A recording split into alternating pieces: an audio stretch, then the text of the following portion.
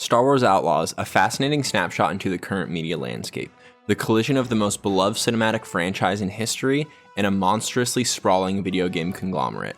Not too long ago, this would have been a match made in heaven, but due to the compounding mistakes that have been seen in the past couple of years, both Ubisoft and Star Wars have fallen out of favor with many people who previously used to be fans. Ubisoft is in an interesting spot. They're still making games consistently for some of the most popular gaming franchises, but the lack of creativity and poor execution in more recent releases has done a lot to tarnish their once illustrious reputation.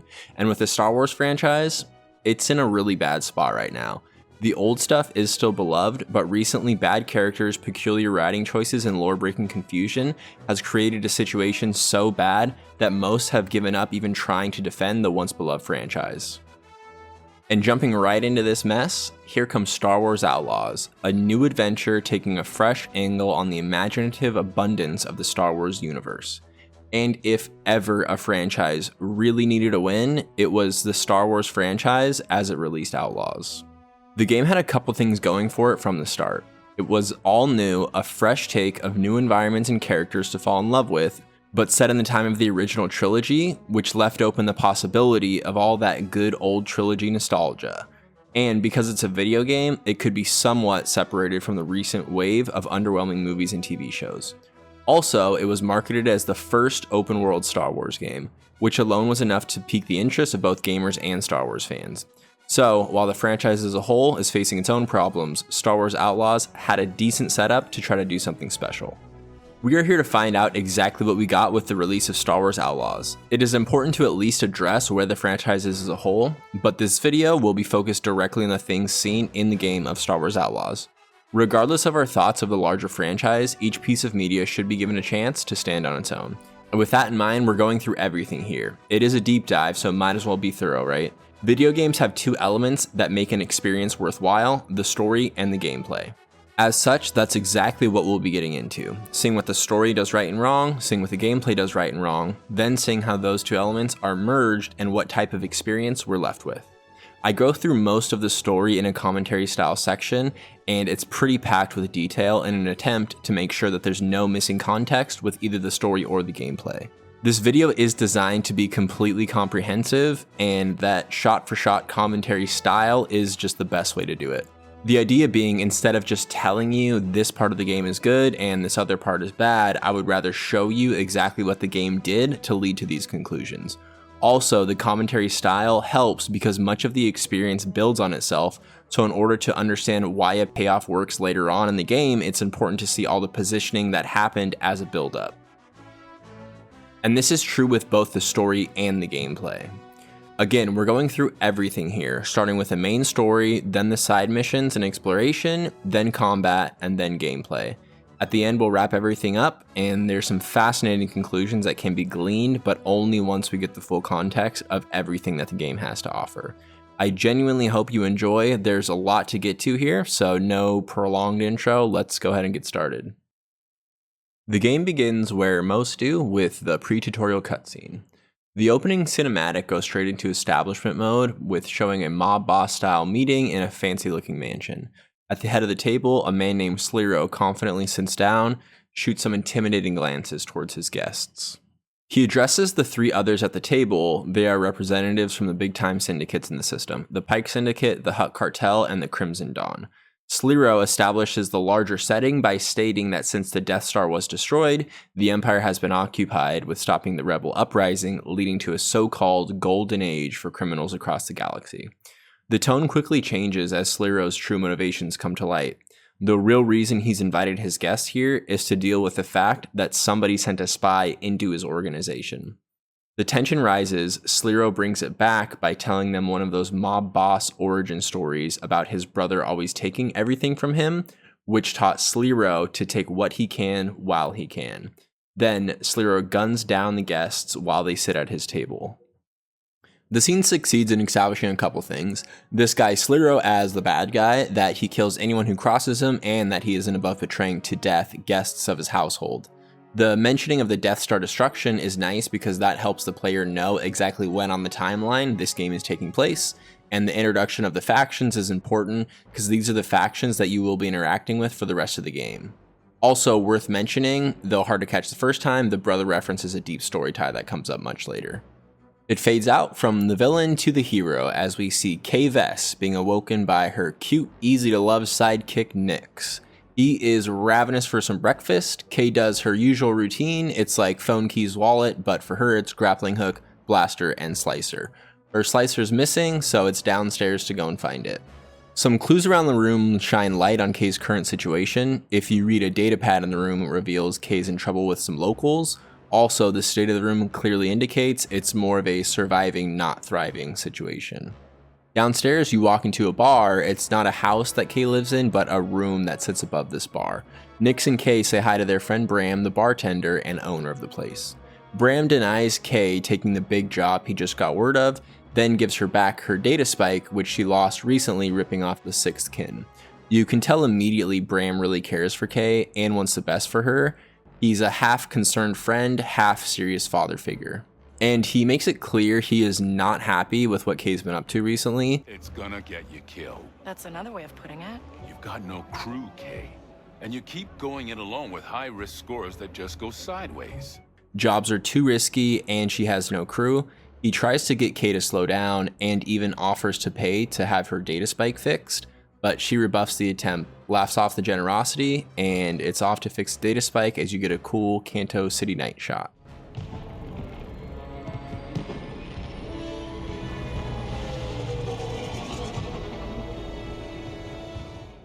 One of the best parts about the start here is how quickly the game gives you full control. It gives you the mission, fix the data spike, then gives you full control to run around and figure it out. It's a small area being the tutorial, but the environment is done really well. It does a nice job of making you feel like you're running around a bona fide Star Wars planet. It totally feels lived in, a good example of well-crafted world building using visuals and the environment. People are calling out to Kay as you run by, some groups are sitting around in their work clothes, others are engaged in passing conversations, and some are working on their droids. With ship parts scattered about and the various space junk, it all comes together really well, quickly immersing the player into the Star Wars experience. There's some smaller interactions here as you make your way to the shop to fix a data spike. On the way, Kay reveals the overall plan for the moment, which is to fix her data spike in order to steal a forged identicard and then use that to travel off planet.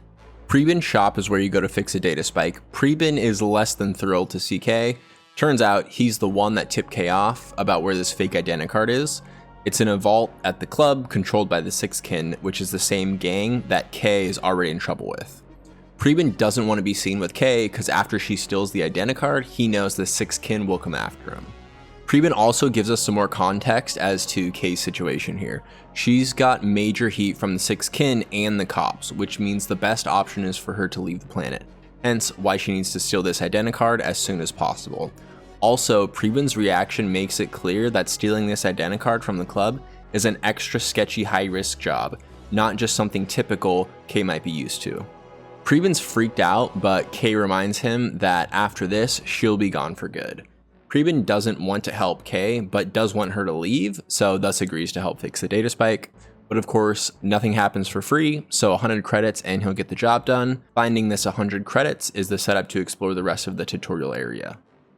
So we're very early on here, no critiques have really been brought up so far, and typically I would let the tutorial continue before stopping the action to bring up an issue. But I have to tell you what happened here, it's pretty wild. This is anecdotal, meaning it happened to me, probably not most players. I try not to talk about this anecdotal type of experiences a lot because the focus is more on the story and the gameplay as a whole. But there's a few times I'll talk about what specifically happened to me when it's helpful to paint the larger picture. Here's the first example. After the dialogue scene with Prebin, I hit a true soft lock. Kay is in full paralysis. Her character model even gets moved by this animal, which is definitely not supposed to happen. I am stuck doing the usual, press every button on the controller and keyboard, in and out of the menus, she's not coming back. Luckily, it's a quick reload, so time-wise it wasn't super frustrating or anything, but a soft lock happening here is very concerning. Because it's so early in the beginning of the tutorial, literally minutes into the playthrough. Now of all places should be the last place you would experience a soft lock, because the developers have a perfect idea about what the player is likely to do. There's not 50 interactions that could have taken place before this, it's only a handful of things to do total. So if this is a sign of things to come, we're in for a real adventure here. Again, I know not everyone will experience this like I did, you know, soft locks happen, it's not the end of the world, but definitely had to bring up the fact that the game broke not 5 minutes into the playthrough. Anyways, moving on, this next part is pretty cool. You're left to your own devices to get the 100 credits, which gets the player organically exploring while also getting the player to use some of the gameplay mechanics. You steal, forage, or chit-chat your way to 100 credits, and Preben fixes Kay's data spike. And with that, you're ready to go find your way to the Sixkin nightclub and get the forged identicard. One interesting thing to note is the interactions with Kay and Preben. It really shines a negative light on Kay. As stated, Preben offers to help Kay, not because they're friends, but because he wants her gone.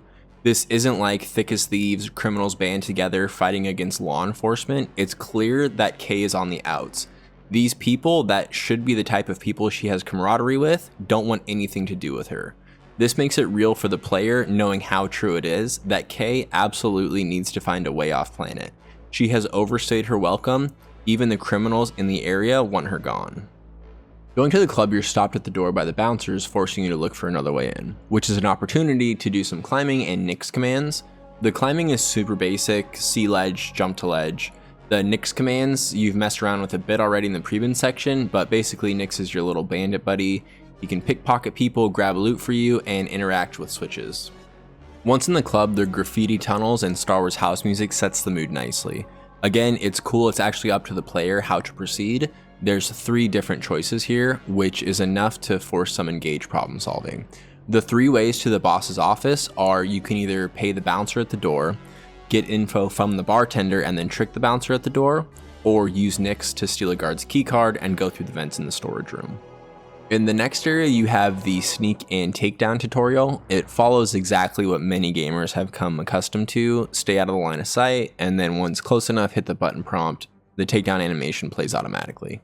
It's easy enough to find the boss's office and locate the vault. After you grab the forged identicard, it triggers a pressure switch, which sounds the alarm.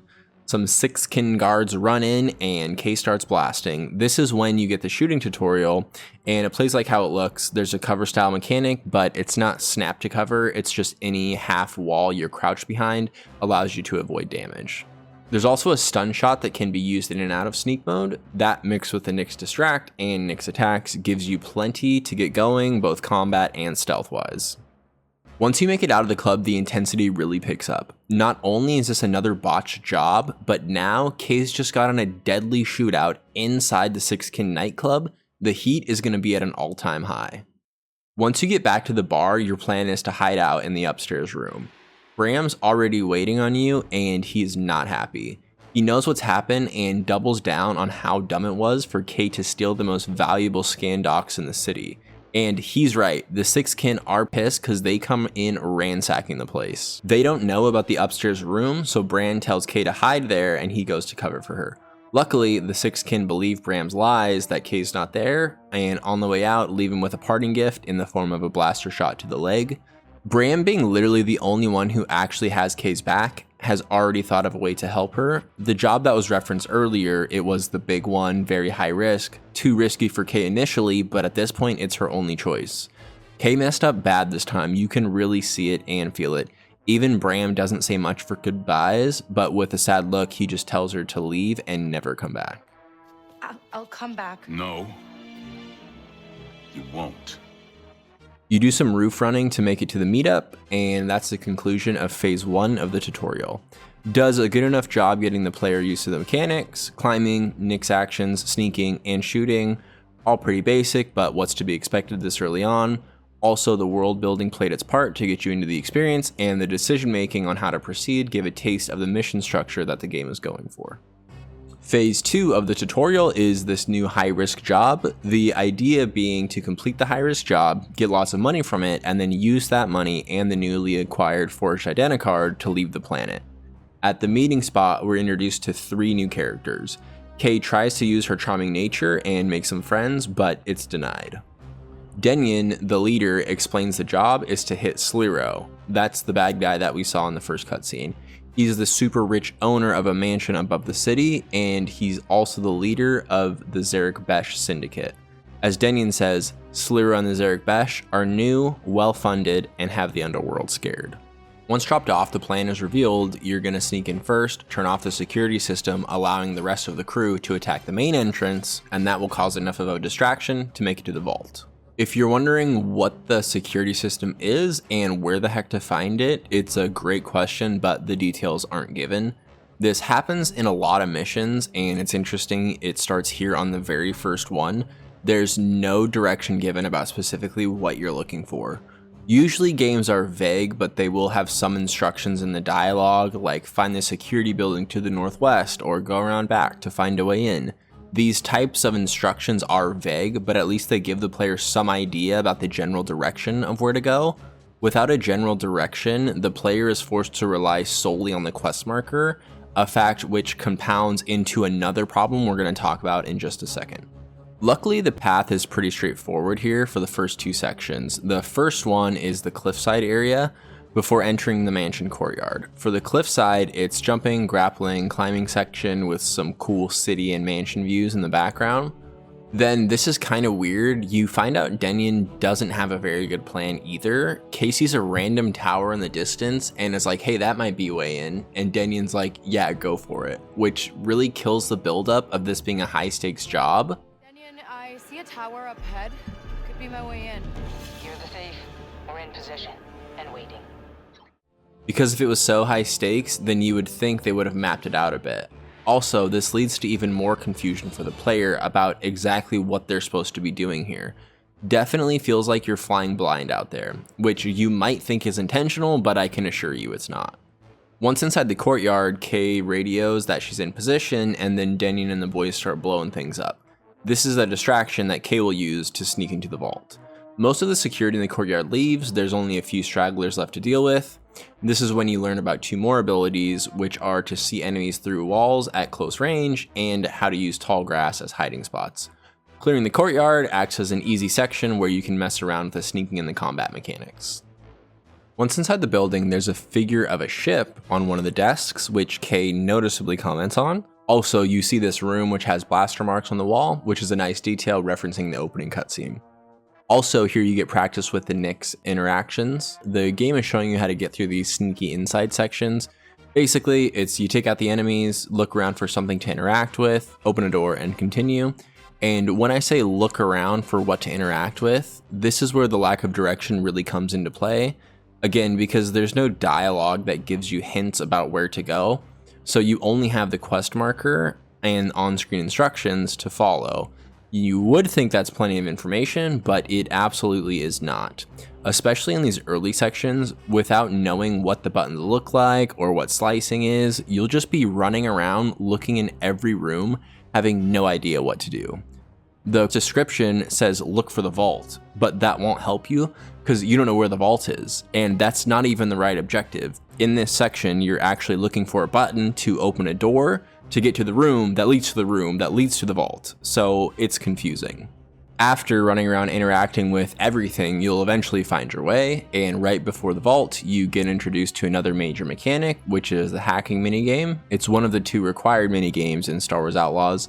I skipped past it, but the first one is the slicing or lockpicking, which is like a quick audio response game. It's pretty simple, as you can see on screen. The second one is what I call the hacking minigame. It's more involved. The concept is like Wordle, the popular letter guessing game, but here it's with numbers. There's a pool of numbers to the left and they are grouped, which means a correct selection voids the rest of the group, making your future choices easier. Once you have picked a correct number, it locks that answer into place for the rest of the puzzle.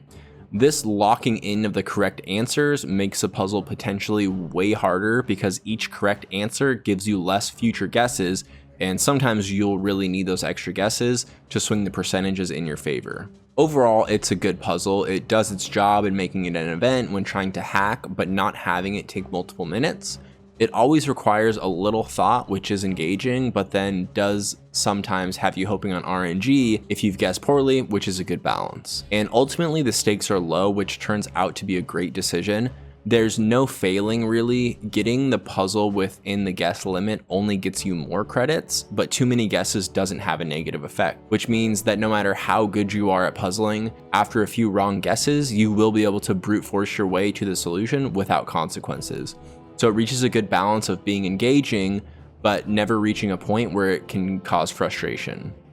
With the hacking complete, the last phase of security is a door droid. This is another kind of weird thing. Again, it's all planned out so poorly. Kay just tells the droid I need to get in, which obviously doesn't work, then calls Demian, and Demian's like, yeah, here's the password. Thank goodness the radio's working. Why didn't Demian give Kay the password beforehand?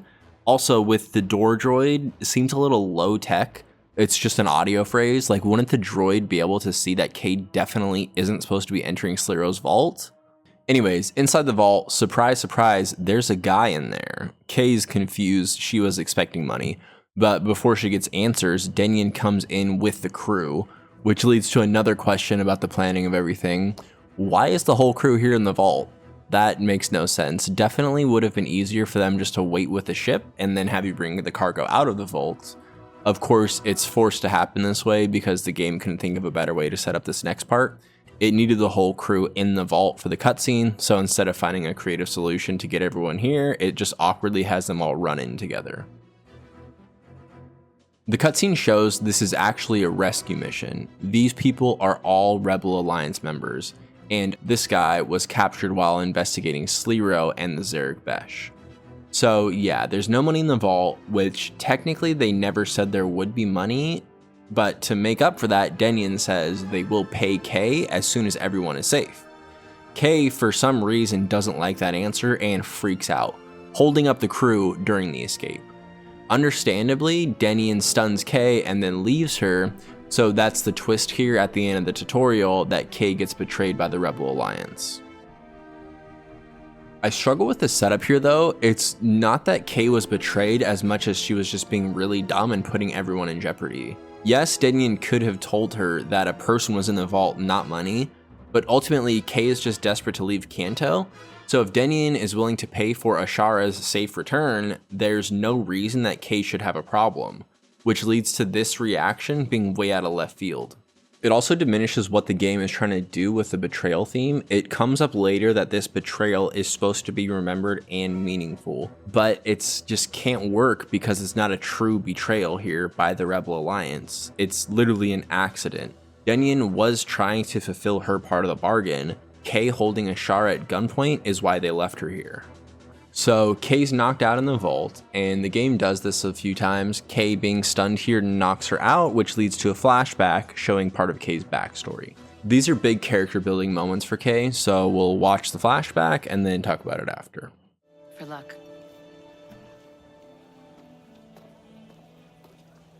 Picking the mark's half the game. See? They don't even know we exist. You're a little young for a thief.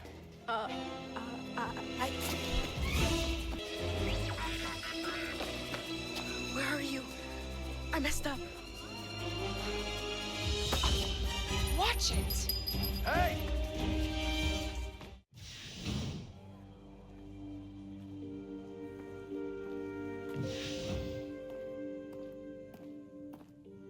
Welcome back, kiddo. Now, what was your lesson? Can't trust someone's always gonna be there. That's my girl.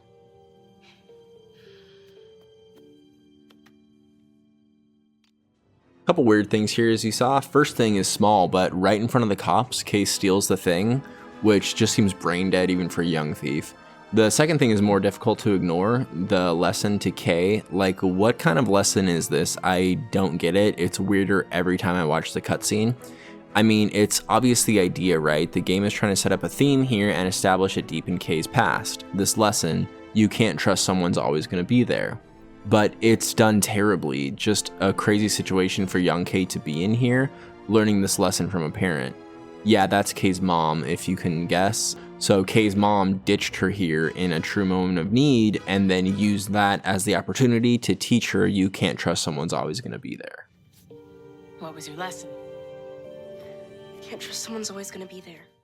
Usually from a parent to a child, it's like, you can't trust someone's always going to be there except for me, right? A mom telling their kid, like, I'll love you no matter what. I'll always be here for you if you need me. But here, Kay's mom is like, yeah, you can't trust anyone, including me. Even I won't be there for you. Like, what an absolute wild mom move. Even terrible parents are seldom this direct about it. Like, hey, Kay, even though you're a kid, if you're in a situation where you truly need my help, do not trust that I will be there for you. This is just a ruthless mother-daughter interaction. Back in the present, Kay is awoken in the vault by Sliro himself. He's trying to get answers from her about what the rebels want with Zerek Besh, but Kay obviously can't give the answers because she doesn't know. After a bit, Nyx springs into action and Kay pulls a successful secret agent move with a nice blaster swipe and then runs out, shooting the lock and closing the door behind her. You move Kay through the combat section as you sprint, shoot, and slide your way into the hangar. Kay's desperate here, so when you see the ship, the plan is to steal it immediately.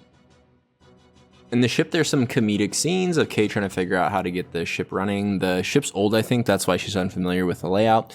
But once she gets it up and running, her general knowledge of flying makes it no problem for her to get into orbit and then blast away to the first available planet, which is Toshara.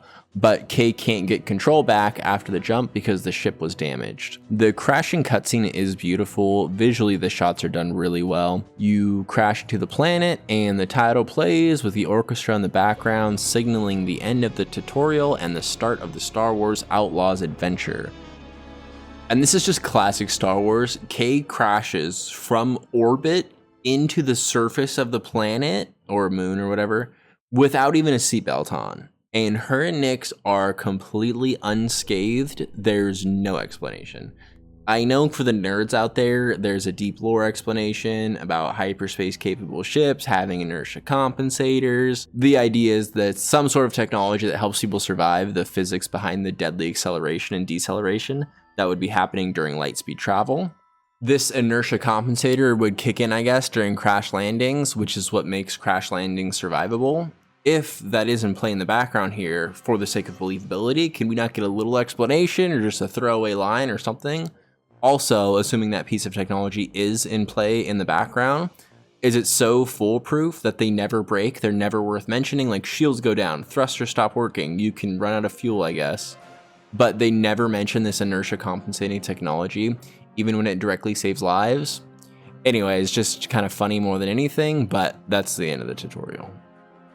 Quite a bit happens here from Sliro, Bram, the Syndicate, the first job, the second job, this crew, these locals. If you're feeling like you're getting hit with a lot of new characters and context, you're not alone, and it doesn't stop for a second. Immediately on Toshara, you're introduced to Wakka. He's on the run too, and the game takes this chance to show off the last of the shooting mechanics, which is the Red Dead adrenaline shot thing. Kay doesn't trust Wakka, though he seems genuine. After the crash, the ship is in bad shape, so with Wakka's direction, you're pointed towards the town to get some money to repair the ship. This is a long-standing Star Wars tradition. Broken ship means time for a mini-adventure. And here with Outlaws, in that tradition, ship's broken, so time for a mini-adventure on Toshara. The ship, named the Trailblazer, as you learn from Wakka, is pretty special. He talks about it as if it's genuine, one of a kind, and all that. Wakka's excitement about the Trailblazer works out for Kay too, because he's willing to be your impromptu mechanic and help fix the ship up. Also, he needs to get off the planet too, based on the trouble he's in, so it's a team. The Trailblazer is equipped with a speeder, so it's off to town to make some money for the repairs. Let's take a second to recap here before we see Toshara. There's a few things I want to talk about. There's two major problems. The first major problem is what you would expect. It's the soft lock situation. Like we said, it wasn't a huge inconvenience, but it's more just the principle of it. A soft lock during the first mandatory dialogue of the entire game is astoundingly bad. This section that 100% of players will go through, it's in a situation the developers have full control over. It's definitely not too much to expect this to be working correctly. The second major problem is confusion. Confusion will go on to be a constant theme in Outlaws. It's interesting to note just how early it starts to show up. We saw it in a few areas already. First, it's the confusion of the mission itself. Like we said, there is no plan here. Nothing mapped out for where to go to get to the security room or the vault. Kay doesn't know, Denian doesn't know, which means it's impossible for the player to know. Then that lack of information leads to literally minutes of running around not knowing what to do. I want to explain again how confusing the quest marker and mission instructions make things. They are so unclear, even if you're paying attention, there's no way to know what the game wants. You have to run around to every room and look at everything because following the marker and instructions doesn't help. Like, look at the big mansion room. There's a barrier here blocking your path, so when you're figuring out what to do, especially this early, it's just a wild guess of what you should be looking for. Do you need to steal a key card, climb around the barrier, hack a computer, or shoot something and break it? All of these options are on the table, which means you're forced to kill everyone in the area and then just run around from room to room trying to figure it out. And the quest marker doesn't help. It's on this barrier, but the actual switch that needs to be pulled is 150 feet away in the bar storage room. Then the on-screen instruction says break into the vault, which is the overall story objective, but for this room, if there's going to be instructions, it should say something about finding a lever to deactivate the barrier. It's very weird and disjointed. The marker does not lead you to the right place here. You have to ignore it to find the lever, and the instructions are way too general. And I'm not someone who needs a quest marker and instructions for everything. Part of the fun of the game is the fulfillment that comes from figuring things out on your own. But what's happening here is the worst of both worlds. Like, if you want me to explore everything and figure it out myself, then get rid of the bad quest marker and fake instructions. And if you're going to leave them in, make it actually helpful by explaining what the game wants and putting the marker on the thing I actually need to find. This in-between approach they did just leads to an extra layer of confusion. And that's just the confusion with the gameplay, but there's also the confusion with the themes, the two examples of that being the betrayal by the Rebel Alliance and Kay's lesson from Mom. Denian doesn't betray Kay really, it's Kay who has a meltdown in the safe. Then in the cutscene with Mom, it's trying to teach the lesson about not trusting anyone, but it's done in a really overdramatic way. Both of these thematic issues have relevance to the rest of the story, so just keep them in mind for later. So that's what you have for the tutorial. An obvious blemish with the soft lock, then some confusion and questionable choices with the mission structure and characters.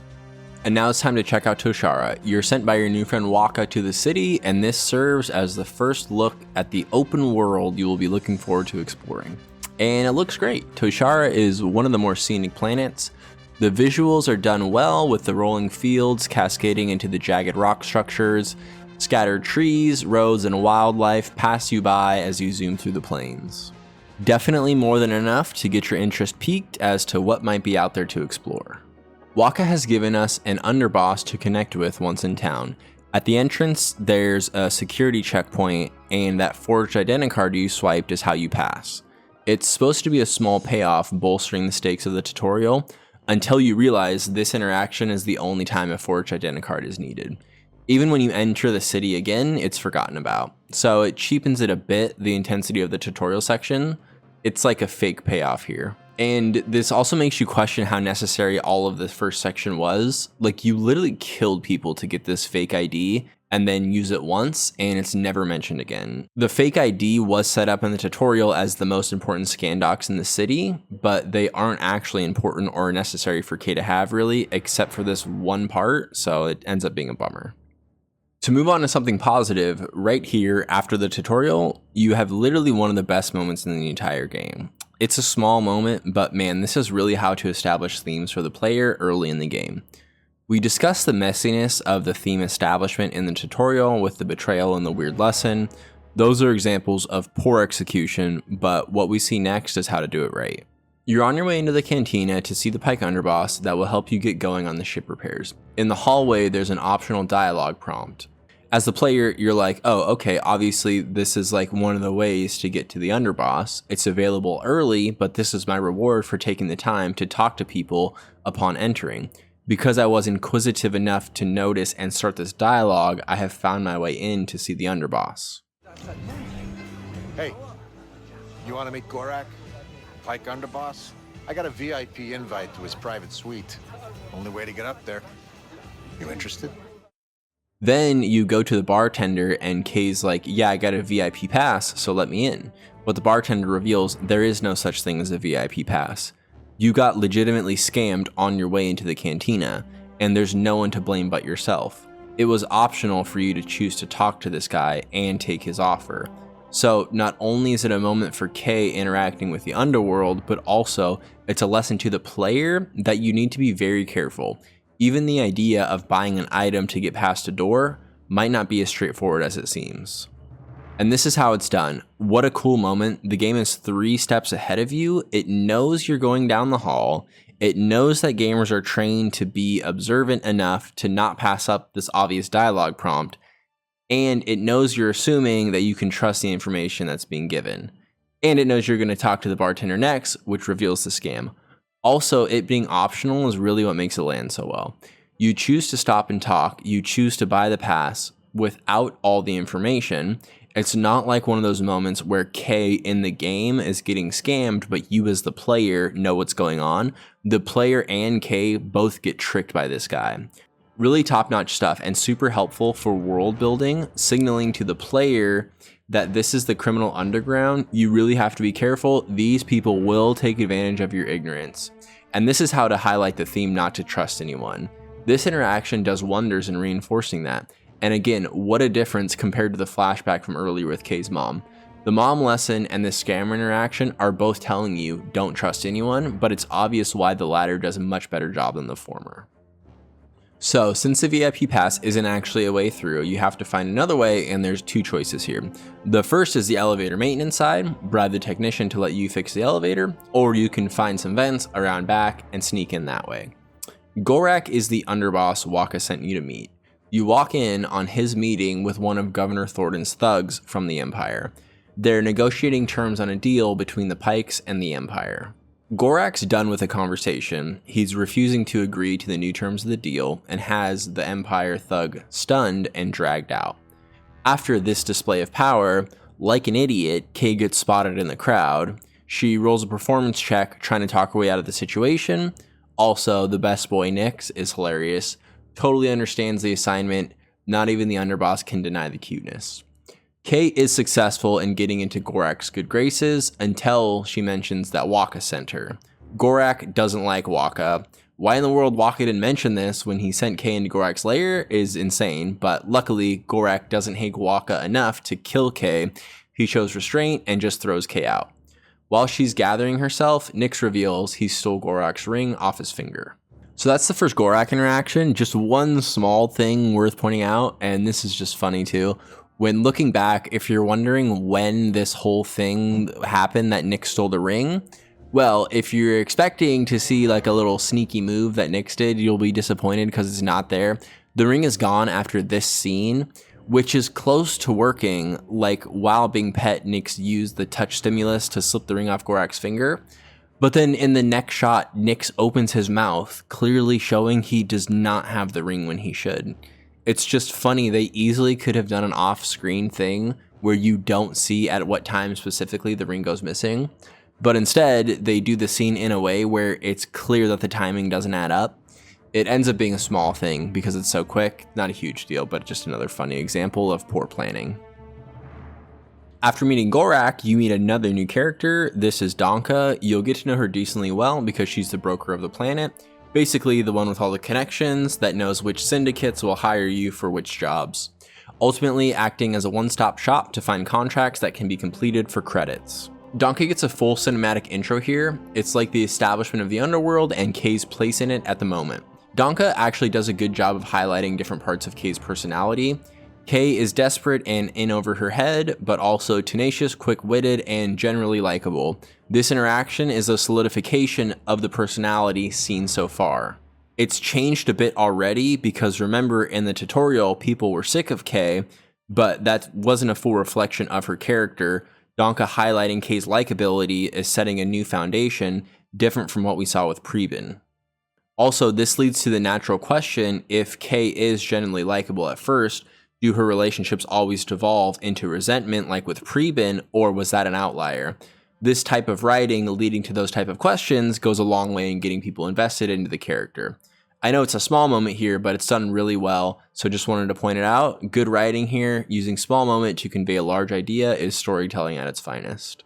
Tell your client Kay Vess is in. Cute. Desperate, but cute.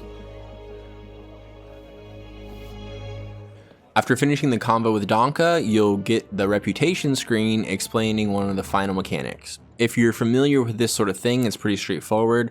Do things for a gang and they like you more. It emphasizes too that you'll be doing a ton of different jobs, so don't sweat the loss of reputation too much at any point.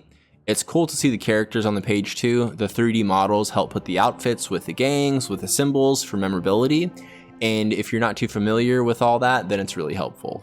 This conversation with Donka is like the final setting up of the full landscape of the underworld. The tutorial went hard with gameplay and mechanics, and then focused especially on Kay and her interactions. The first part of Toshara here is showing the key aspects of the larger world. There's a restating of the major factions, the Pykes, the Crimson Dawn, and the Hutts. They try to establish it like the Pykes are politically powerful, the Dawn are sneaky and sophisticated, and the Hutts are the brutes. But functionally, the gangs are all identical. Not sure if they had more things planned to differentiate them, but how it turned out, they're all carbon copies of each other when seen in the world.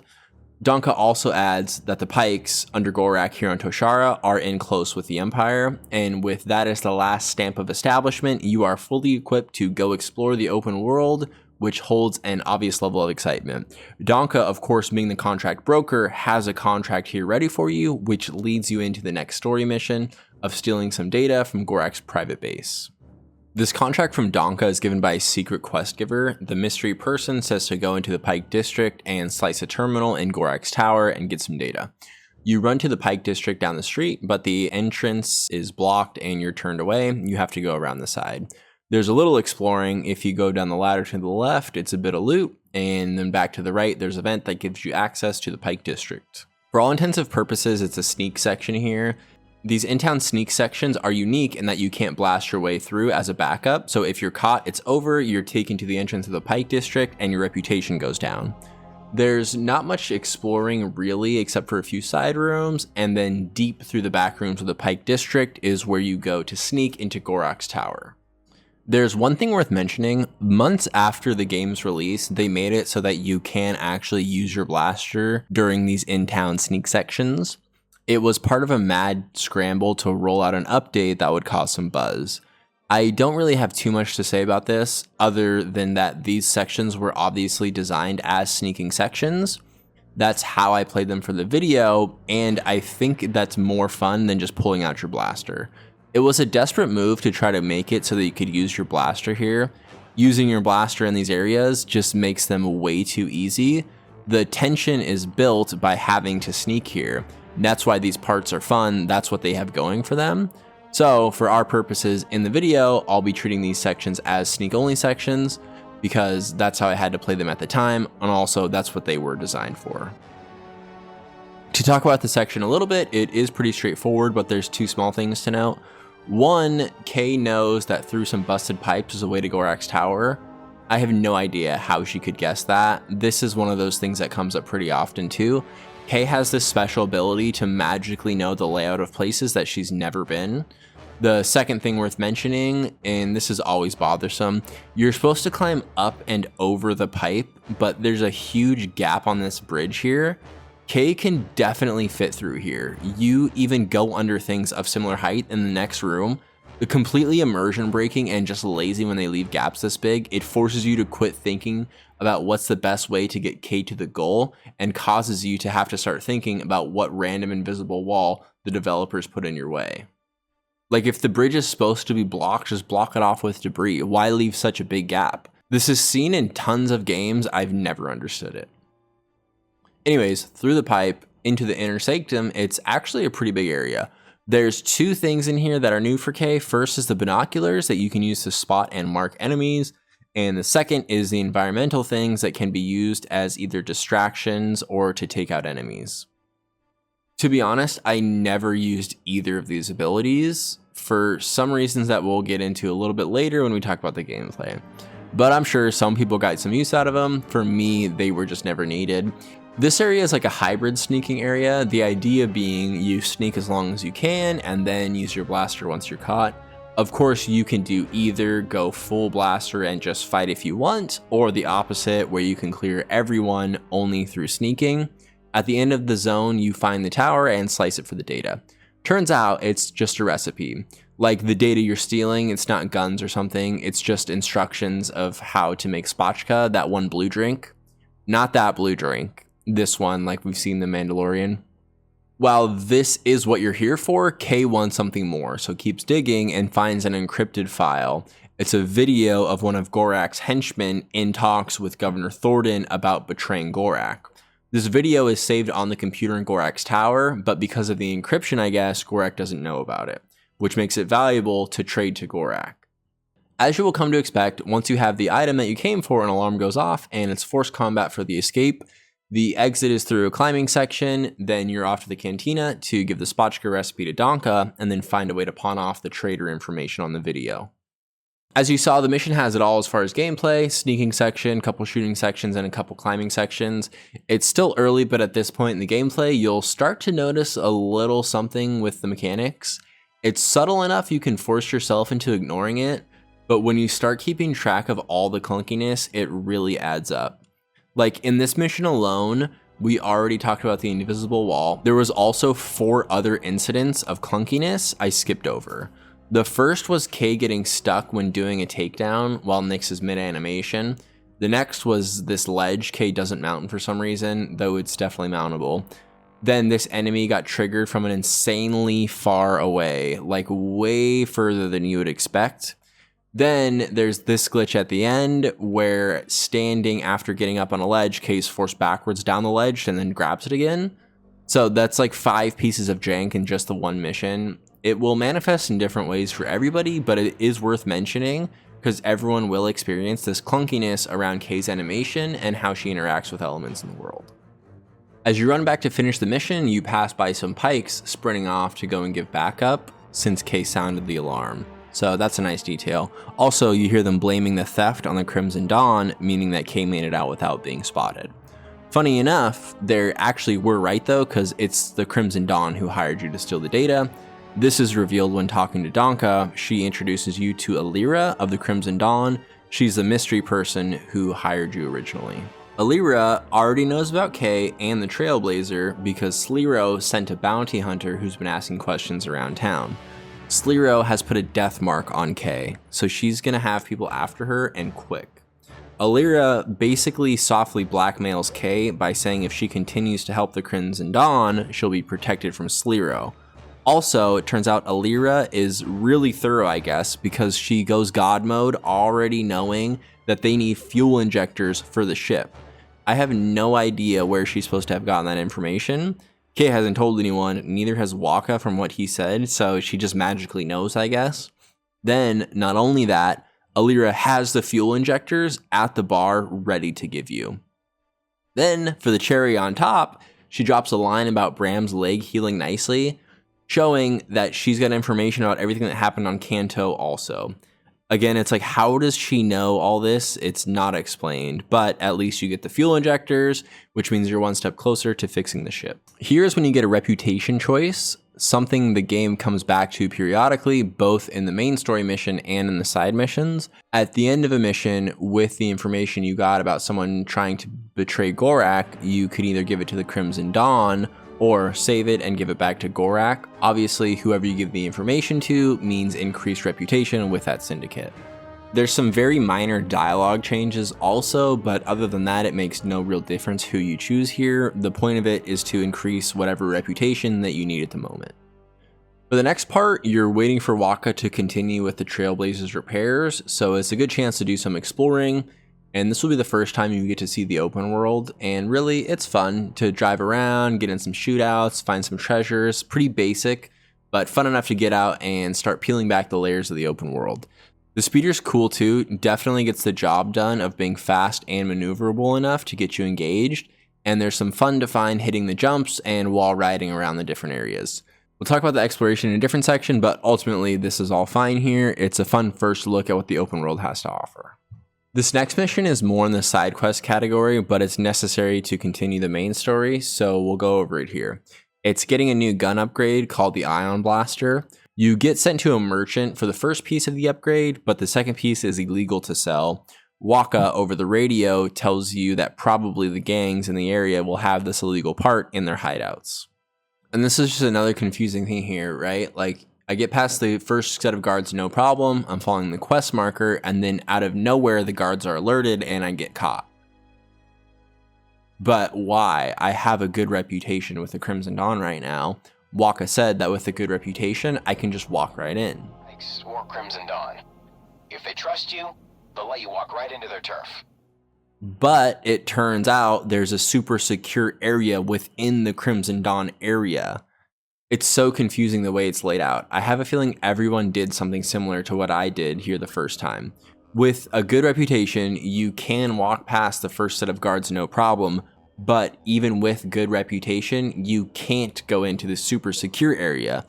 There's no way to know this distinction until you trigger it the first time. It's super confusing trying to figure out what's happening. The only thing you could notice is when you pass this invisible boundary, the top section changes to restricted, but this is kind of easy to miss. Also, there's no way to know what that's trying to tell you the first time. Anyways, one thing I did notice that I thought was good is how thorough the guards are in checking the area after getting alerted. Again, here I got spotted from super far away. I swear most of the guards cannot see this far, like this super far alert happening twice. It's really weird. But anyways, sure enough, even from way over there, that guard that saw me marched all the way over to the platform to find me, and it actually worked because it put me in a terrible spot with nowhere to go, so I ended up being caught. The part you're here for isn't very deep inside the area, so quickly you'll find it, and then it's off to a nearby settlement where Waka has a Trailblazer parked. On the workbench is where you complete the blaster upgrade. This is how you do it for the rest of the upgrades also, this workbench here on the ship. The Ion upgrade is the second ammo type. It opens doors, gets rid of shields, causes a stun on human enemies, and does extra damage to droids. Waka now is ready for the fuel injectors, which is what you need for the Trailblazer to be ready for space travel. Not full hyperspace lightspeed travel, but just around the planet type of space travel.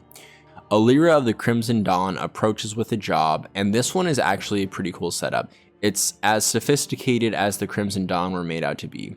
Basically, Alira is willing to pay you to go into space and sneak onto an Imperial space station to delete some data. Then pin the deletion on the Pykes so that the Empire thinks they deleted the data. In essence, the Crimson Dawn gets rid of the data on the station, and the Pykes take the heat, deteriorating the Empire-Pyke connection on Toshara. Kay doesn't really have much to negotiate with, so after pretending to be apprehensive, she quickly agrees.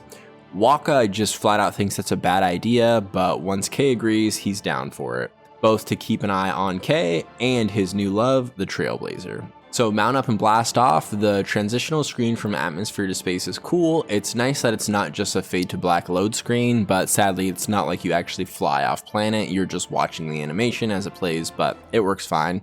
You emerge into space and get an epic shot of the debris field and start the ship tutorial. The ship controls how it looks. It's a space shooter with dogfighting style combat. Chase the bad guys around and zoom in for some shots, making sure the reticle's in the right place. There's some lock-on missiles too for some extra firepower. Shield and health on the left, acceleration and boost on the right. It doesn't fully explain the HUD, but after staring at it for like 20 seconds, it's easy enough to understand. So once in space, Alira tells you to go to a down freighter and pick up the raw version of the drug spice. It's kind of tricky to figure out what exactly the Empire's relationship with spice is in general. Like, spice is definitely illegal in Star Wars, but there are some connections to the Empire and the spice mines and things like that, which are known from other sources. For the purposes here, this is like a corrupt thing that the Empire is involved with. Once you have the raw spice, you approach the station and Waka stumbles his way onto getting permission to board. But the Empire calls for an inspection upon landing, which is a little stressful, but is understandable. Before you land, you talk to Alira again, who reiterates the mission and adds some more context. Turns out the data you're deleting is all the debts that the syndicates owe to Governor Thornton. There's a line here that Kay says, "Why do I feel like Alira's using us?" Then Waka's response is like, yeah, she's definitely using us because she's Crimson Dawn. Why do I feel like Alira's using us? Because it's Crimson Dawn. She is. It's again trying to show like, hey, don't trust people, but the theme is done again really poorly. Like, you agreed to this job. So far, you haven't been lied to or misled in any way. Alira has been really clear about what exactly you're supposed to be doing. She's not withholding key information or being weird about it. So ultimately, it comes off again as forcing the theme, and it's not even foreshadowing either. Nothing comes of this. Like, Alira ends up being trustworthy for this mission. So really just not sure what the game is going for with these out-of-place lines. Once you land on the station, you're already in a bit of a spot, and it's decided that Waka will distract the Empire, and Kay will sneak around and do the data deletion. How are you going to find the console with the data on it? Good question. The plan is literally to have Kay just run around the station, find a floor plan, and then just guess where you think the data is going to be. Yet another high-risk job with zero planning. And this is felt by both Kay and Waka because they are both noticeably stressed. There's a predetermined path to sneak through here. It's interesting, like there's a big open floor plan with what looks like a bunch of different ways to go, but there's actually not a bunch of different ways to go. There's not even 2 different ways to go. There's one specific path to follow to make it through. Kay does her magic trick again here where she knows exactly where to go somehow, even though she's never been here. It's reinforced that Governor Thornton is straight up corrupt and in bed pretty deep with the Pykes. The game makes it super clear with info on this data pad and the Pyke symbols that are spray painted in the area where you land. Waka, still on the ship giving the inspection, has a free second and radios in suggesting double-crossing Alira by actually pinning the data deletion on the Crimson Dawn instead of on the Pykes. It's kind of random, but it's setting up the choice you're going to have later on. Also, Kay calls Waka out for knowing about the death mark. She never told him, so Kay questions how he got the information. Waka brushes it off, but Kay seems weirded out about it. Then there's one part here that's almost cool. These steam vents cover you completely like they're a safe zone for the sneaking sections. This datapad tries to give an explanation saying that the steam fogs up the troopers' visors, which completely blinds them, which is why the steam hides you so well. I love what the game is trying to do here with this explanation. Too bad it just doesn't make that much sense. It's clear the steam isn't blinding the stormtroopers. They're not in the steam, you're in the steam. They're not even close enough to have the steam affecting their visors, but obviously Kay is still hidden. And then on top of that, the steam hides you from enemies even without a visor. So it's an A for effort here, but I just wish it made more sense. And this falls into the category of unforced error. It always confuses me when games do this. Like, if they just leave this out, you can accept the fact that the steam allows you to hide, but this poor attempt to explain a gameplay mechanic fails hard when the explanation still doesn't make sense, because it's drawing the player's attention to a mechanic that does not have a good explanation. Like, if the datapad wasn't here, then it never would have come up, so why not just leave it out? Anyways, once you get into the main room, you might think there's a few ways to traverse into the maintenance bay, but it's the same as the hangar. There's one intended way to go, swinging to the left. Like, it looks like a huge open room where you get to choose the best path forward, but there's one very specific way to do this. You don't actually get a choice here. Maybe it's possible to make it through the middle or to the right, but it's like 10 times more difficult than the intended way, and on hard mode it seemed nearly impossible. So, to the left, you swing over to the maintenance bay. While doing the data deletion, you're interrupted by Bosnok, the most powerful floating head in the galaxy, and lucky for you, he actually loves your plan and says he'll take care of the data deletion, but he wants help escaping in return. Bosnok's current circumstance is a form of punishment. He's stuck here as a floating head to do Governor Thornton's accounting, specifically to keep track of all his work with the syndicates. Bosnok isn't happy in this current position and is so pumped to have the chance to escape with you. And when the choice comes in, the one Waka had brought up earlier, you get a prompt on who you want to pin the data deletion on. Either the Pykes, like Alira hired you to, or you can betray her and pin it on the Crimson Dawn. It's not clear why, but just then Waka says the Empire isn't buying his story anymore.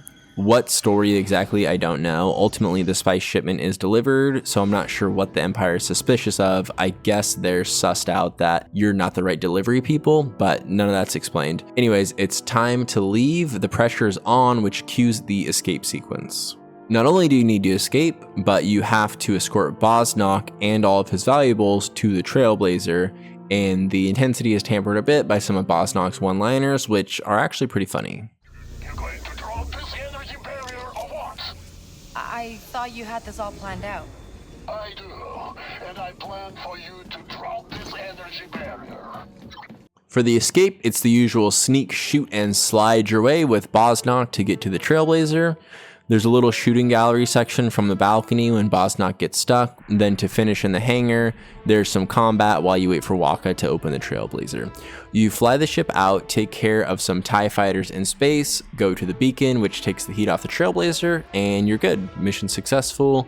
Kay, Waka, and Bosnok, the unlikeliest of friends. Bosnok's definitely one of the most memorable characters. The voice, the disembodied floating head in a vat, and the sense of humor, you gotta love him.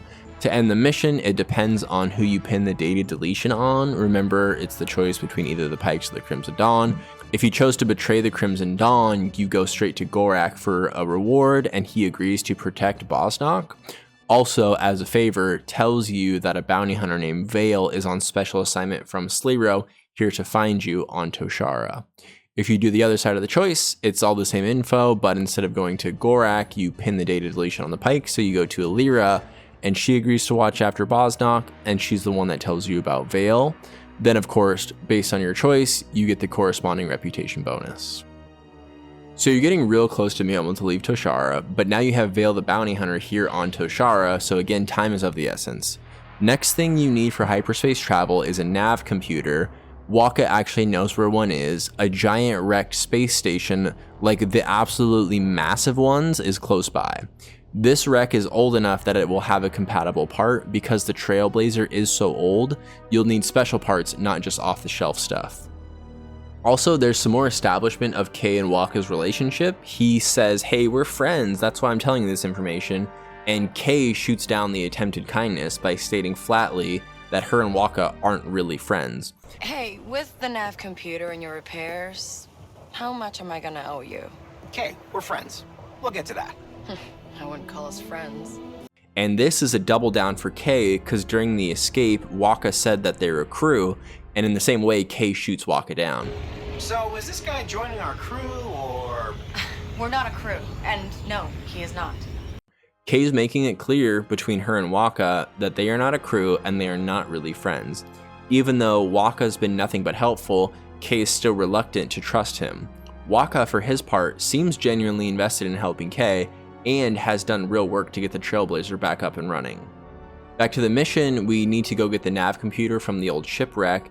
In order to do that, you need two things first. First, you need to liberate a Class 11 power core from an Imperial compound, and then second, you need to upgrade your speeder with the boost ability so you have enough power to drive through the wind tunnels. So it's off to the Imperial compound for the Class 11 power core, and this is your introduction to Imperial compounds. I'm going to spend a little time explaining the compound setup because this type of area is one that you'll see often throughout the game. Format-wise, they're all set up the same. The main entrance is usually blocked by a force field and some firepower, so you'll need to find a side path, a jump or a vent with a few enemies on the outside. Remember, I critiqued the rooms earlier for only having one real way through. Well, at least for the compounds, it's a little more complex. There's usually at least two different ways in, and they're both viable. Navigating the open area actually feels like you're choosing the path that fits you best. It's a good setup to have some fun with sneaking and with looting. Once inside the compound, it can be a bit of a scramble to figure out exactly which door or area you should be heading towards. They just drop you into the mission, and again here, it's with little direction. So especially the first time, it's running back and forth a bit before finding the right way.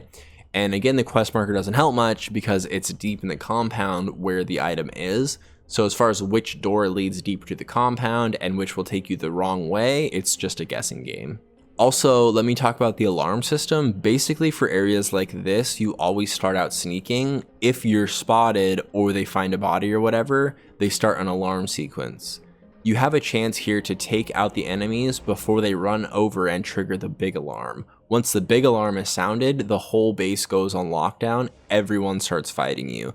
Typically, it's impossible to fight your way out. More troopers will even show up sometimes. It's like a never-ending battle. The whole concept here is to either be sneaky enough to never alert anyone, or if someone is alerted, take them out before they trigger the big alarm. Also, the compounds always have extra collectibles hidden around. Like, it's not only the story item that you can get here, there's some good loot to grab, but you kind of have to know what you're doing and work for it. Typically, there are 1 or 2 chests to find that have high value items, and then also there's a vault that has the most valuable loot. For the vault, you can't just break into it, you have to locate it first, then go to a terminal and grab the vault codes, and then come back out and open the vault, and then grab the loot. Also, there's a bunch of other terminals around which let you take credits, turn off cameras, open force fields, and things like that. It's a way to manipulate the environment to make travel easier. So these compound areas are put together pretty well, rewarding exploration in 2 main ways. Firstly, accessing computers can make your experience easier overall, and then a thorough sweep will give you more loot in the form of the chests and the vaults. Of course, anything you miss here you can come back for later. The compounds are a part of the open world. While you're looking around this particular compound, there's also some data pads to find, and again, there's another unforced error, and again, it comes in the form of a data pad. There's actually 2 data pads here. One is helpful and the other is just dumb. We're going to talk about them both because it's a great example of how something like this can either add or subtract from the world building and immersion. The first data pad is cool. It talks about how Governor Thornton likes Gorak and the Pykes ruling Toshara because it stabilizes the region. However, the ISB, a super powerful branch of the Empire, is suspicious of Governor Thornton's role and has deployed undercover agents in the area because of the Pyke Empire connection. So that's cool, right? Learning a bit about the world and Governor Thornton. It gives background details about relevant things, which build knowledge of the in-game world. And most importantly, it makes sense that it's here. It's an Imperial compound on Toshara, and it has information about the Empire's connection with the rulers of Toshara. But then, I don't know why the game felt the need to do this. The second datapad is way out of place. It's about the Class 11 power core. Like, the exact item you're here to get secretly is on the datapad in the control room just sitting on the console. It's so dumb, it's not believable. And again, it's totally unforced. What is the point of having this here? It doesn't even explain anything relevant. Like, it's already a given why the Empire has this specialty antique power core. The Empire is a robust engineering operation, so they would have technology like this around. What's not believable is that a datapad references the one piece of tech that you're there to steal. And again, this is the game over-explaining something that would have just been better left out. This datapad not being here would make the sequence way more believable and better immersion-wise, so chalk it up to another unforced error. On the inside of the base, you'll basically clear every room trying to find engineering, and then behind a locked door, grab the power core and escape. Next up, you need the speeder upgrade to get past the wind tunnels. This mission is actually available early in the game, so it is possible to have finished it previously.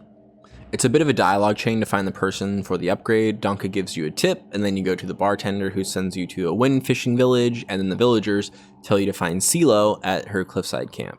You roll up, and she's like, I don't usually help off-worlders, and then immediately helps you and agrees to mod your speeder. She doesn't have the part that you need, but she knows where to find it. It's an atmospheric accelerator, and you can steal one from one of the Empire's giant wind harvesters.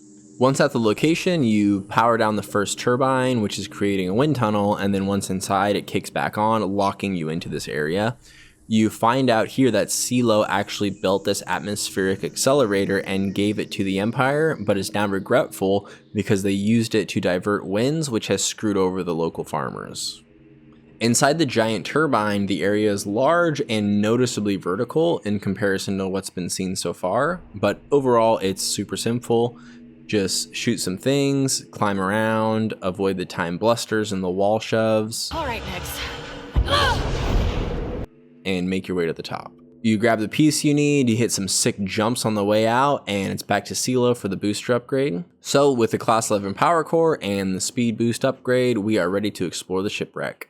On the drive, Kay asks why you need this nav computer. Can't you just do a lightspeed jump? But Waka says it's too dangerous to jump without coordinates locked in, which is a cool nod to the original lore around hyperspace travel as stated by Han Solo in episode 4. To get to the wreck, you use your speed boost to get through the wind in the front of the tunnel and then use the Class 11 power core to open the door. The wreck is an old High Republic cruiser and it is massive.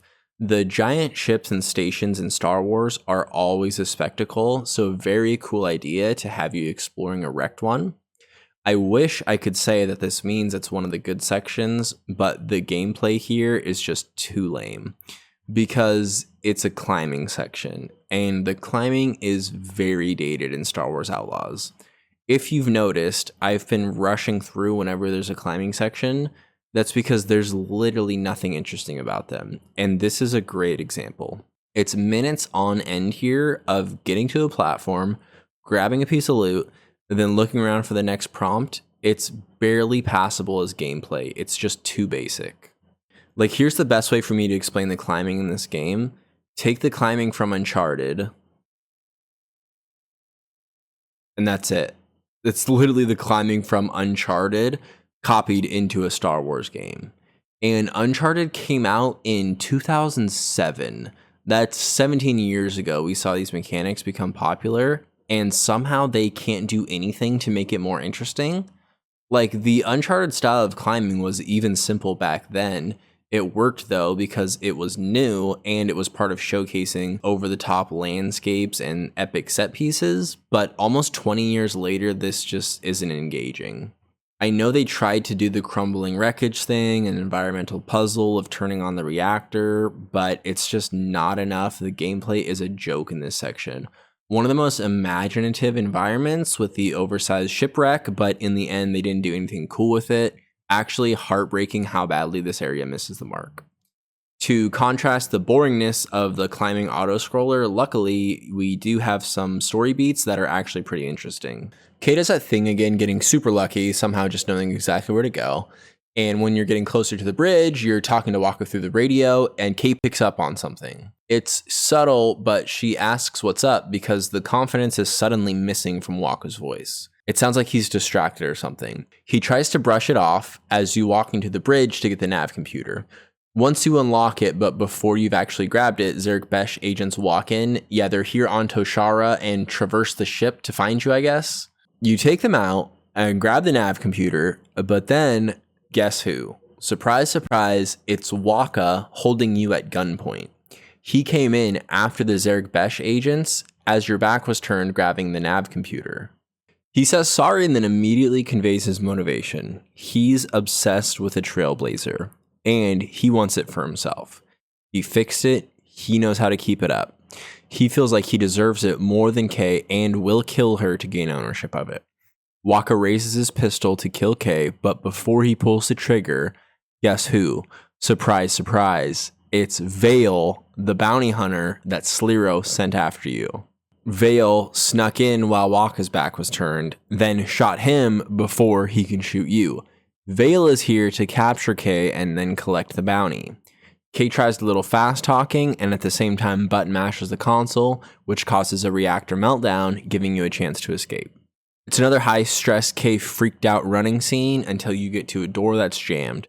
Here, Vale has you cornered. Vale goes to cuff you, but then guess who? Surprise, surprise. A brand new character, and he means business.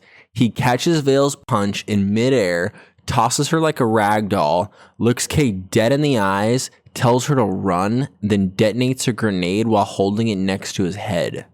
Quite the introduction, and fitting because this guy turns out to be one of the most memorable characters. Kay drives off in a panic, unsure of what Waka did with the Trailblazer and having no idea who just saved her. At least for now, she's safe.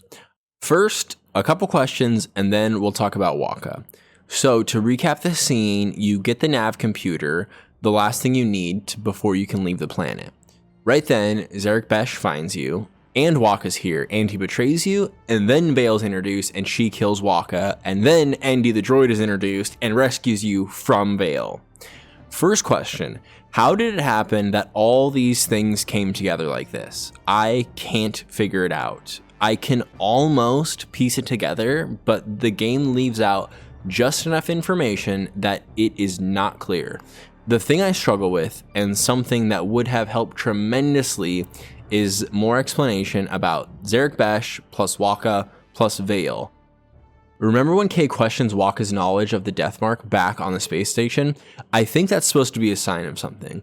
Maybe even that Waka actually called and tipped off the Zerek Besh and Vale about what Kay was doing. But this really doesn't make sense that Waka would have called Vale and the Zerek Besh, because Waka's motivation is just to get the Trailblazer. It's way easier for Waka if the Zerek Besh and Vale are not involved, because then Kay can return with a nav computer and Waka can kill her then, or just steal the ship and fly away. So really, it doesn't make sense that Waka called the Zerek Besh and Vale. He must have been forced by them to give up Kay during this last mission. That's the only thing I can think of, because Vale and Zerek Besh being involved only complicates Waka getting the Trailblazer. So if that's the theory, that sometime in the recent past, Zerek Besh finds Waka and then he's forced to give up Kay's location, timing wise, I guess it just happened to be during or right before you explore the shipwreck. Then I guess Zerek Besh and Waka and Vale all traveled together to the wreck. Waka had to know that Vale and Zerek Besh were there. Otherwise, why would he go to the wreck? Again, it would have just been easier if he waited at the Trailblazer for Kay to return. So Waka's in this weird spot. He needs Kay to get the nav computer. It's not the climbing and jumping he can't do because he makes it all the way to the bridge. He needs Kay for the slicing to actually get the nav computer out of the console. So he lets her do that, but then has to try and intervene somehow before Kay gets captured by Vale. That's why it's so clunky, the timing of everything. He's forcing it here because it's his shot to get the nav computer before Vale gets Kay.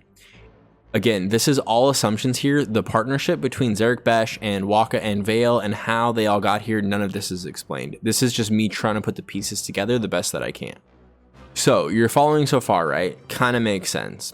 Except for the dialogue when Waka says he can't leave any loose ends. I can't afford any loose ends. Because how is Kay a loose end more than Vale? Wouldn't Waka need to kill them both so that Sliro doesn't know who took the Trailblazer? Also, don't the Zerek Besh agents know Waka too?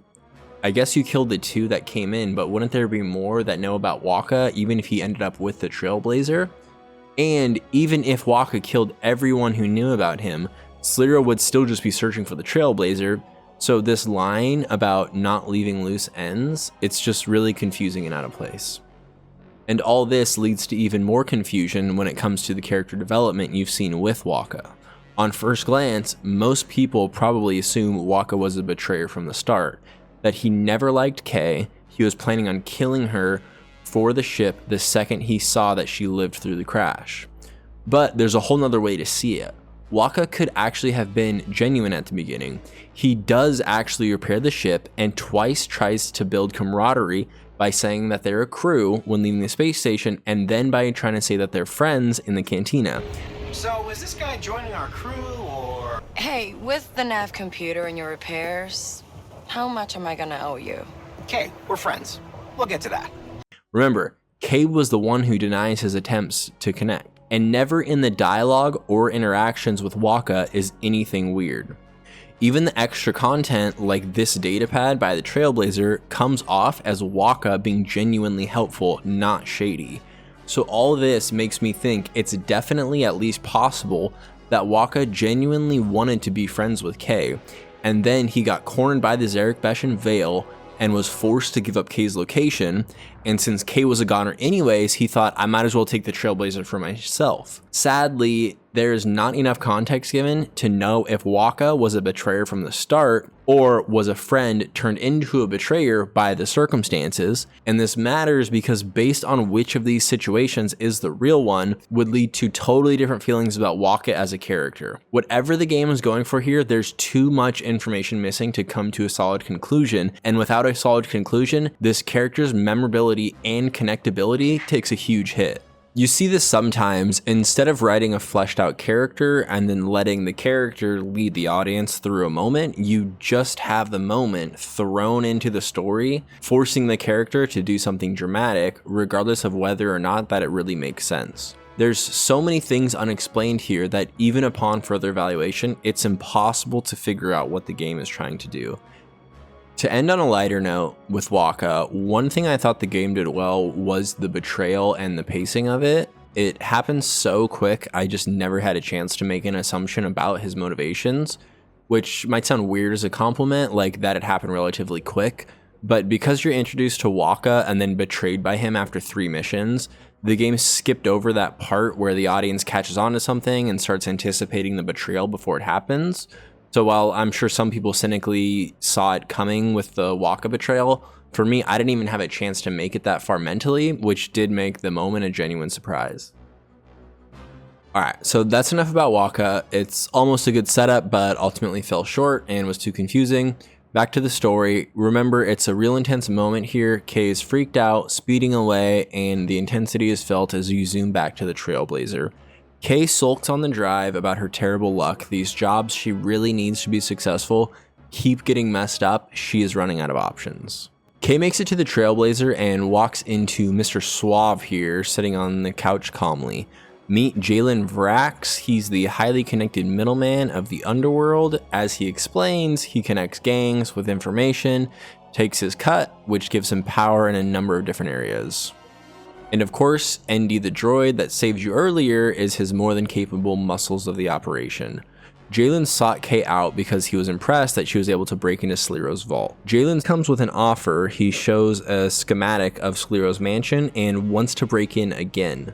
But he needs Kay's help. It will be harder than last time with the ramped up security, but the take would be 157 million credits. Enough for Kay to be able to live happily ever after wherever she wants. Kay is apprehensive at first. It's too dangerous. She just wants to leave and get away from it all, but Jalen reminds her that she'll always be in danger with Sclero's death mark on her. And Jalen's right, which convinces Kay, and then the old heist establishment scene is played. You got a droid smith to shut up that gatekeeper?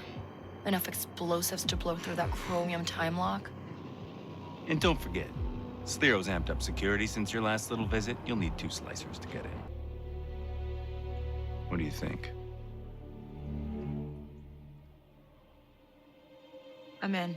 And that's the plan. Kay is in. The plot is set up for you to get your crew, do one last big job, and then ride off into the sunset.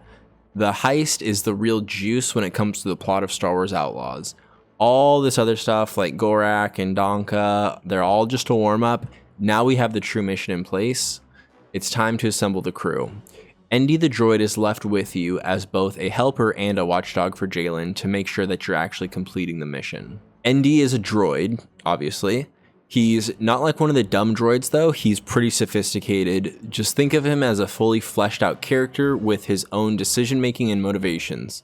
Apart from one thing that's established here, and this is important, Endy has a restraining bolt which Jalen controls. Functionally, this means that while he has autonomy and can generally make his own decisions, past a certain point, he will involuntarily kill Kay if she deviates from the plan. It's not exactly clear what counts as serious enough to initiate this protocol of killing Kay, but it's serious enough and Endy makes it clear not to mess around about it. As for Jalen, how he tracked you here, found the ship, sent Endy to save you, none of that's made clear. It was probably just through his many connections. Also, you may catch that this whole plan here definitely seems personal for Jalen. He tries to claim it's more ideological, like it's part of a larger mission to right some wrongs in the universe, but you can definitely tell it's more than just another job for Jalen. He's very deeply invested. So quite a bit happens here between Waka, Vale, Jalen, Endy. The Waka and Vale part is cloaked in confusion, while the part with Endy and Jalen does well to progress the plot and establish the characters. Job now is to assemble a crew, specifically find a droid smith, a safecracker, and an enforcer, and you also need a second slicer, but Jalen's going to take care of that on his own. Here's when you'll really feel yourself starting to catch a stride with everything. The game has been slowly showing its hand with both the story and the gameplay. The criminal underworld has revealed itself. It's building on the outlaw theme of not trusting anybody. For the main character's personality and motivations have been made clear. The villain, though a little sporadic, has been established. Along with that, you've interacted with a whole host of side characters, though some of these interactions aren't dripping with depth. They set the stage well enough to get you into the world and start exploring and get used to your abilities. Most of Act 1 here is establishment, which is typical. All of this establishment is necessary early on because this is a foundation that leads to payoffs later down the line.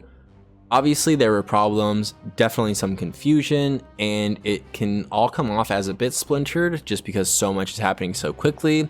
The full view of what exactly Act 1 was able to do will become more clear as we continue.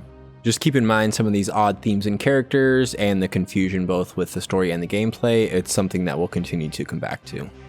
So now we have Act 2, which is going to different planets to assemble your crew. ND has the list of crew members and where to find them. It's up to you where to go first. The droidsmith is Kay's old friend on Akiva, the heavy is on Tatooine, and the safecracker is on Kijimi. Again, it's cool that you get to choose where to go. It helps it feel more open world, like choose your own path sort of thing. The game does steer you towards Kijimi, which is where we will go first. So it's off to the freezing cold port city to find the safecracker. On the trip, we get a built-in checkpoint and summary. I always think these are nice, just kind of making sure that you're tracking with everything that's going on. There's a cool transition with the Trailblazer, and then you get a Sliro and Vale cutscene.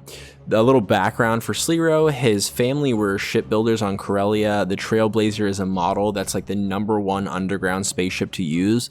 Its design is very durable and it's inconspicuous. Between Sliro and Vale, there's some tension because Vale wasn't able to apprehend Kay on Toshara. Not only is Sliro disappointed in the job so far, he's being even more threatening. He's alluding to more consequences if Vale can't finish the job.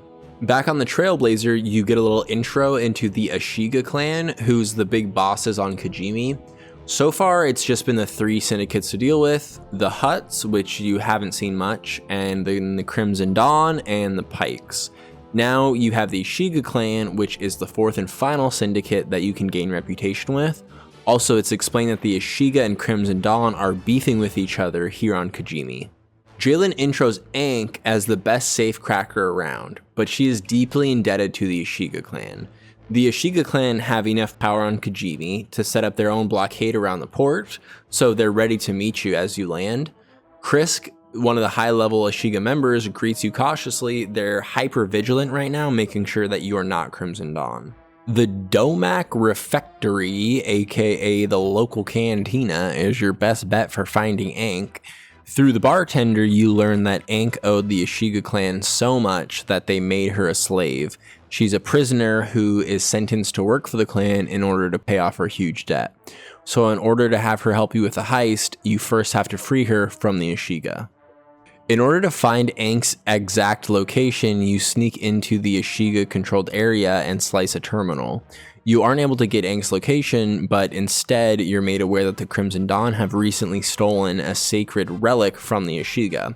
So, new plan: steal the relic back from the Crimson Dawn, give it to the Ashiga as a gift, and hopefully exchange it for Ankh, or at least get her location somewhere in the process. It's kind of a whack plan, but at this point there's no other leads. On the way, there's some good world building for Kijimi. You find out that the Ashiga have set a curfew for the citizens around the city. Even though the Empire is around, it's really the Ashiga Clan who's in charge. They held you up to search your ship. They have the power to enslave Ankh for not repaying her debts, and a citywide curfew is commissioned and enforced by them. It's all painting the picture of the Ashiga as the authoritarian cult who will gladly crush individuals and disrupt lives in order to keep the clan safe.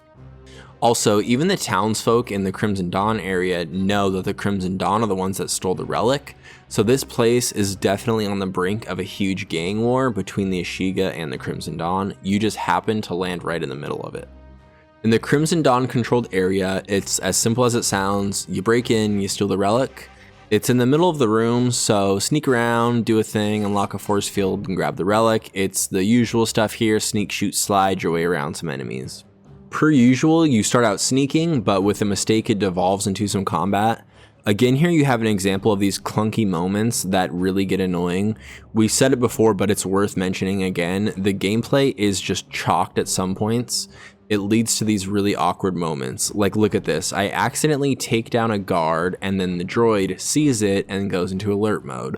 So I send Nyx to distract the droid, which turns out that doesn't work with droids. Then I try to do a jumping takedown. I land on the couch so it doesn't trigger. Also, while I'm in the air, someone from behind me shoots a blaster shot. I don't know what that's about. Then I'm just standing in the middle of the room, filling this guy with like 40 blaster shots. I'm on hard mode, that's why it takes so many, but it's just funny. I'm filling him with clip after clip. He finally starts to shoot back, so I go to stun him, but then I damage myself because of the blast. Then for the last guy, there's items in the way, so I can't get Nyx to distract him. I just run over, pump a clip into him, and then punch him in the face to finish him off. Like, doesn't it just look like Get Smart more than 007? It's like a spoof version of an action game, just a little off. Yes, you accomplish the goal, but it leaves you with that feeling like you went about everything the wrong way, like you accidentally accomplished the goal. I think I know why this is. Later we'll get more into exactly what's in the gameplay that's causing this, but I just wanted to point it out again here. This clunkiness is an undeniable part of the player experience. After you grab the relic, there's a force combat section, and just to put the final stamp of awkwardness on the gameplay, I somehow get one-shotted by a normal blaster shot. Full health to dead in one frame, and no, it wasn't a sniper because there's no icon above their heads back there. No idea how this happens. I'm not even sure where the bullet comes from. Just weird. Anyways, you have the relic now. You talk your way through into the Ashiga Clan temple. This area is pretty memorable. It's got the sci-fi cultish gothic cathedral look. One of the best looking places in the game for sure. ND warns you this might not be the best idea, giving the Ashiga back the relic, because they might think that you're the one that stole the relic to begin with, but that doesn't really make sense because the relic was stolen before you got there, and even the townsfolk know that the Crimson Dawn had it, so I don't know. Anyways, Kay's not deterred, so into the temple you go with the relic. Krisk recognizes you from when you met on the platform. She tells the queen that you're in search of the bomb maker Ankh. Kay breaks the ice by showing the relic. Immediately there's a difference in ideas about the queen's plan. Krisk says their expansion has made them vulnerable and that they don't need the outer rim. The queen argues back by saying the expansion is necessary and good for the hive. Krisk relinquishes the final word to the queen, but the tension is felt. Kay asks for the release of Ankh, but the queen refuses. Specifically, she says the Ashiga need Ankh for the planned expansion into the outer rim. Though she reverses herself in the next sentence by saying that she also needs Kay's help, and that if Kay does help, she's willing to let Ankh go free. So apparently they don't need Ankh for the expansion, even though she just said they do. I don't know, it's confusing. But Kay agrees to help and starts leaving. The tension between the queen and Krisk is still boiling. There's no real direction given here. Kay just leaves. She doesn't ask like what the queen wants or what she's supposed to do. It's kind of weird, especially because usually Kay is very apprehensive to do things for people without at least asking some questions, but there you go.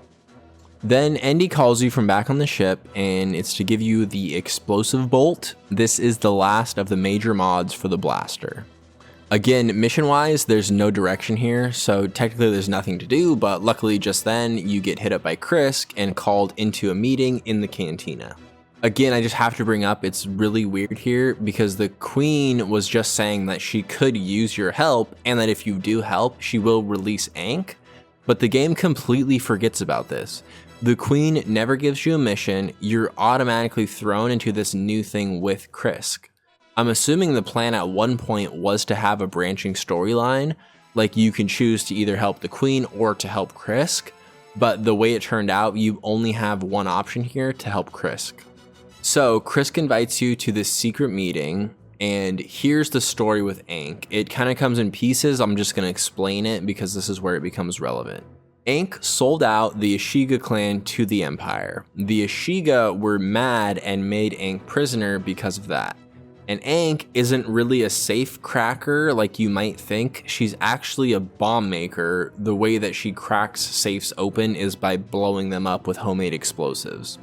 So Ankh is an expert bomb maker, and now with Ankh as prisoner, the Queen has made a deal with the Empire to create bombs and sell them to the Empire for the wartime effort. Ankh makes the bomb, the Queen sells them to the Empire, and that's how the Ashiga will be successful in expanding to the Outer Rim. This is what the Queen and Krisk are talking about when you walk in on them earlier. Krisk, for her part, doesn't want to sell to the Empire, so letting you break Ankh free helps stop that whole thing. Also, Krisk is ideologically opposed to what the Queen is doing in such a deep way that she wants to take over control of the Hive. The meeting in the cantina that you're called into is with Krisk and Kira from the Crimson Dawn. Krisk is going behind the Queen's back and working with the Crimson Dawn. Kira knows you already because of your interactions with Alira back on Toshara. So Krisk wants you to break Ankh out to betray the Queen, and Kira is here to help because unsettling the nest of the Ashiga Clan works in the favor of the Crimson Dawn. So, kind of a long explanation, but that's the setup for what happens next here on Kajimi.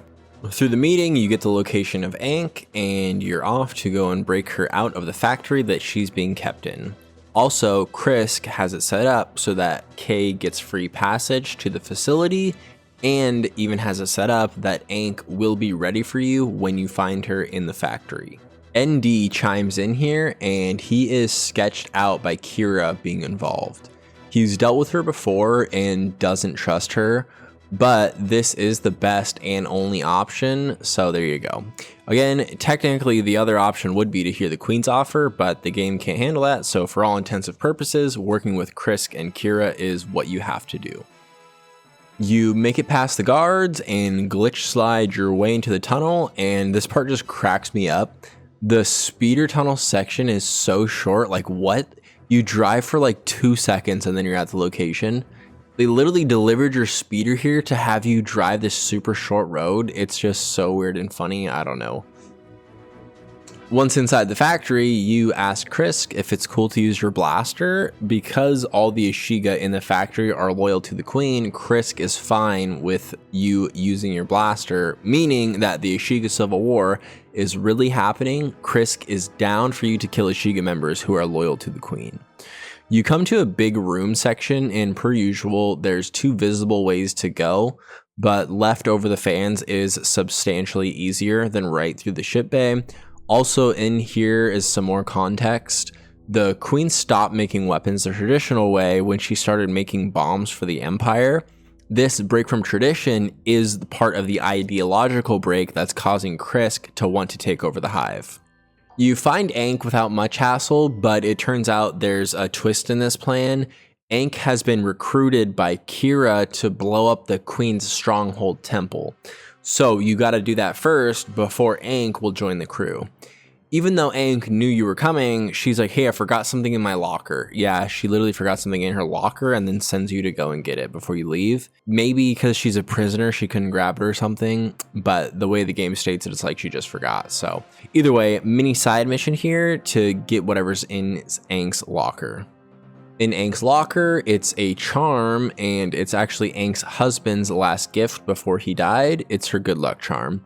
Once you have that, it's the escape scene, and it's basically the things we've already seen before.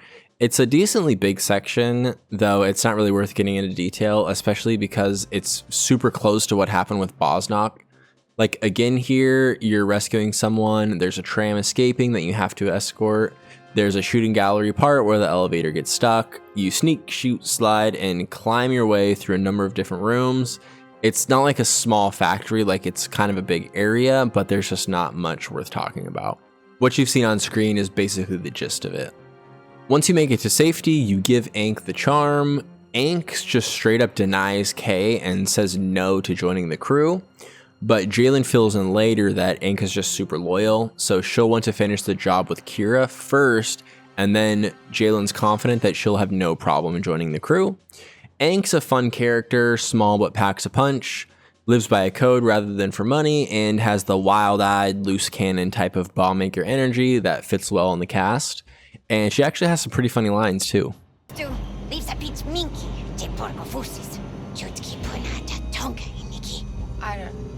I don't get it. As soon as you exit the area, Kira says, "Since you're still here, I guess Ankh turned you down."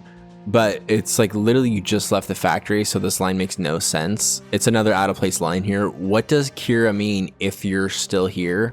How could you be anywhere else? You literally just stepped out of the factory. Anyways, Kira gives us the coordinates to meet up, and now the plan is to join Ankh in helping Kira blow up the Ashiga temple, because afterwards is when Ankh will join the crew. Again, it's the shortest speeder ride ever back to the city, and then it's off to talk to Ankh and Kira.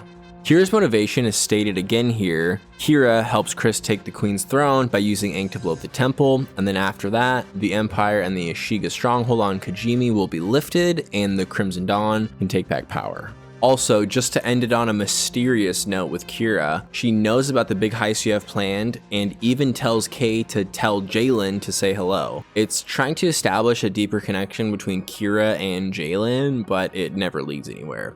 The plan now is for you to go through the tunnel here, infiltrate the hideout, shut down the temple defenses, and then Ankh will set off the bombs with the help of Krisk.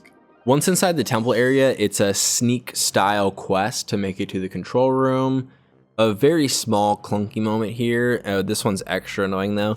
You have to open this vent and then shoot it, which you know because you follow the wires, but you can't initiate unless you climb around to this exact spot. What is preventing you from doing this on the floor? It just makes no sense. Anyways, to the control room, you slice the thing, shut off the turrets, and mission accomplished.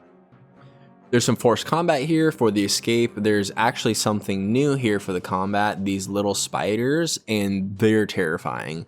They're super fast and do a lot of damage if they reach you, so it's a scramble to try and take them out. They definitely capture your attention first, like it will be a mad fight to try to take them out, otherwise you're screwed.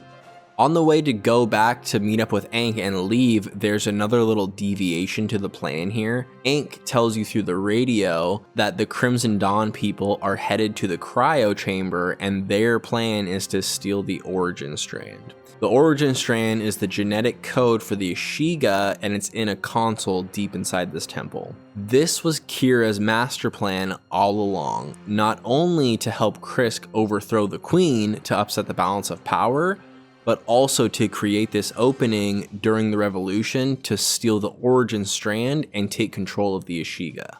So that's what all that buildup had been for, with Kay questioning Kira's motives and Endy's extra dialogue about not trusting her. This is the big reveal, her plan all along to steal the origin strand from the Ashiga. Ankh is a character with high resolve who lives by a code, remember, so Kira's plan to steal the Ashiga's future doesn't sit well with Ankh. Therefore, Ankh directs you to intervene and get the origin strand before the Crimson Dawn do. Pretty good story progression here, right? Like a little twist, it calls back to earlier discussions, a little development of what type of outlaw Ankh really is. But check out this delivery, it's insane. Ankh radios you while you're in the middle of this battle actively fighting. And Ankh speaks in the alien language, so you have to read the subtitles to follow the conversation. But it's impossible to read the subtitles when you're running around blasting people. How is the player supposed to read this conversation while running around and fighting? In the gameplay that you're watching right now, I was hiding behind cover so I could actually read some of what was happening, but only because I was ready for it. The first time, I'm not kidding you, I missed all of this dialogue. The delivery is so bad on this moment, I can't imagine how many players missed the context and were completely lost after. So if you played the game and never really understood what the cryo-frozen origin strand part was all about, this bad delivery is why. So, to the cryo chamber, some more forced combat. It's Crimson Dawn you're fighting in here, the thugs that Kira has sent to get the strand. Krisk gets on the radio and reiterates that she needs the origin strand and not to let it fall into Kira and the Crimson Dawn's hands. Again, it's still hard to follow with the fighting, but Krisk is speaking English at least, so it's easier just to listen. So take the people out, grab the origin strand, and successfully thwart the Crimson Dawn's attempts to take over the Ashiga Clan. Now it's time to deliver the origin strand back to the Ashiga. On the way, there's one of the cooler moments with this shot of the temple destroyed. The destruction contrasts well with the beauty you saw last time you were here. It makes for a really heavy moment, like, dang, this is what revolution really looks like. As you move through the destroyed temple, there's a discussion about how surprised Kay is about Kira's actual plan with stealing the origin strand. Endy brings up Kira's known past, which includes a number of scenarios that have proven her expertise in pitting people and factions against each other. Ending the discussion is a comment about syndicates and the Empire and even the rebels, how they're all similar and that they all show a willingness to exploit people in order to further their goals. Upon entering the throne room with the origin strand, the verbal showdown between the Queen and Krisk is on. According to the Queen here, the origin strand is the design of 1,000 generations. Not only that, but whoever has it will be in charge. So it's big decision time here. Either give the strand to Krisk or the Queen. Giving the strand to Krisk completes a hostile takeover, and in true revolutionary fashion, the incumbent power is eliminated. The Queen is dead, Krisk takes the throne, where she presumably severs the deal with the Empire, bringing the Ashiga Clan back to their traditional roots. This decision also leads to an increased reputation with the Crimson Dawn. The other side of the choice is to give the strand to the Queen, therefore she remains in power. Kay tells Krisk, sorry, the Crimson Dawn was playing you, as if Krisk didn't know that already. Then Krisk is killed for her insubordination, and you gain reputation with the Ashiga Clan. It feels like this decision should be massive, right? Have some sort of long-lasting consequences, or at least tie in later down the line. But actually, this decision between Krisk and the Queen is surprisingly isolated. The only change is this 30-second cutscene, who dies and which reputation goes up. After this moment, it is never brought up again. There are no lasting consequences. Even the cutscene right after this is the same no matter who you choose. It's especially noticeable for this one too, just because it seems so heavy with the revolution, the future of 1,000 generations. The decision feels so important, but ultimately nothing comes of it, whatever is decided. Then we have the final cutscene for the mission. Again, regardless of your previous choice, this plays out the same way. Ankh takes her place as part of the crew. Kay's willingness to step in about the origin strand was the final piece of motivation that Ankh needed to join. On the landing pad, then it's a showdown between Kay and Kira. Kay is angry about 3 specific things. Kay feels used because Kira exploited her need for Ankh to fuel the revolution, so the Crimson Dawn could get the origin strand. Also, Kay is blaming Kira for setting up the choice that led to someone's death, as Kay says, I didn't sign up for an execution. And then third, Kay accuses Kira of stirring up conflict among the Ashiga, saying it doesn't matter, it's just about setting the Ashiga against each other. Kira doubles down on everything. She's made a career out of this type of thing and is totally unbothered. She even encourages Kay to take a more cutthroat approach, suggesting it's the best way to get the desired results in the current climate. If you know the character, you will catch Kira talking about the importance of this in a larger context. This points to the highly sophisticated plan to pull power away from any single government like the Empire and spread it across the galaxy, which is a point that fits in with Kira's larger mission and backstory. Additionally, Kira has a line about who really pulls the strings, which I believe hints at Kira being one of the few people that knew early on that Senator Palpatine was actually Darth Sidious, which is a cool tie-in if that's what she's talking about, but I'm not sure. Lastly, Kira tells Kay she's valuable for the fight. Kira, while the leader of the Crimson Dawn, is at her core a freedom fighter, and you can see that side of her shining through. So there's some cool connections here, though they can be easy to miss, like you would have to know a bit about Kira for all this to make sense, but it's nice. Right after the discussion with Kira, you talk to Jalen on a call aboard the Trailblazer. Jalen says not to feel bad about being misled by the Crimson Dawn. Kay already feels bad about it. And that combined with seeing how angry Kay was before, it's really highlighting what a big deal it was that she was used by the Crimson Dawn. But something about this just doesn't add up. The game is pretending something happened that really didn't, and then having Kay respond to it, which is making it weird. Let me explain. You're supposed to feel like Kay was tricked. But it wasn't Kay who was truly deceived, it was Krisk. So it's unclear why Kay is so upset and why she feels guilty. Kay's mission was to get Ankh, and all the conflict with Ashiga and the Crimson Dawn was already unfolding. It feels like the setup here implies that Kira betrayed Kay, but it wasn't really like that. Kira didn't directly lie to Kay or claim that she had no further plans. From the cantina scene, it was clear that Kira had hidden motivations, and it was foreseeable that these motivations might involve something shady. The betrayal is indirect at best. Kira betrayed Krisk and the Ashiga, not Kay. Kay actually got what she was promised, which was for Ankh to be free to join the crew. Again, it's obvious they're trying to set up how upset Kay is for being betrayed, but it's just not clean enough to land effectively. This confused emotion combined with Kira's vague dialogue in the ending cutscene and the fact that you might have missed the context around the origin strand because of the bad delivery all combine so that you will definitely be leaving Kijimi feeling like you missed something. Also, it's interesting that this parallels the fake betrayal from the tutorial. Remember when it was trying to set up that Kay was betrayed here in the vault, but it doesn't really work? Same here, the game is trying to set up Kay being betrayed by Kira, but again, it just doesn't really work. So again, for the second time here, we have kind of this fake betrayal sort of thing that Kay is supposed to be dealing with. So with that, Ankh is in place, you have your safecracker / bomb maker, and now it's time to hit Akiva to recruit the droidsmith. For Akiva, you fly into the overgrown city in the midst of the sprawling jungle, and Endy gives you the lowdown. There's a lot hidden in these jungles: smuggling, wildlife trafficking, rebel activity. Kay reminds everybody she's not too keen on the rebels after what happened in the vault. The droidsmith that you're here to recruit is named Gadik, and notably he's Kay's friend from back in the day. The rest of the crew are strangers to each other, but Kay and Gadik have some history. Endy asks if he's legit, and Kay reveals that he's so good he even knows how to remove a restraining bolt, meaning that potentially Gadik could free Endy from his service to Jalen.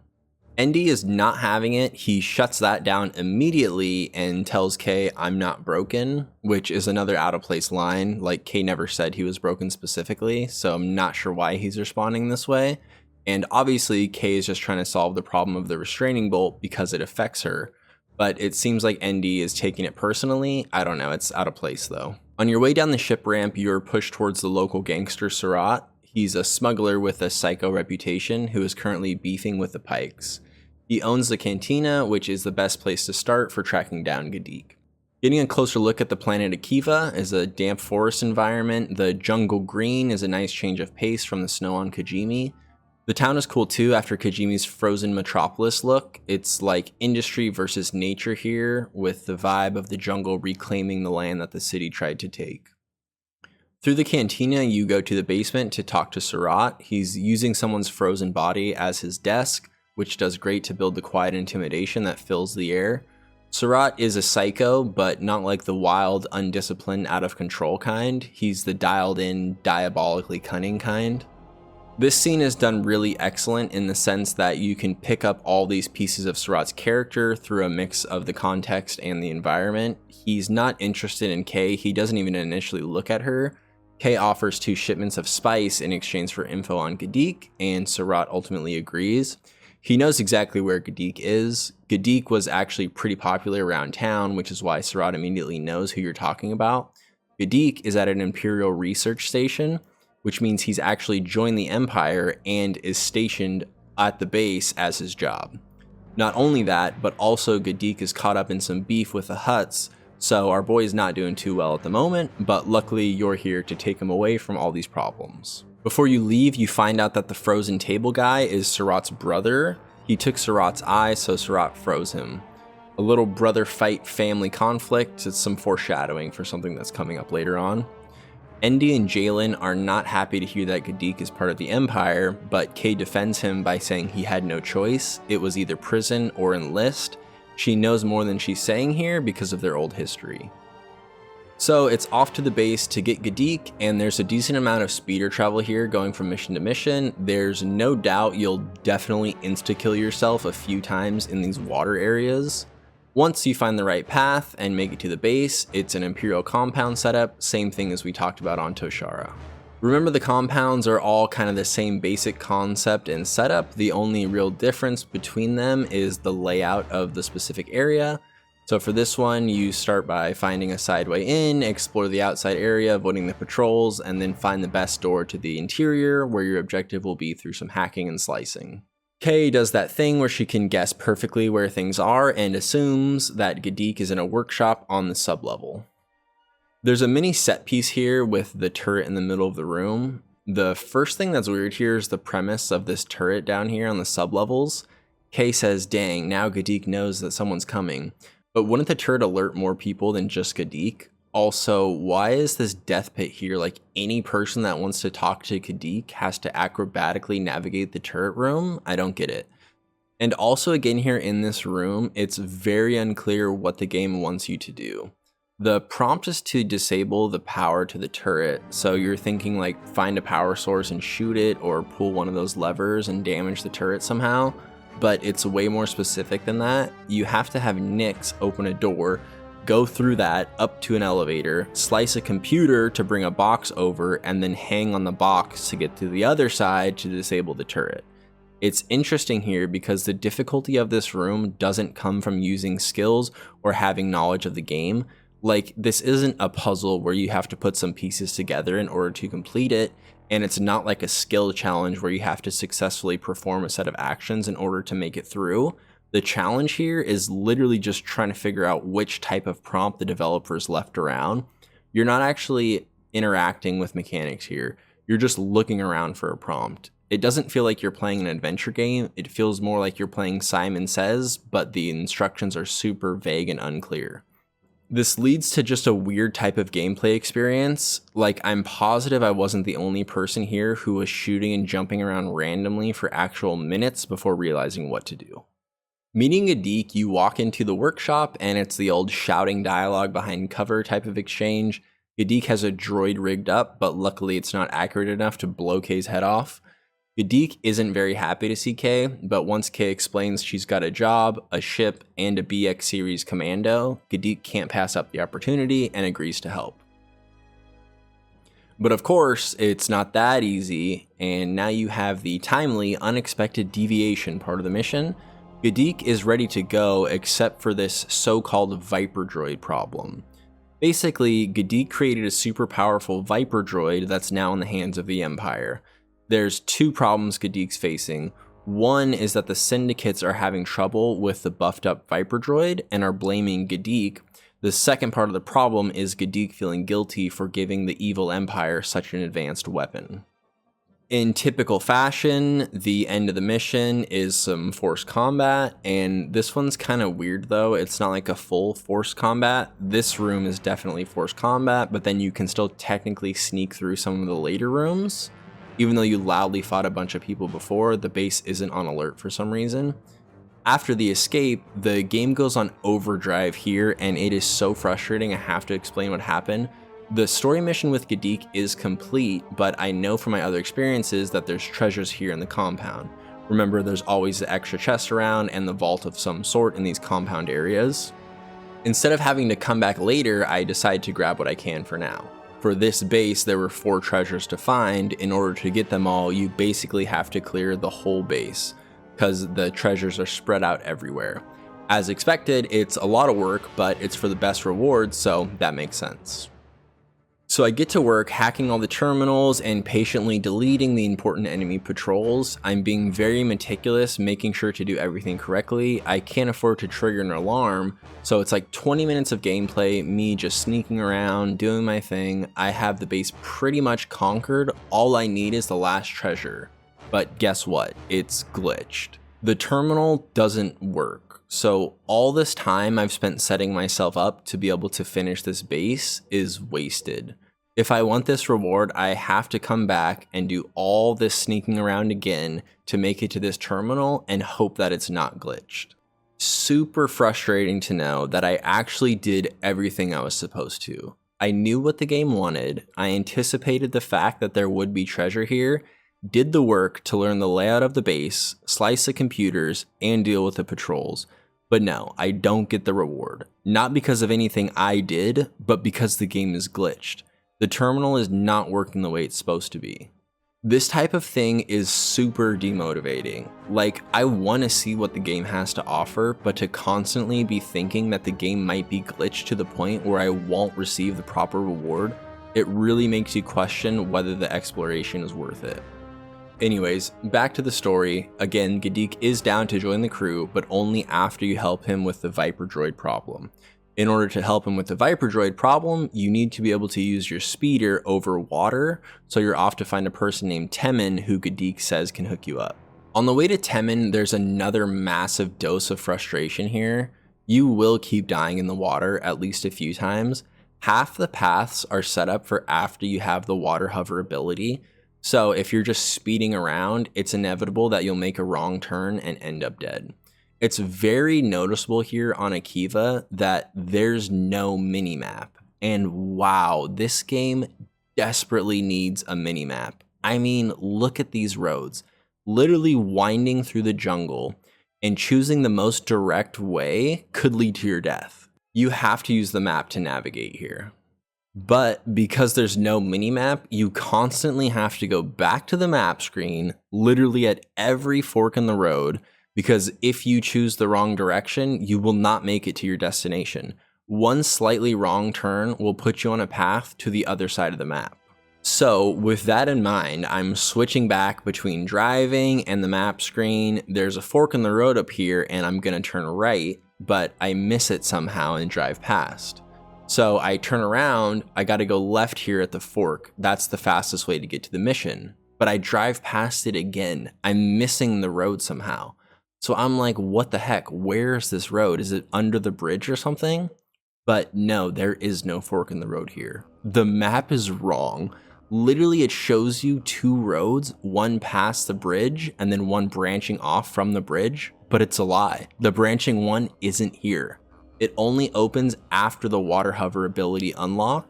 The game has put me in a position I can't trust the objectives will be working correctly like back in the compound, and now I can't trust what's on the map screen. These types of problems are arguably the worst kind because it leaves the player in a state of constant questioning. It's this uneasy feeling that just lingers around, like just hoping the game works like it's supposed to. It's the worst kind of problem because it absolutely kills immersion. Instead of thinking about Kay's problems in the story and how she's gonna solve them, I'm thinking about the developer's problems and how I'm going to solve them. This causes the immersion to drop substantially while also having the extra annoyance of confusion and time wasted. I almost never actually get frustrated with things like this. Like, yeah, I notice them, make a mental note or whatever, but it's not like they actually bother me. But this section really got to me. I think it was just the combo of everything. I could actually feel the frustration simmering deep inside. Anyways, you find your way to Temin eventually on the outskirts of his village, and you roll up to a fight, and after clearing it out, there's a little more clunkiness here with the dialogue. It won't trigger because there's an enemy left, but the AI's glitched, so this guy's just chilling. But then that leads you to talking to Temin, which turns out to be the worst cutscene in the whole game. The content is fine, Temin explains what to do next, but it's the presentation that's just off. Like, look at how awkward this is. They both have the 1,000-yard stare, their eyes aren't focused, it's super easy to tell they are not actually looking at each other, and the mouths don't move properly. Like, the mouths are moving, but it doesn't look like the characters are talking. How about a hydro repulsor? They took all my best parts to their island. Then the last weird thing is the audio is messed up. Every time it shows Kay, it cuts out the rain. I think it's because Temin is under a canopy and Kay is out in the rain. So when the camera goes behind Temin, the camera is technically under the canopy. Therefore, it's cutting out the rain audio. But then when it swings back to behind Kay, the camera is out in the rain, so the rain audio comes back. Oh. No. You just said every part I could want. I mean, I could slap the repulsor on there now. That's no... Just a surreal experience watching this play out. During the scene, Temin tells you he can put the water hover device on your speeder now, but you'll need to get some Durasteel to make it stay on. Surratt's guys stole some, so you have to go to the Great Basin and steal it back. On the drive to the Great Basin, you get a little more information about Gadik's exact situation. He made the Viper droid in order to prove his worth to the Empire, but it's like a very deadly droid, which is why the syndicates are angry about it. Kay asks a good question, like, why don't you just leave? Who cares if the Hutts want Gadik dead? They can leave that all behind. But Gadik says that he just feels bad that the Viper droid is going to cause so much damage. In the Empire's hands, the Viper droid killing people just doesn't sit well. He's having a crisis of conscience and needs to make sure that his creation is not used in that way. It's a good job here. The question from Kay is anticipating a plot hole and then filling it in on the way driving through the Great Basin. Also, it gives us information about what type of character Gadik is, clarification and character building. What a beautiful thing. On the Great Basin, you go to a big island with a big wreck, but it's like a switcheroo because you climb up a bit and it turns out it's a way smaller wreck on a smaller island. They just wanted to give you this little lookout shot across the basin here. So then you head over to the small island.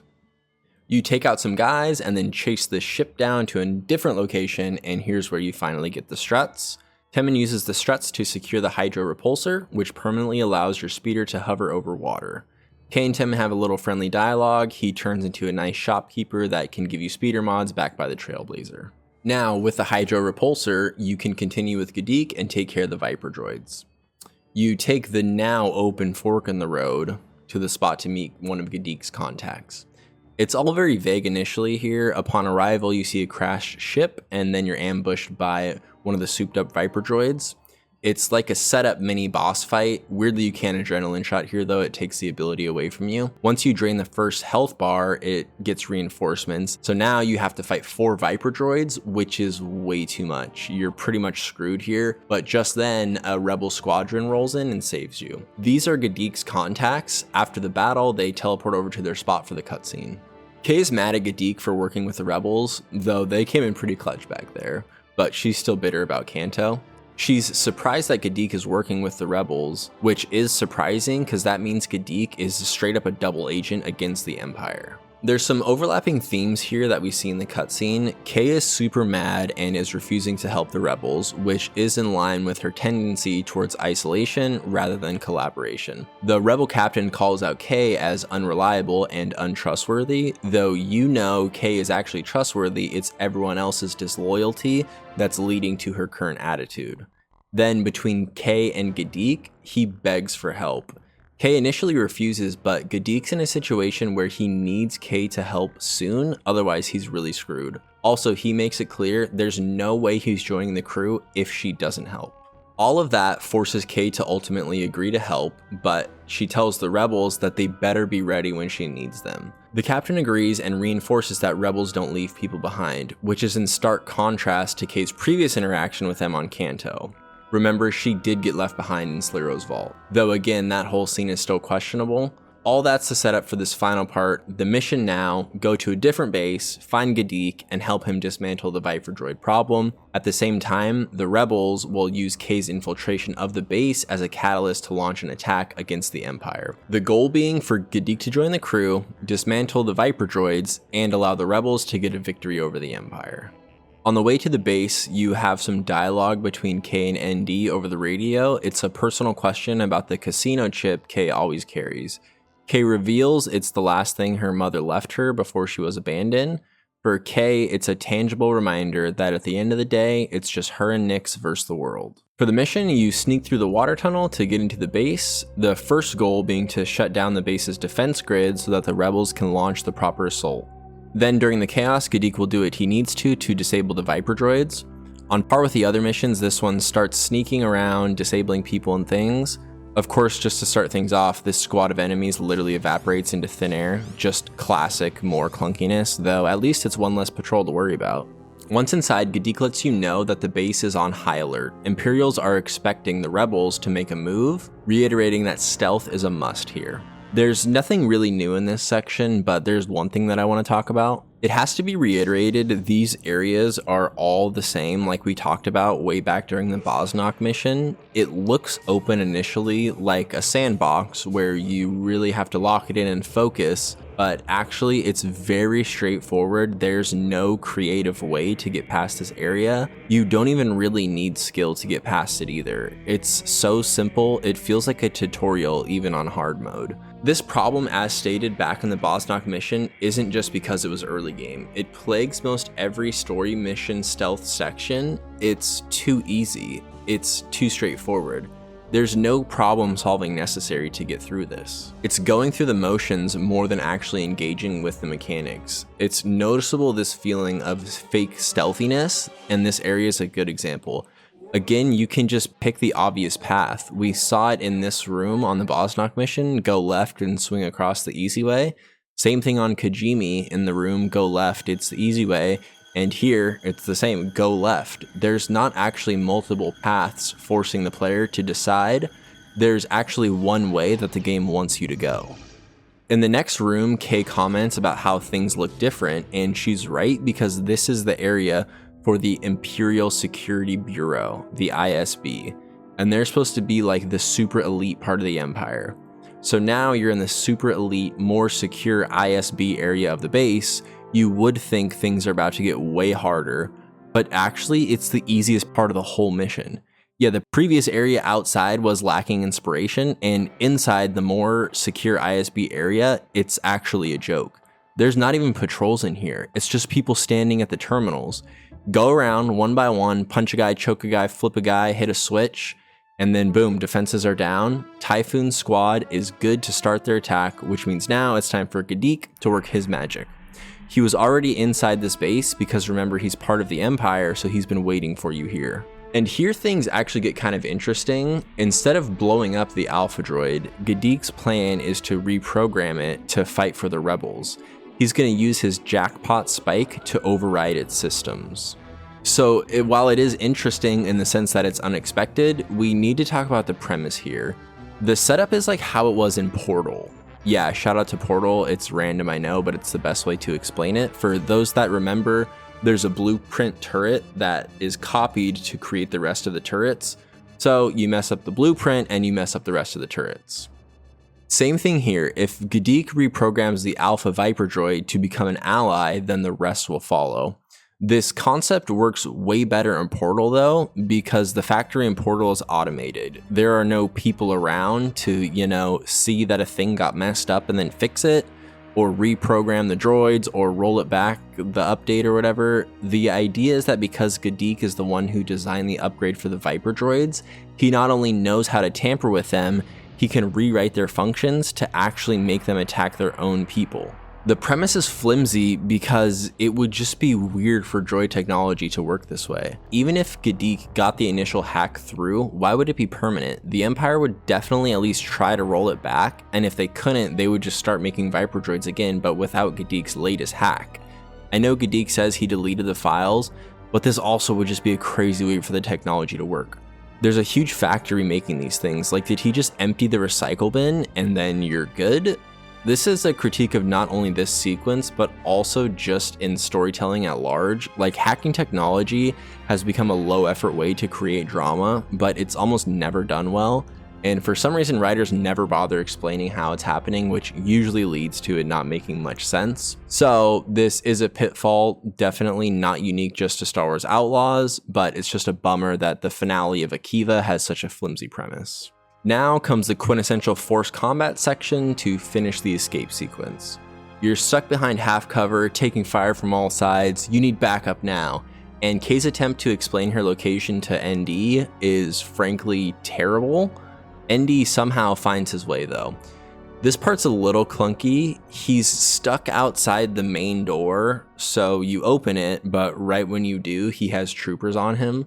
Like, they all just waited till the door opened to start fighting, I guess. It's a chaotic little battle, and it's fun. I mean, it's pretty wild, the thought of ND parking the Trailblazer outside the base, then just running in all the way to the inner sanctum with nothing but a blaster to meet you here with Gadik. ND is a dog like that. Gadik finishes hacking the Alpha Droid, flipping it to the Rebels' side. ND gets roughed up, but claims he's fine, Meanwhile, the rebels call for help back outside in the hangar, so it's up to Kay and the now friendly Viper droid to rescue them. The final section is pretty straightforward. You fight alongside the rebels, blasting your way through the Imperial troops. The Alpha droid is a beast. With the rebels victorious, Gadeek is feeling good about everything, but then we have another out of place line here to finish things off. He jokingly tells the rebels not to turn their back on the Alpha droid, as if it can be counter-hacked and start killing rebels again at any point. You would think that's a big deal, but it's said like a joke. To wrap up, the mission ends with a space escape. The Empire tries to stop you. Your hyperspace buildup is stopped after taking a hit, so you have to find a safe enough spot to charge it, and then you're good. And with that, you have Gadeek the droid smith as part of the crew. His trouble with the Hutts and the underworld aren't mentioned again, nor is his relief about not harming people with his droid. The main thing focused on here about Gadeek is that he hurt the Empire and aided the rebels, which brings up something that we need to talk about too, Gadeek's confusing motivations and what it does to his character. So here's the possible motivations Gadeek has for rehacking his Viper droids. The first one is to get the syndicates off his back. This was the primary motivation when we first met him. Also, it's reinforced in a moment in this last part of the Viper droid mission. The second motivation is to stop the Empire from using his droids to hurt people throughout the galaxy. This was established when you were flying over the Great Basin. I had complimented this, but that was before it got so convoluted. Then the third motivation is to help the Rebel Alliance, which you found out during the crash scene and then is reinforced upon mission completion. So all three motivations are in play here. The problem is it's not made clear which is most important to Gadeek, and this would have really helped establish his character if you knew what he cared about the most. Because if his primary motivation is to get the syndicates off his back, it paints him as a more selfish character, not really caring about the rebel cause or the innocent people, but willing to help them if it ultimately means he's helping himself. If the second thing is the primary motivation, to stop his droids being used to help the Empire's oppression of people, this makes Gadeek a way different type of character, an outlaw by action but not by attitude, somebody who's doing the shady things but ultimately for the right reasons. Then lastly, if Gadeek's primary motivation is to help the Rebel Alliance, then he's actually an outlaw with a cause, believing in something bigger than himself, and willing to make a real sacrifice and put himself in danger in order to help fight the good fight. The flow of all the motivations is confusing. At first it seems like Gadeek just wants to get the syndicates off his back. That's what's talked about initially when you see him. But then it leans into him having a conscience and not wanting innocent people to suffer. Then you get the intro of Gadeek working with the rebels, who he obviously is invested in because he's helping them and betraying the Empire for them. But then when talking to Kay in the compound, it's made clear that he's fixing the Alpha droids to get the syndicates off his back. Then at the end, the mission is saying it was set up to help the rebels. It's typical for characters to have a few different motivations, but the way these are presented here, it's hard to know what type of character Gadeek is, which again makes it hard for him to be memorable or relatable. Also, if it's unclear what motivation is driving a character, it's unclear who they are at the beginning of their character arc, which also makes it impossible to have a payoff later. Like, there is no redemption arc or dutiful companion arc or friend with bad intentions arc or any arc if you don't have a starting place for a character. It's unclear where to place Gadeek on the character arc spectrum, which makes it nearly impossible for him to have staying power in the minds of the audience. A little more clarity here would have gone a long way in establishing Gadeek's character. So that's Akiva, one of the most frustrating planets for me personally, and I'm sure for many of you as well. What's coming on Tatooine is actually more insane, believe it or not. Here on Akiva, you really see the lack of polish start to erode the structure of the game. You know, Kijimi had these awkward and clunky moments, but there's no outside world on Kijimi. It's all just the city section, so the madness was kept to a minimum. But on Akiva, the wheels really start falling off. It's not even that big of an open world space. Sure, driving around takes a while because it's big, but it's not like it's filled with a million little things. Even this was too much for the game to handle. Like the section with the glitched terminal, so I couldn't get the reward, the map being wrong. It's unacceptable. I'm not doing anything weird or trying to break the game. I'm just trying to get through it normally, and I'm constantly confused and handcuffed by this poor execution. I know some of these situations are specific to me, like maybe your terminal didn't glitch here and maybe you didn't notice the map was wrong, but it speaks to a larger point. I'm sure throughout your playthrough, you had something similar happen to you. Hopefully it wasn't as bad as mine, but some people probably had it much worse. The lack of polish on this level becomes a fundamental part of the experience that will affect everyone's playthrough on some level. And those were just the big issues. There's still that underlying level of clunkiness in a ton of different areas. Not to mention the confusing sections, leaving you with that feeling like, where the heck do I go? What the heck am I supposed to be doing? Then the parts that work, well, they're just so basic. I mean, other than the Viper fight, which is basically a setup to talk to the rebels, there's nothing new gameplay-wise. It's exactly what you did on Toshara over again. Then finally, even the characters leave you wanting. The whole thing about Gadik here, you don't even have enough to know his primary motivation. So I know that's all getting a little bit negative. Let's shift gears here, because next we have one of the most memorable places in entertainment history, the desert planet of Tatooine. Before continuing to Tatooine, there's a quick stop for some dialogue with the crew, and it's just terrible. On the Trailblazer, you can talk to Ankh and Gadik. Both these conversations are dumb for two totally different reasons. Starting with Ankh, Kay asks Ankh if she's checked out the schematics to the mansion. Ankh says no, she doesn't need to because she's had over 12,000 detonations. But Ankh is like 40 years old. 12,000 detonations is an impossible number for Ankh to have achieved. It's not even close. I know I shouldn't be reading into it this much, but it's such an outrageous number I just couldn't help myself. Like, how often would she be detonating a bomb? If it's once a week, it would take 250 years to get to 12,000 detonations. So let's give the benefit of the doubt and say Ankh detonates a bomb every day. She would have to detonate a bomb every single day of her life since she was 8 years old. The math is so stupid, just why? Like, maybe she's setting off like 100 bombs at a time, but then why would she be counting each individual one? I swear the number was supposed to be 1,200. That would have made perfect sense, but somewhere along the way they added an extra 0 for dramatic effect. Next is this dialogue with Gadik. Remember how I was just talking about how clarification would have helped his character so much? Well, this is another missed opportunity here. Remember what you know about Gadik so far, just based on the random pieces of dialogue. Gadik and Kay got caught on a job on Kanto and he was arrested by the police. Instead of going to prison, he went to work for the Empire. So that leads to the natural curiosity about Kay and Gadik's backstory, how they met, what went wrong, and what it means that Kay, quote, left him behind. But there's no backstories here. Instead, there's a throwaway line about Gadik not wanting to talk about the past. Insane to me, this decision. Please explain the characters better. That's how we relate to them. Tell us exactly what happened between Kay and Gadik, or better yet, show us through some creative storytelling. I think this is even supposed to be part of a thematic progression from the last section, like Kay left Gadik behind, but the rebels don't leave people behind, something like that, but there's not enough here to even realistically put that together. By just ignoring the tethering incident that binds Kay and Gadik together, it gives the audience nothing to work with. Alright, anyways, back to the main story. We are recruiting the Heavy on Tatooine.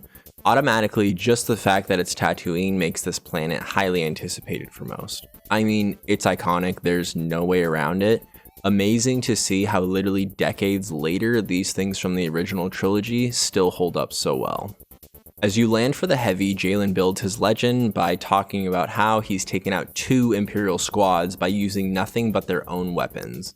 Endy notably says he cannot confirm the validity of that story.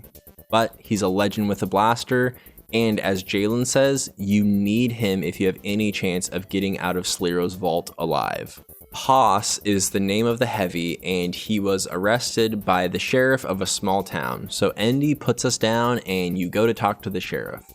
Though Haas is a big tough legend, interestingly, he was arrested for a petty crime which doesn't fit what Jalen's been telling us about him.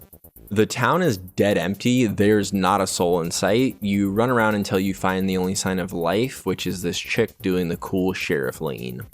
Then some bad guys roll up and you have the quintessential Western standoff scene. The thugs are from the Hutt Cartel and are here for Haas as well, which makes this a 3-way showdown. The sheriff tells both parties Haas is gone, that he escaped from her jail. The thugs don't like that answer. They're afraid to go back to Jabba empty-handed, so they're looking to collect whatever they can.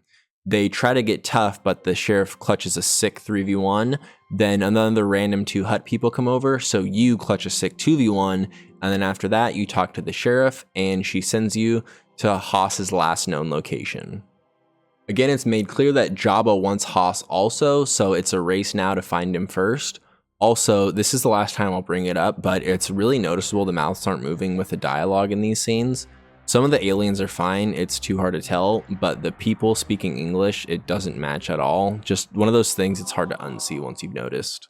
Haas's last known location was an old moisture farm. It's abandoned, but you find the body of a different bounty hunter inside. Endy says that the dead bounty hunter probably has a transponder that's still active and that will lead us to Haas. The transponder leads us to a sand structure off a little ways. Then again here, I have to bring this up. It's the best example of this underlying confusion that's caused by this bad quest marker. Where does the game want you to go here? If you're following the icon, you will get lost. Like you're driving around and the marker's to the north or whatever, but there's no way to know where you're supposed to pull off the road. So you're speeding around, looking left, knowing that your objective is over there, and you see a grapple on the side of a cliff. So you're like, sweet, that's the way to the mission, right? So hop off your speeder, you run over, but no, it's a slide. You can't make it to the grapple. So you run back down, hop on your speeder, drive around more to find the very specific spot that you're supposed to climb this little wall to start the mission. Why isn't the quest marker leading me to this little wall? This is the start of the mission, but the icon is fixed to Haas's location deep in the canyon, because that's technically the mission objective. Like, this quest marker isn't dynamic, it doesn't move based on checkpoints. Again, it should be leading you to the mission start, then once you're in the area, it should change to the final objective, but it starts off leading you to the final objective, which is way deeper in the canyon, making you think to drive around the back. Again, it's just astounding how confusing this is. Eventually you'll find the right spot, and on the climb they put the classic Tusken Raider shot in here where they're standing ominously on the cliffside, and then it's into the cutscene. You see that not only did Haas get caught by the sheriff and is being pursued by the Hutts, but also he's been caught by the Tusken Raiders. The Raiders have him hostage and let you through because they knew somebody would want Haas and are using him as a bargaining chip. They're bargaining for a Crate Dragon Pearl, a very sought after item. Theirs got stolen, and if you can get it back, they will release Haas. It's straightforward enough. Haas is coming off a little bit desperate. He's down for helping you with whatever job you need if he can get rescued. Also, he makes it clear that his crew is not coming for him and they are not down to trade the Crate Dragon Pearl. They don't even like him that much, so it's clear that you just have to steal the thing. Everything's agreeable, then guess how you exit? Yeah, it's the grapple slide that I tried to come up. Again, proving my point, bad quest marker. It's on the back side of the cliff because that's where Haas was. You couldn't come up that way though because it's designed as an exit, so again, just crazy to design it this way. For the Crate Dragon Pearl, the cave's pretty typical. Again, there's nothing really new here. Sneak around for a few takedowns, you shoot the rest, and that's it. There's a couple rooms, and at the end is the Pearl. Once you exit, you're told to wait for the Tusken Raiders to arrive for the exchange. You give the Raiders the Pearl. Haas tries to be funny by faking like you gotta pay his tab at the cantina, and all's well that ends well. Haas is free. He's noticeably nonchalant about joining you for the job, but agrees and says he's going to meet you at the docking bay in Mos Eisley. So you head to the legendary Mos Eisley, the criminal oasis on the desert planet. At the hangar bay, you wait around for a minute and then radio Haas, seeing where he's at. Turns out he's caught up in the cantina, so you head to the even more legendary Mos Eisley Cantina. Haas isn't caught up really, he's playing sabacc and you walk in on him losing. When he lets the opponent know that he can't fulfill the bet he just made, the all too curious Nyx gets thrown into the middle of things. Haas's opponent shows interest in Nyx. Haas offers Nyx as payment for the gambling debt. Kay freaks out, as you would imagine, then Nyx is swiped and Kay is knocked out cold. Kay's blackout initiates another childhood cutscene. Again, it explores the dynamic between Kay and her mom. Also, it shows the meeting of Kay and Nix. Young Kay sees Nix in a cage, uses her baby slicing tool to free him, but mom has got the place rigged to blow.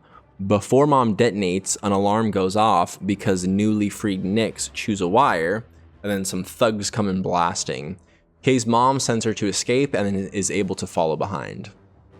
Next, they're back at Bram's bar, and it's another crazy lady mom lesson. Your feelings got in the way of the score, she says. Kay's not listening. She's indulging in the typical move of blocking out the narcissistic parent.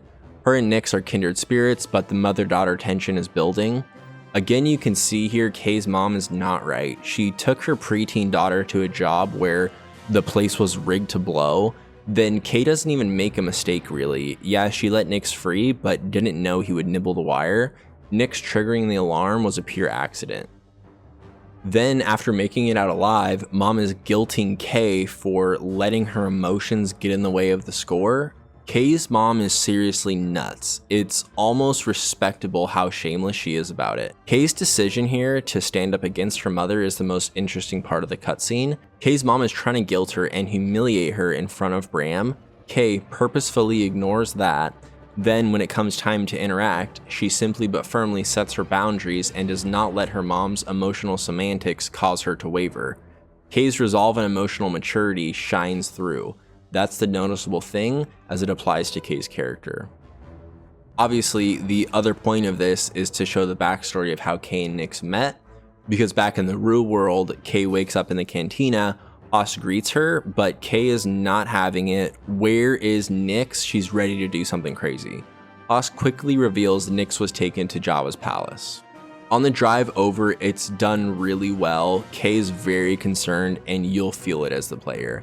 Nothing matters now. Forget Haas, forget Slero. Nix is in danger. We're getting him back no matter what. I said I don't care. Nix is family. You wouldn't get it. Then here it is, another iconic set piece, the Palace of Jabba the Hutt, and wow, is it pretty cool. It's definitely original trilogy magic seeping through, but it's just cool to get a chance to explore Jabba's palace. Seeing the magnitude as you ride in, sneaking through the hallways, the foreboding visuals and dirty cages, and the unkept cells in the depths, it just works. Those that played the game no doubt remember this as one of the best sections. Also, it's combined with a high-stakes plot of saving Nix, so definitely a standout both setting and story-wise. You start with some of that good old dated climbing and then make your way inside to the main part of the tower. Inside this facility, the experience will rely specifically on one move. If you can take down armored enemies, this area is a cakewalk. If not, you have to be much more strategic in clearing these rooms because the big guys won't go down with a stealth attack, and some of their stations are really hard to navigate around. Some more old trilogy magic here's a Boba Fett sighting, which works well. He's the bounty hunter working for Jabba to capture Han, so it makes sense he would be around. Once deep enough in the tower, you listen to some thugs and hear a Beastmaster is going to punish Nix for not cooperating. As you're walking through, the sense of dread grows. Seeing the empty cages and the filth these creatures are left in does a great job of causing fear at the thought of what outcome awaits Nix if you don't save him. After doing some damage, you head into the exotic pet lair and find Nix locked away with some other creatures. You can see it on screen, but the environment, the emotions for Kay, and the drama surrounding Nix really makes this section captivating. On the way out, Kay marvels at Han Solo a little too long and walks directly into a trap. For the cutscene, let's watch it first, and then we'll talk about it after.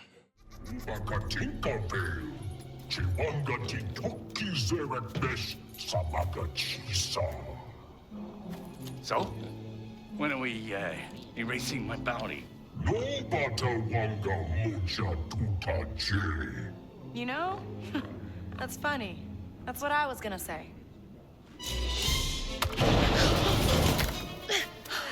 We had a deal. She's mine. Zerek Besh tika huha betwanache. Michoba basha doyo. Pull me up. We can take him.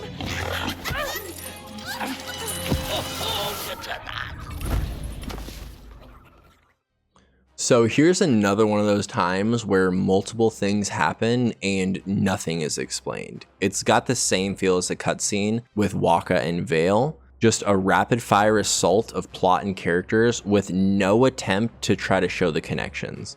But let's try our best to break it down and figure out what's going on here. So Vale is chained to Haas. Somehow after you left Haas at the cantina, Vale found him, then captured him and brought him to Jabba. Then Haas asks when his bounty will be erased, alluding to something like Kay's capture somehow paying off his debt to Jabba, though it's not clear what Haas is getting at with this.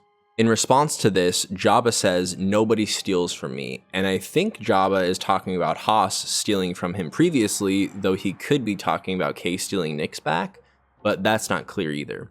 Then Jabba drops Kay into the pit, but Vale's like, "No, we had a deal. I need her for Slero." What was the deal here? Jabba gets Haas, Vale gets Kay, I guess? This also isn't clear. And when did they strike this deal? Like 1.5 seconds before Kay walked in? Vale getting Haas and going to Jabba's palace happened super quick. Also, how did Vale know to get Haas and to be here to strike this deal?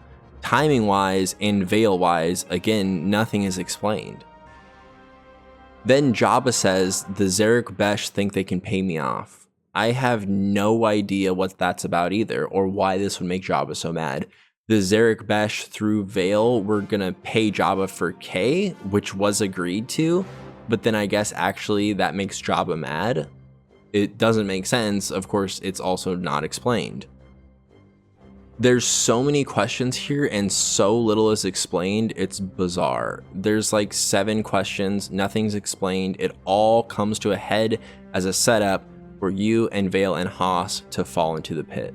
This has got to be like a world record for least amount of dialogue leading to the most amount of confusion. I would love to go on a long speech here, like trying to put these pieces together for us to figure out how they actually might make sense, but I can't even do that. I literally don't know how to put these pieces together to make a cohesive story to create this situation. Anyways, regardless of how all this connects or doesn't, ultimately it's just a setup to get all 3 of you in the pit. Which is like even funnier that they overcomplicated it so much. Like really just make Kay get thrown in for freeing Nyx and then have Jabba throw Haas in for his debt. Vale can slip in or get dragged in by Haas accidentally. Another unforced error here that this dialogue is so confusing. In the pit, first it's just some dogs. Say goodbye to Haas. He gets munched first thing. He deserves it though, according to Kay. With Haas gone, you and Vale slice your way through the door, and it's a team now, you and Vale, though Vale makes it clear she will still take you to Slero after you escape. There's a few guards in the next room, and then you enter the arena for the big boss fight, and oh yeah, you knew it was coming, the showdown with the Rancor. Vale immediately ditches you to give support from the ledge, so you're alone to face the big beastie boy. There's no way you can take him down with just your blaster, but luckily there's conveniently placed bombs floating above its head. Shoot the bombs, send him into a rage, and have him bonk his head on the door 3 times, and that's the fight. Visually it's pretty cool. Also, timing the slide under the swings looks awesome when done right. Other than that, it's pretty classic, using bombs to take out an overwhelmingly powerful monster. The first phase is the simplest, there's no extras. For the second phase, some Hutt people come in, so it's a slight challenge, though they quickly get obliterated. For the final phase, the circuit's jammed and you have to find a lever to get it going again. And this was just funny, it's not really a critique, but worth mentioning my experience. For the third phase, again, you're supposed to find the lever, and when Vale's saying, find the lever to unjam the rails, obviously I'm assuming it's like something on one of the walls to find. So like an idiot, I run around the arena looking for a lever for like legit 5 whole minutes. I'm searching every inch, even though it's just bare walls. Vale keeps yelling, look for a power capacitor, it'll have a lever. I'm like, dude, there's no lever here. I thought it was glitched or something, but it turns out you have to use Nyx to pull the lever because it's on the second story. This one is just more me being dumb because I was too stubborn to do the marker check thing, though this was very early on my first playthrough, so that didn't help, but anyways, just kind of funny. After the third bomb blast, the Rancor does the final charge and the door breaks open, and that's your chance to escape. But it's not that easy. You're captured immediately and thrown in front of Jabba again. Vale takes the lead here and begs for mercy, which turns out to be a good move because Jabba was so entertained by your whole ordeal, he's down to let you live. Though he wants something in return. He tells you there's a Zerek Besh spy in Jabba's midst, and he asks you to break into an Imperial compound to find more information about it. The big reveal here being that this info about the Zerek Besh agent is at an Imperial base, meaning the Zerek Besh and the Empire are connected somehow, which is confirmed when Jabba makes fun of Vale for not knowing about this connection. Kay tries to convince Jabba that she can do the job alone, like without Vale, but Jabba was impressed by their use of teamwork in taking out the Rancor, so he forces them to do it together. And that wraps up the epic adventure at Jabba's palace. Nyx is safe and sound, and Kay and Vale are the unlikely duo set off to do Jabba's bidding. Before we move on, it's worth mentioning again the clunkiness of the gameplay. It's still seen even here on one of the best sections. It's such a bummer they can't have any stretch of missions where it doesn't come back around. There's a little bit in the Rancor fight, also at the very beginning on arrival. Again, it's not clear where to go. There's no mini-map, the quest marker's weird, so just zooming through, trying to go find where to get Nyx and move too fast. The stakes are high, so you're rushing, but it's like, oops, wrong turn, gotta go back. And then just the random stuff, like here the adrenaline shot just straight up doesn't work. It goes into slow-mo, but Kay doesn't shoot. Again, it's just these small things, they're all still around. Then this last bit of clunkiness is the worst, though it depends on what your current reputation level is with the Hutts. We haven't talked about it much yet because it doesn't affect the main story progression, but remember there's the whole reputation tracking with each of the criminal syndicates. The Hutt Cartel is one of the syndicates you have a standing reputation with. Potentially, you will have good or even excellent reputation with the Hutt Cartel during this mission. You would think, oh, the Hutts like me, so maybe I can bypass some security or talk to Jabba directly or something like that. I mean, for me, I had put a ton of work into getting on the Hutt's good side, so it would just make sense that there's a payoff for doing all that before this mission starts. But there's nothing like that. Your reputation with the Hutts doesn't affect anything at all. It really feels like a massive oversight. It's so obvious that this would come up. This would be the perfect place to allow for some in-game consequences, like reputation actually affecting a small part of the story. But even if the Hutts love you and you have max reputation with them, you have to fight your way all the way in. It's super obvious what a missed opportunity it was here, not to have the reputation actually affect anything. So moving on, it's made clear that you're stuck on Tatooine for now. There's been word sent to destroy the Trailblazer if it tries to leave the planet. Also, there's the little problem of the Heavy being eaten by dogs. Jalen says basically do what you gotta do in fulfilling Jabba's request and we'll worry about the rest later. So you're off to the Imperial compound to get the data about the Zerek Besh spy that's infiltrated the Hutts. You meet Vale outside the Empire's compound. She sends you in to get the data, and this is one of the larger compounds. It's the usual, you avoid the front and find a side entrance.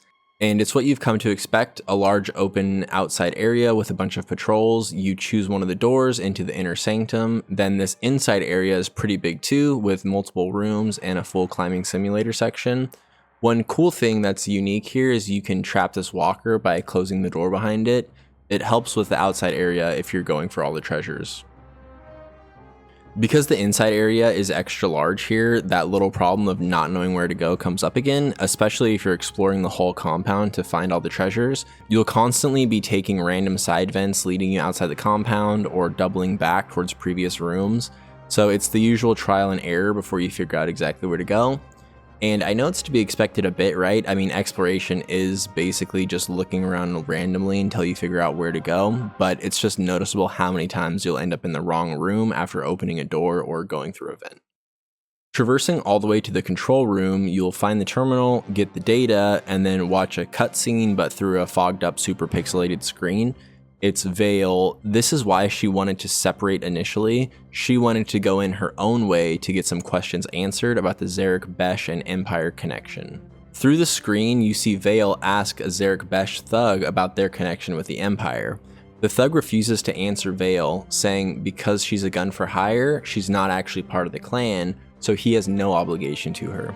Vale says she's on a personal mission from Sliro, and the thug says, "So am I," and then he turns around and she murders him in cold blood.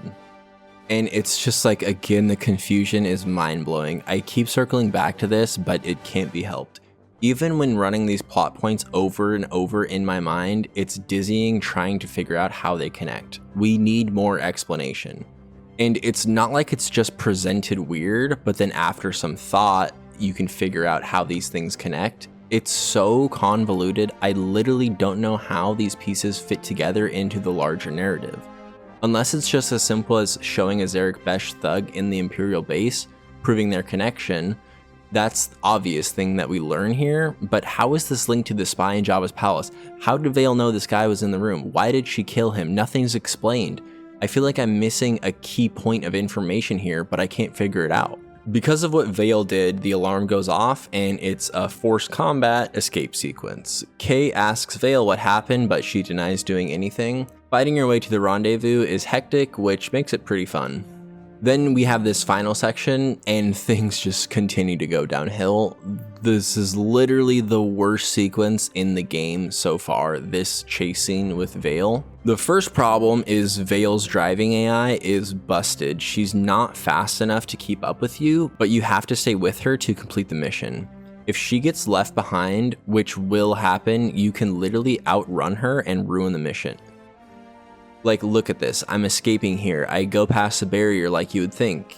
I made it, I'm free, but nope, mission failed. You can tell they really wanted this moment to be epic with the blasting the other speeders and the explosions, but you're relegated to playing bumper cars with Vale, literally hitting your brakes at times so the game doesn't bug out.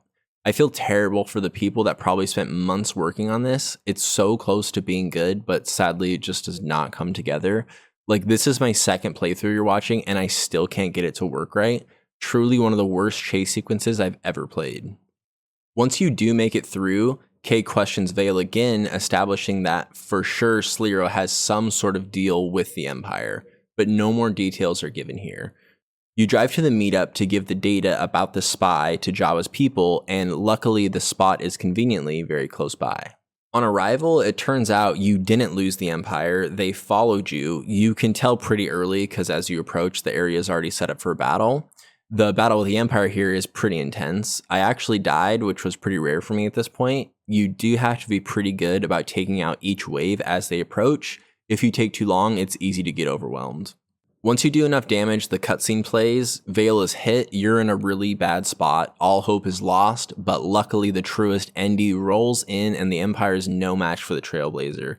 He fires off some missiles, picks you up, and you're good. The next thing you see is a cutscene with Sliro and Bib, Jabba's right-hand man. Sliro admits to sending the spy, even says he doesn't care that he was found out, he's basically just flexing his power, and he offers for Bib to betray Jabba, which Bib kind of seems down for, but kind of balks at the same time. The sequence of cutscene makes this a bit confusing, but there's a time skip here. You've already given the data about the spy to Jabba. That's how Sliro knows he's been taken care of, and that's why it's playing out this way. Then you cut to the Trailblazer, which is when you find out that some time has passed, and you have given the data to Jabba, and the spy's been dealt with. This scene on the Trailblazer should have played before the one with Sliro, would have made things a lot easier to follow. But anyways, you and Vale are friends now. She's not joining you or anything, but she basically gives you a pass for now. She's not going to take you into Sliro. She leaves the door open that she might again later, but her realizing that Sliro and the Empire are working together has made her rethink her allegiance. And that's the end of the Tatooine story mission. To finish, there's some dialogue here that's pretty important. It's some character building, there's a little more in-depth talk with Ankh and her husband, and also Jalen confirms that you don't need a heavy, though this line's a bit out of place based on the fact that when approaching Tatooine, Jalen literally says you definitely needed Haas to pull off the job. But anyways, you're getting close to the end here, you got the bomb maker, the droid smith, you're going without the heavy, and so the last piece of the crew is the second slicer, and Jalen's taking care of that on his own. There's a couple things done really well here on Tatooine. Number one, the whole thing with Haas is played really well. He's a con man, basically. He's built up a legend as some amazing gunslinger, but turns out to be a fraud, and the player gets to watch all that play out in real time, coming to the realization at the same time Kay does. Also, the drama with Nix being captured. Nix is the cute companion, so the emotional draw to rescuing him lands perfectly. Then add those two elements to the nostalgia and wonderful world building that is Mos Eisley and Jabba's palace. This definitely shines through as one of the best planets so far. Obviously, there was some clunkiness, but really it was more of the same sort of clunkiness and confusion that we've already discussed, so let's move on for now. So things are falling into place. You've got the main players laid out, and at this point, gameplay-wise, you've seen and gotten pretty used to everything the game has to offer. So you'll definitely be feeling ready to take down Slero, get rich, and get rid of this death mark once and for all. We should be moving on to the final missions, but let me tell you what happens next was one of the craziest things that's happened to me while gaming for a while. This is definitely a section about my personal experience, but it was so insane I have to talk about it. All the other problems we've discussed so far pale in comparison to what happened to me next. This is the saga of the ND glitch, and let me tell you, it nearly drove me to my breaking point. So, I had just finished these Tatooine story missions. I'm about to shut off the game, but I'm looking for the next thing to queue. I'm running around a bit in the cockpit, like, this is weird, I see an icon, but I can't prompt anything. Again, this is my second playthrough, but I did a different order last time, so I'm trying to remember what I did last time to make it work. Also, in here, I had gotten prompted for a separate mission with ND, and I know ND is who I'm supposed to talk to. So I'm like, whatever, maybe I have to do this other mission with ND before I can continue. So I do that other mission real quick, not thinking much of it, and then shut it down for the night. I boot up the next day, ready to finish the game. But it's the same thing. I'm in the right area, but I can't trigger the quest for some reason. And sure enough, I'm not doing anything wrong. You're supposed to walk into the ship, which should trigger the next quest, but nothing's happening. So, realizing something's not working, I'm trolling Reddit for a solution and confirm some other people have had this issue, but there's no responses about possible fixes. The game is literally so glitched, I cannot progress to the final mission. And this is months ago, closer to the release, but not like super close because remember, this is already my second playthrough, but the game is new enough that I can't find any fixes online. But I'm determined, right? This happens sometimes. There's usually a way to reset the sequence, so let's troubleshoot it. I do the basic things that you would think of. I reload the save, I go to a different planet and drive around, trying to unload and then reload the assets, hoping that somewhere in here everything will reload correctly and that the quest will work again, but I can't get it. So I'm like, obviously the sequence is broken. Something happened where what I did with the dialogue, like talking to Ank and Jalen after the mission, or what time I entered the ship, or how I finished the previous quest has gotten me stuck. So fine, here we go. Reload the save, I'll reset the sequence. It's a couple hours of gameplay, but whatever, let's do it. Obviously I'm looking online, but again, the game's too new and I'm not finding any solutions, so I'm like, okay, I have to find a way to solve this problem on my own. So I redo all the Tatooine story missions. I go back to the beginning of the planet. Haas, losing Nix, breaking into Jabba's palace, doing the fort with Vale, all of it. Thinking, you know, it's just a weird thing, but surely reloading the entire planet worth of missions will fix it. But no, it's the exact same thing. No ND, no progress, I am hard stuck, I cannot complete Star Wars Outlaws. So it's back to research. Through Google and Reddit, I'm still not finding anything helpful. The game is too new.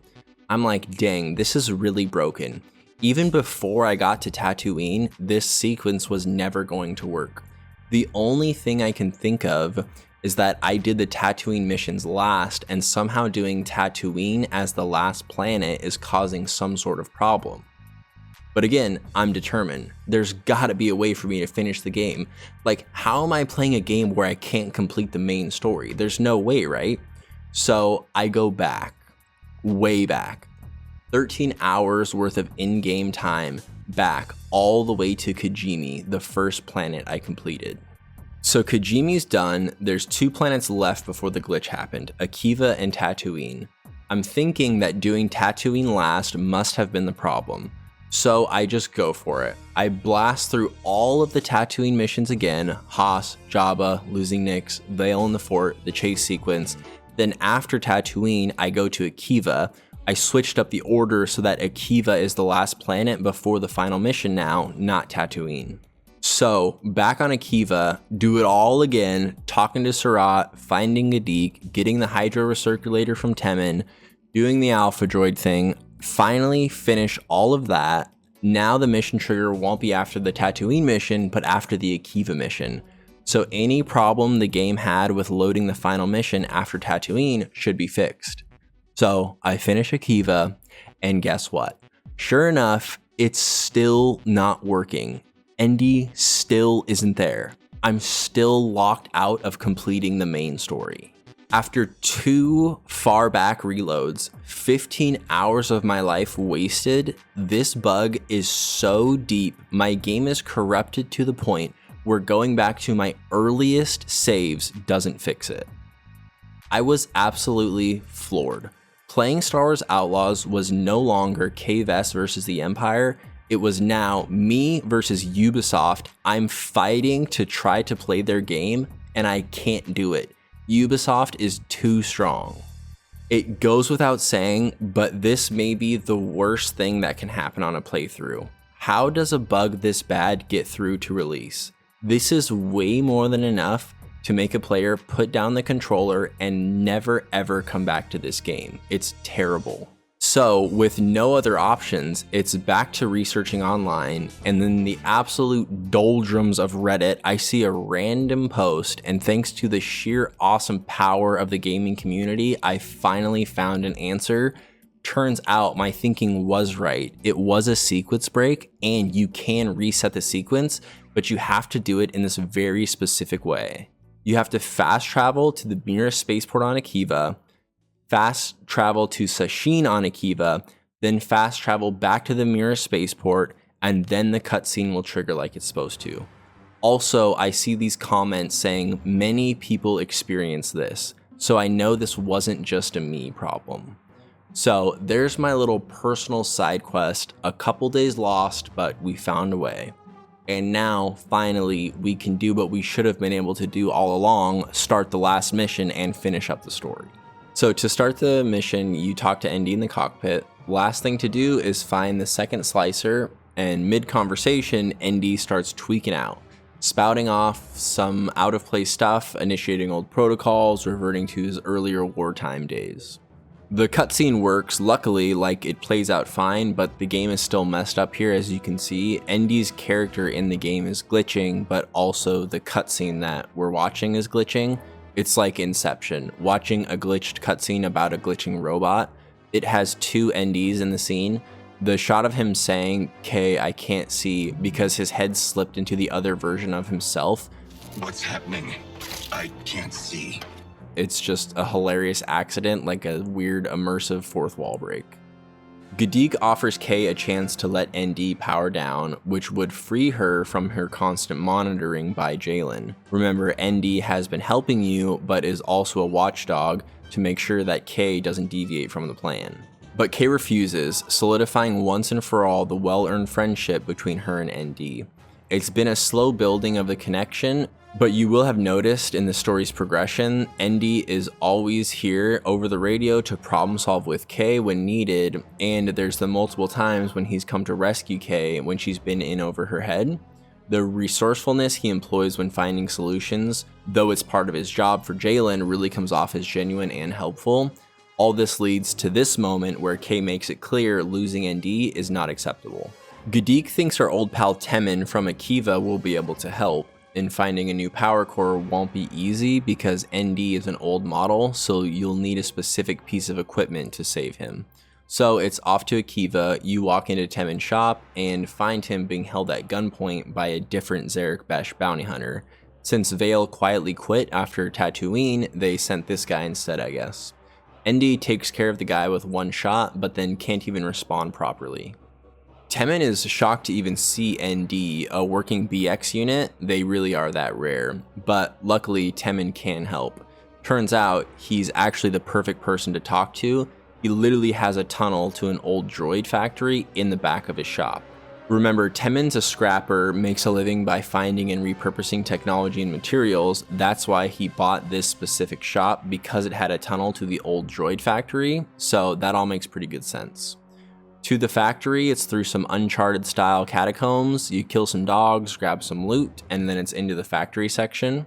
The droid factory is a cool setting. It's a throwback to episodes 1 and 2 with the separatist droid army and the big Clone War battles. It's an imaginative concept to start with, and the game takes full advantage of it in an impressive way. Like, we've seen thousands of droids deployed at different times in the Star Wars story, and it's always interesting to think what kind of infrastructure it would take to create an army of that scale.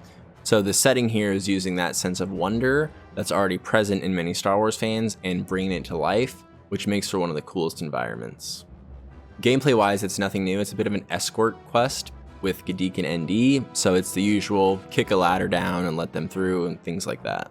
There's some trouble getting the lifts to work, and while you're going around to find a solution, ND is continuing his decline. He starts like having Vietnam flashbacks to the Clone War days, seeing the droids trying to get them to respond to orders. B1 Unit 275, respond. B1 Unit 699, respond. B1 Unit 888, report on your status. They're gone, ND. We gotta keep moving. Yes. Then he starts shooting randomly, almost hitting Kay, and then slips into transport stasis. While blasting, ND hit the door panel and blocked the way. Ghadik offers to stay behind to make sure ND is good, and sends Kay ahead with the fusion cutter. There's one thing here that I'm just not sure about. The tension is building like ND isn't doing well, and it's clear you need to hurry up and find a new power core. As if once ND has his cascading system's failure, he's fully dead. But that's not how droids work, right? We've seen droids power down completely before, even for extended periods of time. Also, some are even mismatched or completely in pieces, and they're just wired back up and are completely fine. So I'm not sure why the game is acting like this is the end of the line for ND if you don't return quickly with a power core. Also, Ghadik has him cycled into stasis mode and says he's gonna pull him out of stasis, but Kay is scared that ND is going to lose it and start blasting again. Ghadik responds by saying he has to pull him out of stasis because ND is too heavy to carry, as if ND must come with you into the next room. But why can't you just leave him in stasis right here, grab the power core, and bring it back? And to that end, why couldn't you just have left him on the ship or in Temin's shop? Why does he need to follow us when he's in such bad shape? So again, it's just a little shaky with the premise for this part. And then just another small piece of clunkiness here, Ghadik gives you the fusion cutter. It's a way to get through some of these tougher grates that you've seen in the world. But it's like, why is the fusion cutter lines pre-welded? Unforced error again here. They added an extra texture to this grate on the spot that you cut through, but it should be uniform. No one's made a cut yet when you approach. I don't know, it's just weird. Anyways, you continue on, and this is where you hit some more unexplained story beats. After reactivating the second tower, you allow Ghadik and ND to use the lift. Out of nowhere, there's Zerek Besh agents in the droid factory. You did kill that Zerek Besh bounty hunter, but are you supposed to believe that somehow he signaled them to come through the secret way in Temin's shop? Kay says they followed you in, but how? Like, they stuck up Temin's shop again after you arrived and he gave you up, and then somehow got around you a different way in order to come from deeper inside the factory? Like, how did these agents get here? It makes no sense. So you blast your way through the Zerek Besh agents, and then guess who? The rebels are also in the secret droid factory. This does have an explanation though. It turns out that the rebels have a secret base in the factory. For some reason, Temin just left out that little piece of information. And here you have the reintroduction to Asara. Remember this guy who was trapped in the vault way back during the tutorial? He says he came here looking for Kay's help. So he came to his own secret base knowing Kay would be there breaking in to ask her for help. Again, just no clarification of how all this came together. Asara proposes a deal. Turns out the Hutts have some rebels captured and Asara wants your help to break them out. In exchange, they will make sure ND gets a new power core. Kay's not happy to be working with the rebels again, but ultimately has no choice but to agree. So then you get to the rebel base side of the old droid factory. Before you leave, there's a weird little reconciliation thing with Denyen. Remember, the one who supposedly betrayed you by not telling you what the tutorial mission was really about? Denyen is like, my first impression of you was mistaken. And then Kay says, if you would have told me you're actually there to help a friend, things would have been different. But then Kay says she doesn't want to talk about it. Like, this interaction is so weird and short. Is this supposed to be the start of reconciliation or not? They set this whole interaction up so that you will definitely run into Denyen, then lean in like it's an important thing, having Denyen be regretful about the past events. But instead of having a full interaction here between Kay and Denyen, Kay shuts it down. Like, what's the point of this? Nothing actually happens.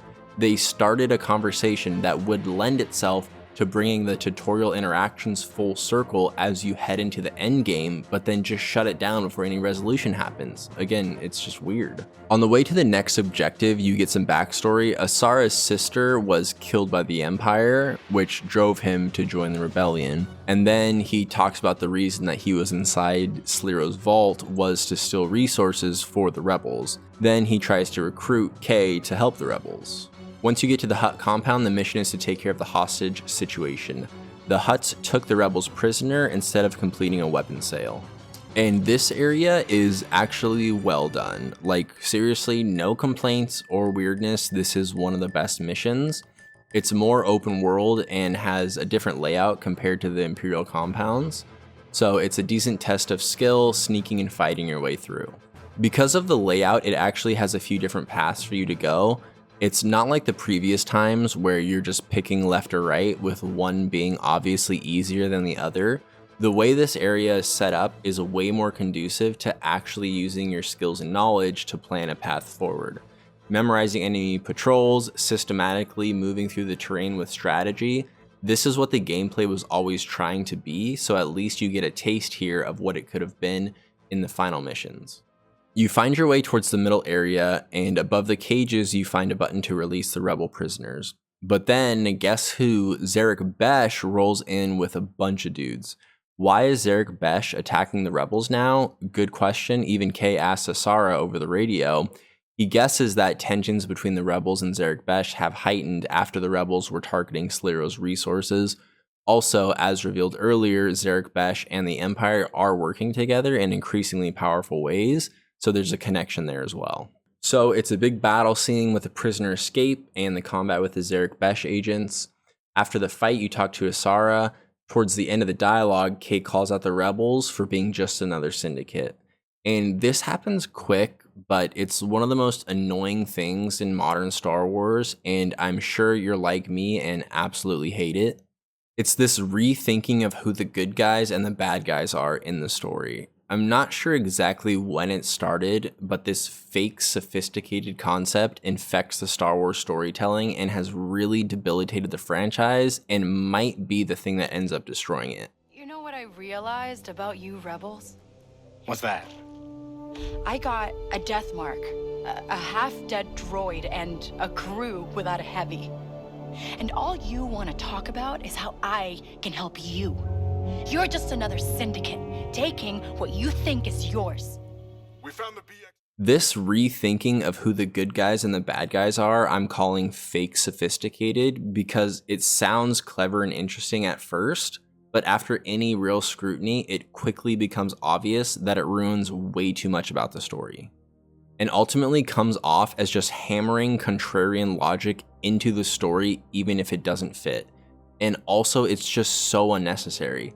Like, Kay has a personal motivation to not like the rebels. They betrayed her. But you can tell what they tried to do here with this line.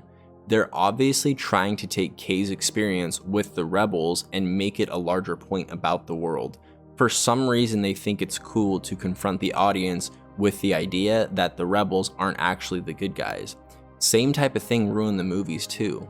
Like, oh, you know, it's a cool new twist on our beloved classic? If the Jedis aren't really actually that helpful, if Luke doesn't even want them to have their legacy live on. It's the same concept here, like, oh, cool new twist. The rebels aren't actually fighting for a good cause. They're not uniquely placed in the galaxy opposing the evil empire. Actually, they're just like the other syndicates. It just doesn't work. Kay doesn't like the rebels, but it should still be obvious that they are way different than the other syndicates.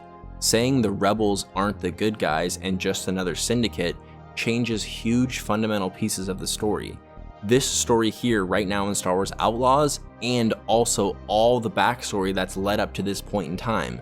This deep lore subversion is nothing more than a cheap trick, and it does more harm than good.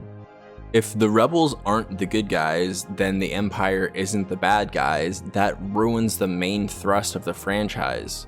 Like, all this is already confusing enough without trying to undermine this established narrative ideas, but they just can't help themselves.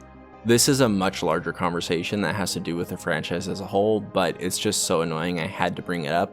Like, it's clear what the game is trying to do here, and it just doesn't work.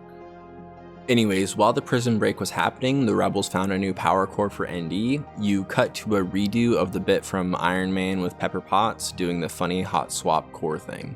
At first it looks like it doesn't work, but after a second, ND comes back with a jolt and knocks Kay out, which triggers another flashback. During this flashback, it's some backstory for Ghadik. Well, kind of. It has thus far been a mystery what exactly happened between Ghadik and Kay. They start talking about it here, which would be great, right? Ghadik's a good character, actually seems like Kay's friend, and he has the most history with her. Also, his character could be a nice counter to the Waka betrayal, like Waka was the traitor, but Ghadik is actually truly a friend. There's enough to work with to get the audience invested. What do you want me to say? Heard Ghadik stripped that dealer droid's protocols, but it panicked. Triggered an alarm. You knew? Still got a few contacts in the CBPD. Ghadik made a mistake. You think I wanted him to get picked up? You left him behind, Kay. Now he has to choose prison or the Empire. Easy. Ghadik knew the risks, okay? I work better alone. Always have. Well, that's it. That's all you get about Ghadik and Kay's backstory. The same vague thing about Ghadik getting caught and choosing the Empire or prison, and then a bunch of random details that not only fail to explain what happened, but make everything way harder to understand. Like, the way it's explained here, Ghadik and Kay were on a job, Ghadik made a mistake and gets caught, but Kay finds a way to escape. Why is the game trying to throw the responsibility at Kay for Ghadik making a mistake? And then why is it acting like Kay left her friend behind? In this scenario, Bram is making the absurd case that it would have been better for Kay to stay with Ghadik and get caught by the police, and that somehow would make her actually a loyal friend. It's just dumb. I mean, Bram is one of the best characters simply for the fact that he genuinely cares for Kay, and he's been around since the beginning, but even he can't escape this confusing writing. So after the 5 sentences of disappointing backstory, just look at how the flashback ends. I work better alone. Always have. That sounds like Rico. Not you. I'm done talking. Yeah, switch gears into explaining more about Kay's mom, Rico. Oh, except they don't do that either because the conversation gets shut down again before we get any information. Anyways, back in the real world, this is actually sweet. ND feels bad for harming Kay, so wanted to check on her as she awoke. Also, you get a little more information about ND when he says that without Jalen's restraining bolt, he would revert back to his Vietnam vet version of himself.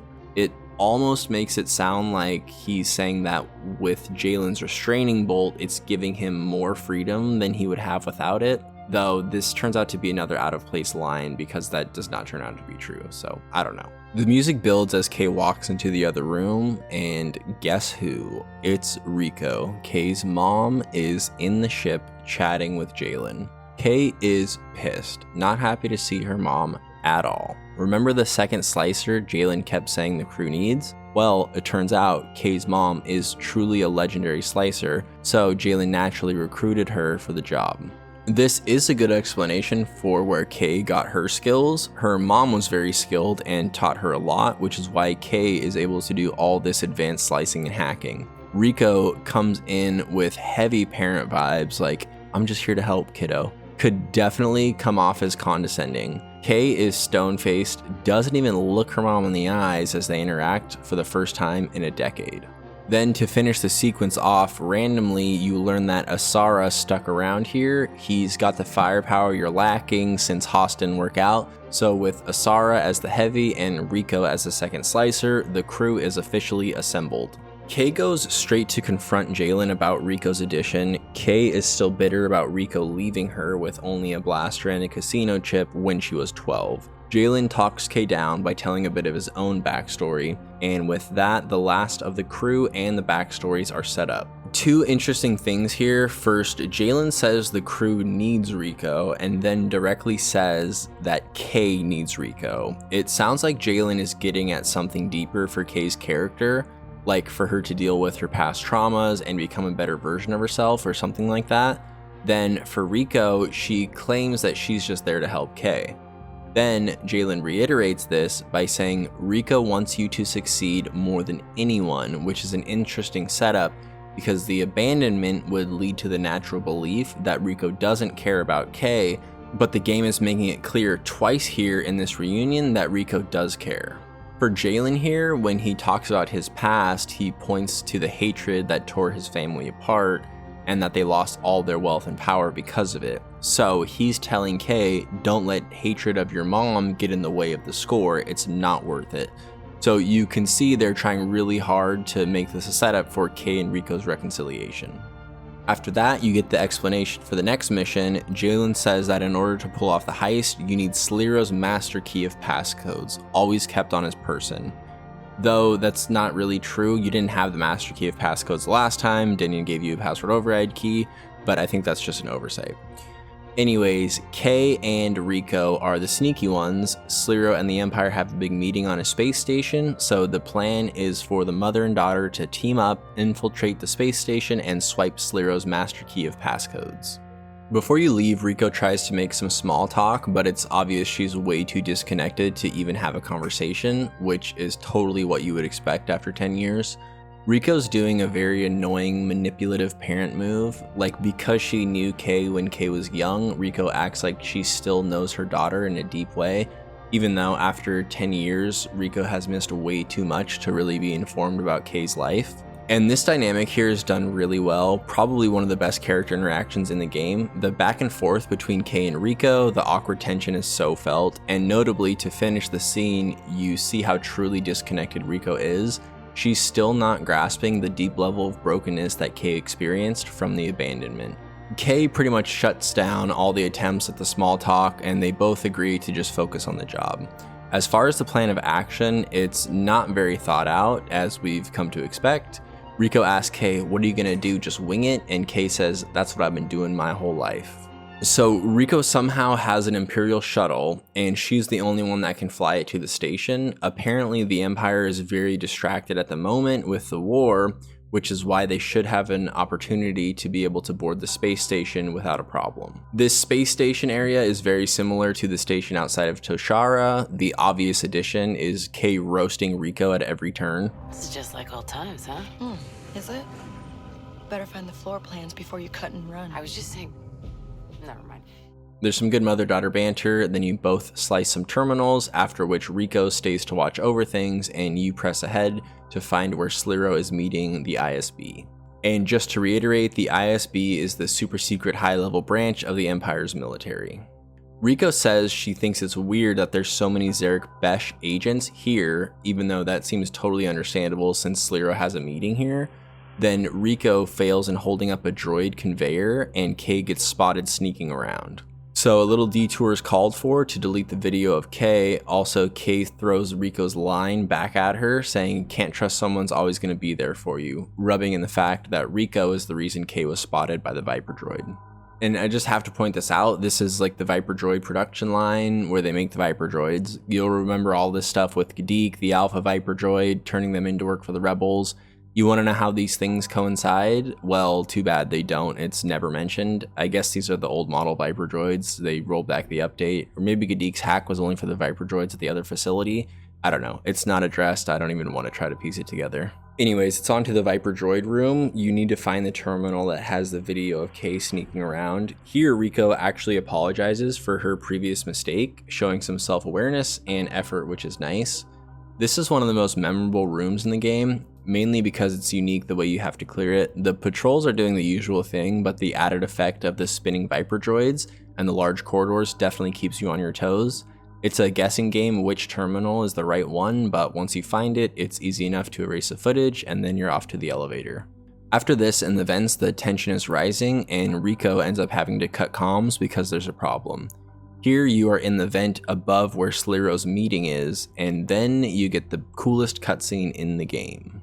It starts with Sliro addressing Vale. She's the best bounty hunter money can buy, but so far has failed in her mission to apprehend Kay. As you'll remember, Vale was already on the fence about Sliro from the Tatooine mission, so Vale wants out, but Sliro threatens to take the small fortune she's accumulated, essentially blackmailing her into finishing the job of capturing Kay.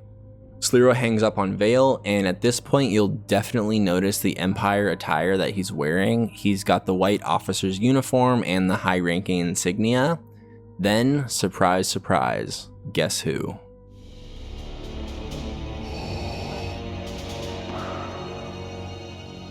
The Emperor has my report. Zerek Besh Syndicate has infiltrated the underworld into the farthest reaches of the galaxy. We are on the verge of uncovering the rebel network. This is an unqualified success for the ISB. Zerek Besh has not found a single member of the Rebel Alliance. That's nonsense. Without rebels, Zerek Besh is a failure. You, Director Barsha, are a failure. Failure? The ISB has created the most groundbreaking intelligence network the Empire has seen, and accomplished more in weeks than the entire Imperial Army. An army whose mindless show of force allowed a rebel fleet to escape from Hutt. It is the ISB that will win this war.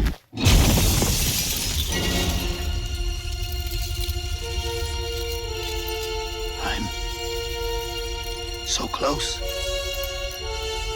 Lord Vader.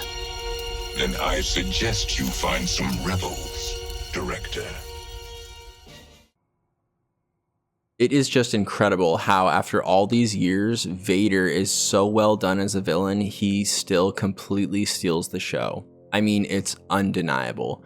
If you need an example of what a well-done villain brings to a story, then Darth Vader is one of the best case studies.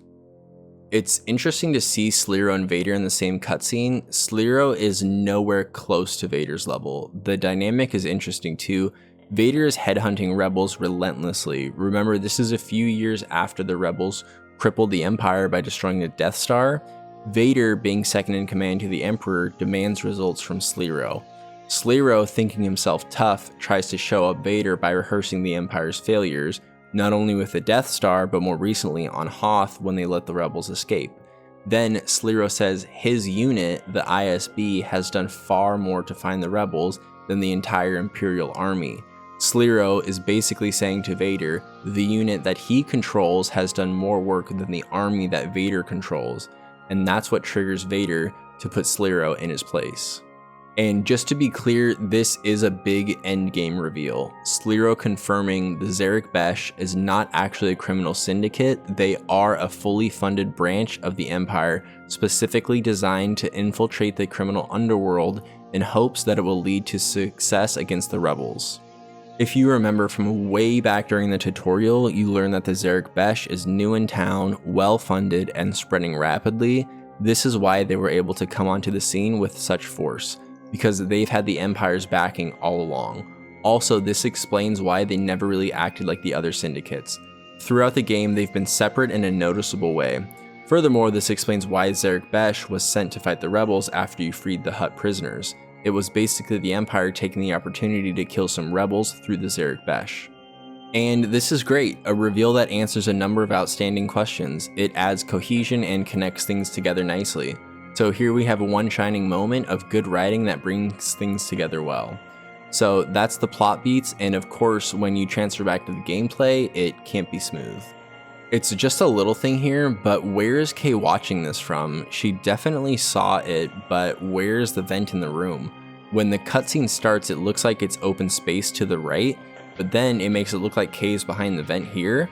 But then when it's over and you're back to controlling Kay, the area is crushed with debris. So I have no idea where Kay is relative to all of this happening.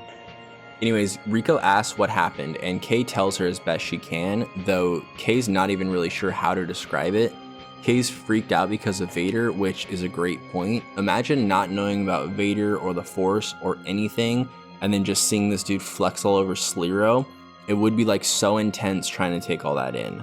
Rico reminds Kay to keep her eye on the score, and for now it's basically mission failed because you were not able to secure the master key of passcodes from Sliro. Rico is down to just leave, thinking it's all too risky, but Kay is determined and thinks that if Sliro is actually that connected to the Empire, then he probably has his own space on the station, so they should look there before they head out.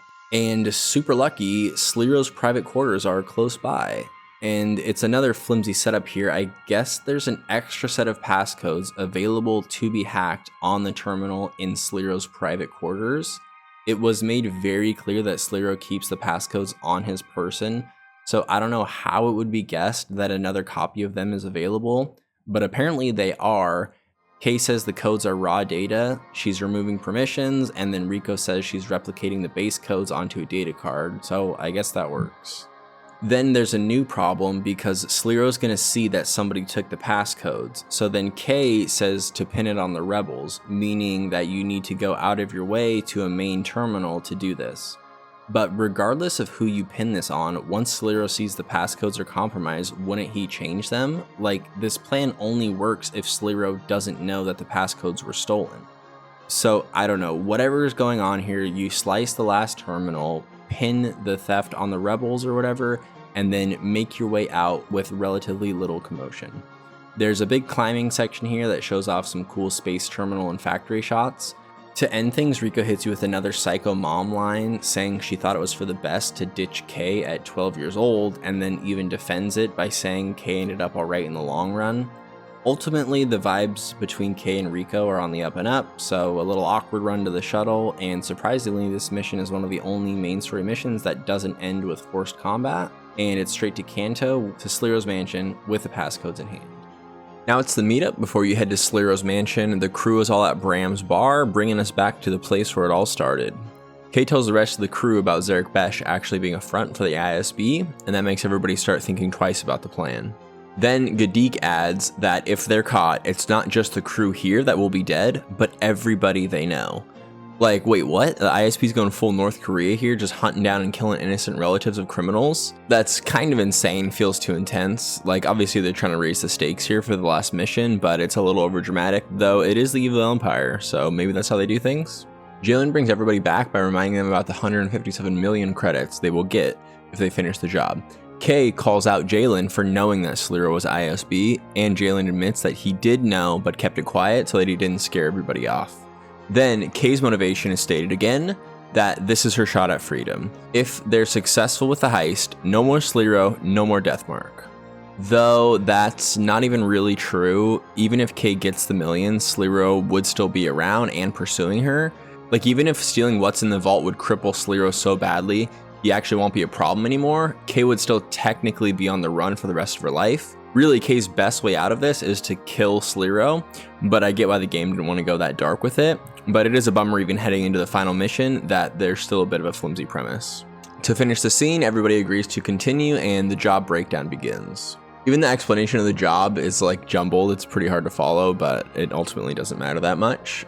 Before you leave, there's a chance to do some more dialogue in the bar, and this is kind of the final wrap up between Kay and the members of the crew. For Bram and Rico, it's a bit of banter about Bram doing fine, even though he's been actively cleaning up Kay's mess and debts, and then Bram calls out Rico about the whole abandonment thing, and Rico says, "I've looked after Kay in my own way." Rico, rather than getting told off, just walks away, and it seems like Bram feels justified about the interaction.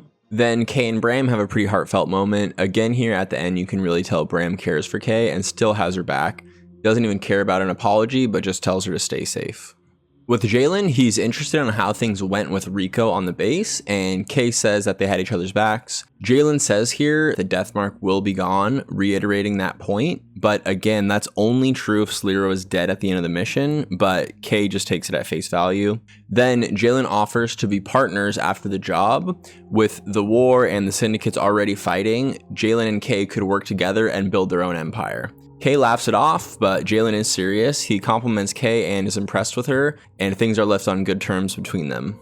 Then it's one last drink with Ankh and the boys. Everyone reminisces about lost family, Ankh with her husband, Asara with his sister, Gadik with his parents. When it comes to Kay, she says she's never really had anyone to lose. And this is definitely an out of place line, because what about Bram? Like, Kay and Bram definitely care about each other. He's always shown it both in word and action, and you literally just reinforced that 2 seconds ago in the last interaction. But then now Kay is still saying she's alone in the galaxy, so I don't know. Finally, it's ND. He doesn't get a cut of the job, like the 157 million, since he's Jalen's droid. Kay again brings up the freedom spike, that he can be free if they use Gadik's tool to override the restraining bolt. ND shuts it down hard and establishes again that even at this point, if Kay was to deviate from the plan, he will kill her. He specifically warns her to not try and use the freedom spike, it will not go well. Kay says that's not you talking, and ND agrees to that, solidifying that minus the restraining bolt, Kay and ND are friends.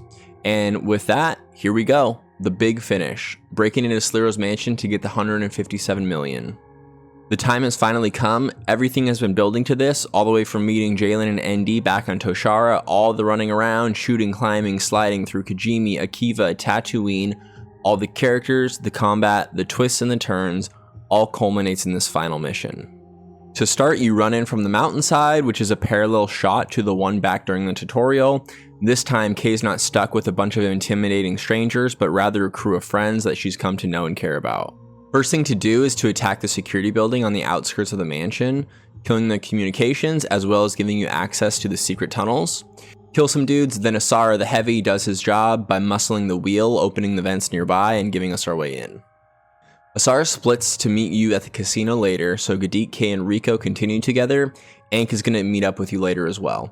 The tunnels are what you've come to expect, a little climbing, hitting some buttons, shutting down fans and whatnot. You get split up from Gadik and Rico by tumbling into a broken tube, then you have to cross the hangar alone to meet back up with them. The hangar room is what you've seen in most other story missions. It's a simple choose left or right and make your way through like we've talked about. Per usual, it's obvious that the right is the intended way because it's way easier. This room is big, so it's pretty memorable. It's simple as far as which direction to go, but you can choose whether you want to cross on the first or second story, which is a cool twist. And the difficulty here will be felt just because of the way the enemies are stationed. It's decently hard and takes some patience. Also, it's big enough that there is a semblance of picking your own path. My first time through with like 0 abilities, it was actually pretty dang hard, but like in Jabba's palace, if you have the ability to sneak attack droids and armored enemies, this one ability makes things way easier, and it's going to be almost a guarantee that you'll have that by this point. Gadik over the radio says something about him hacking a droid into maintenance mode, which bypassed all the security logs. Not sure what that specifically does, but you know, everyone's playing their part here. After the hangar room, you have the hardest platforming in the game. Check it out.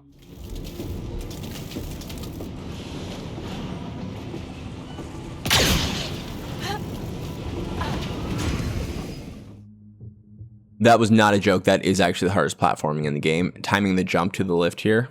The mother-daughter banter continues between Kay and Rico, then in the hallway, Rico slices the first laser door. For the second one, you go into the little room, and this is why you need 2 slicers. You have to slice the door and disable the turret at the same time, otherwise the turret will kill you. Though this also isn't even true because you're inside the room where the turret can't get you. After that, you're into the first vault door. Kay distracts the vault keeper droid, and Gadik does his thing, and that opens the door. No more audio passwords to open the door like during the tutorial. Remember, this is this big security upgrade. And the next part is just pure chaos, so get ready. In the first part of the vault, you have the inner door here, and you blow that part up with Ankh's explosives. I think the part that we blew up here is a chromium time lock, but you still need to slice into the door to get it open. So then it's Rico's turn to slice the door with a master key of passcodes that we got from the station. And then Rico hits us with his absolute gem. And that's a lesson for you, Kay. Never use the same codes twice. While Rico's slicing, you get interrupted by Zerek Besh agents. Yeah, Sliro's people find you in his vault. You might think like, oh no, this is really bad, you're so screwed, right? This was supposed to be covert. Getting caught here ruins everything. The plan for the money, the escape, all the work of assembling the crew and getting the codes is all for nothing. Like, this is the worst thing that can happen here, right? But nobody reacts to this moment. It's totally casual. Even after you kill like 10 people, they're like, okay, let's just get back to it. And then Sliro himself walks in, and it's like nobody's even surprised. I don't get the reactions here. This should be like the, oh my gosh, we're so screwed moment, but it's played super casual for some reason. So somehow, some way, Sliro was one step ahead of you here. He was ready for you. It's not explained. I'm assuming he was ready because he saw the codes were stolen. Like I said, that ruins the plan if he knows the passwords were stolen, but the game never addresses it. So now you're caught, and Sliro tells Vale to kill Kay. But Vale can't stomach facing down her new friend, which makes sense, right? Vale likes Kay and has been distrusting of Sliro since he's connected with the Empire. And this is where all that comes to a head. Instead of killing Kay, Vale takes out the guards and then holds Sliro at gunpoint. Then Ankh just blows through the wall. This is the best part of everything here. Comedic timing for Ankh, absolutely excellent. How could you know us, dude? Back to Vale, she doesn't kill Sliro, and why? Because she says she doesn't need a dead ISB director on her hands. But it's like, what? No, kill him for sure. What is Vale talking about? All the problems disappear here if Sliro's dead. He's literally threatening Vale directly and has a death mark on Kay. The game is trying to say that Vale doesn't want to kill him because a dead ISP director puts them all in a bad spot with the Empire, but they're already in the worst spot possible with the Empire. Everyone's in a way more dangerous situation if Sliro's alive. And the truth is, there isn't a good in-game reason for why Vale would keep Sliro alive here. All logic leads to Vale deciding to kill him here in the vault. But as you know, if you've played the game, they need Sliro alive for a scene that's upcoming, so they can't have him die here. But instead of finding a creative way to keep him alive and let him escape, they force Vale into this brain-dead move so they can preserve a setup later on. And this brain-dead move really kills the next part for Vale. It's supposed to be like the epic moment. Vale stays behind to buy everyone else some time to escape. And it could have been a great moment. It's the culmination of the arc that we've seen Vale going through. Kay won Vale over with kindness and impressed her with her skill. Not only is Kay not alone, she's even impressive enough to turn an enemy into a friend. It could have worked really well, but the brain-dead move just ruins it. With the score loaded onto a tram, we take the hole in the wall into the sewers and begin the escape. And if you thought the brain-dead move was dumb, well, here's where things get even dumber. I know, I can't believe it either. So, you have the score. The plan is to take it through the sewers into the casino. They're gonna casually walk it out of the casino entrance. Like, just play it cool, calmly walk out of the front door, no one will be the wiser. But that only works if security isn't alerted. Remember, Sliro was ready for you. There's no way you can casually walk out of the casino now. You need another plan, right? But no, it's so stupid.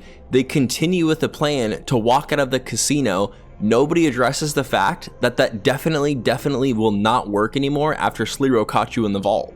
And then it gets even dumber because when you're in the sewers before going to the casino, Rico says it's time to split up. Rico's gonna go with Kay and Gadik is gonna go with Ankh. Because Rico saw that Gadik's face will trigger an alarm in the casino. Remember, Gadik got caught back in the day on a casino job, so it makes sense that he would alert security if his face is seen. But again, how isn't security going to be alerted already? Sliro knew that everyone was gonna be here. Ankh says she's out of explosives, which means she's going with Gadik. So they decide to take a different exit through the sewers instead of going through the casino. This plot hole is so massive, it's unacceptable. And of course, it's the pinnacle of the story. How can the game not set this up better? I don't get it. There's an exit right here in the sewers. Gadik and Ankh literally take the tram right in front of you, just hop on, and everybody's free to go here. It makes no sense to take the case through the casino. Also, this just cracks me up. Jalen radios Kay like, hey, what's up? I see you're 7.5 minutes behind. Yeah, 7.5 minutes behind. There's a lot more problems than that, Jalen. So, Kay and Rico continue the stupid plan to just walk through the casino. You blast your way through a brick wall into the security room and meet up with Asara. And then guess what? Sliro clears the casino floor because he knew you were coming. Rico says so much for walking out of the front door. Hey, it was a good plan. Like, what? Yeah, it was a good plan until you got in a shootout in the vault. I mentally just cannot get over how dumb this is that they don't exit through the sewers here. The game can't even make the big final mission make sense. And it's such a glaring plot hole. There's no way to miss it if you're paying attention at all.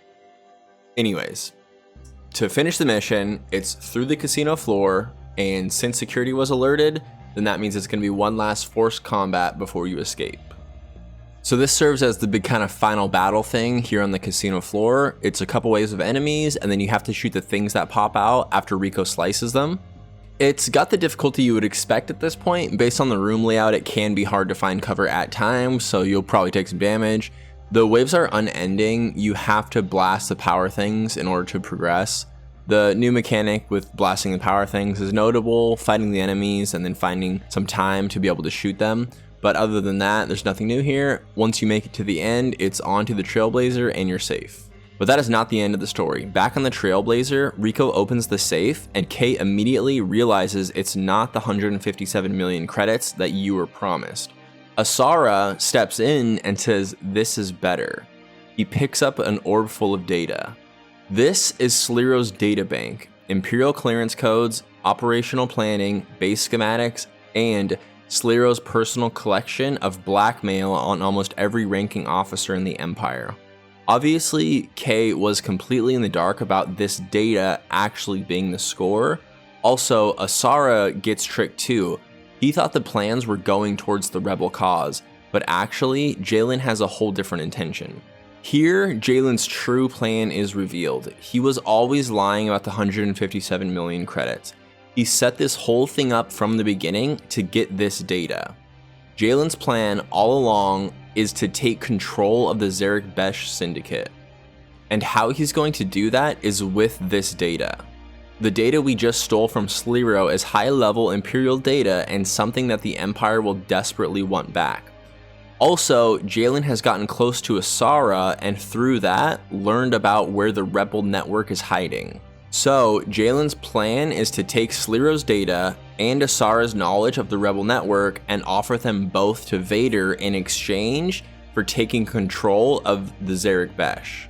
Because the Empire will want Sliro's data back, and because they're desperate to stamp out the rebels, it's pretty much a guarantee that Vader will accept this offer. Also, because Jalen now has this data, Sliro will have basically no power to stop what's happening. Just tipping the scales, as Jalen says, he justifies his actions to Kay. Also, it turns out that Rico is in on this whole thing as well, and she reminds Kay that she will be free as soon as Jalen takes over the Zerek Besh. No more Deathmark, no more problems, because if Jalen takes over the Zerek Besh, then Sliro's gone and the Deathmark's gone. Kay asks about Asara, and obviously Asara's fate is not going to be good because Jalen's planning on going full Empire. Because of that, Kay refuses the offer. Kay, even though she has a chance to leave scot-free and restart, can't let Asara fall by the wayside. She pulls her gun, just like back in the tutorial, she's taking matters into her own hands, this time not out of selfishness, but out of selfless loyalty to Asara. Jalen then forces Endy to react, then Rico steps in the middle. You didn't keep your eye on the score, kiddo. Like, really? Not now, Mom. Kay quickly gets put down with a stun shot by Endy. It's not me, Kay, that's what he says. It's the restraining bolt. Endy's making that clear here. With Kay knocked out, we get the final flashback segment. Young Kay walks into the bar, a distraught Bram greets her and gives her her blaster, a token, and the message from Rico. This is the day that Rico abandoned Kay. Rico, in another Psycho Mom move, puts guilt and blame on Kay, saying that Kay isn't cut out for the outlaw life, and therefore that's the reason that Rico is leaving.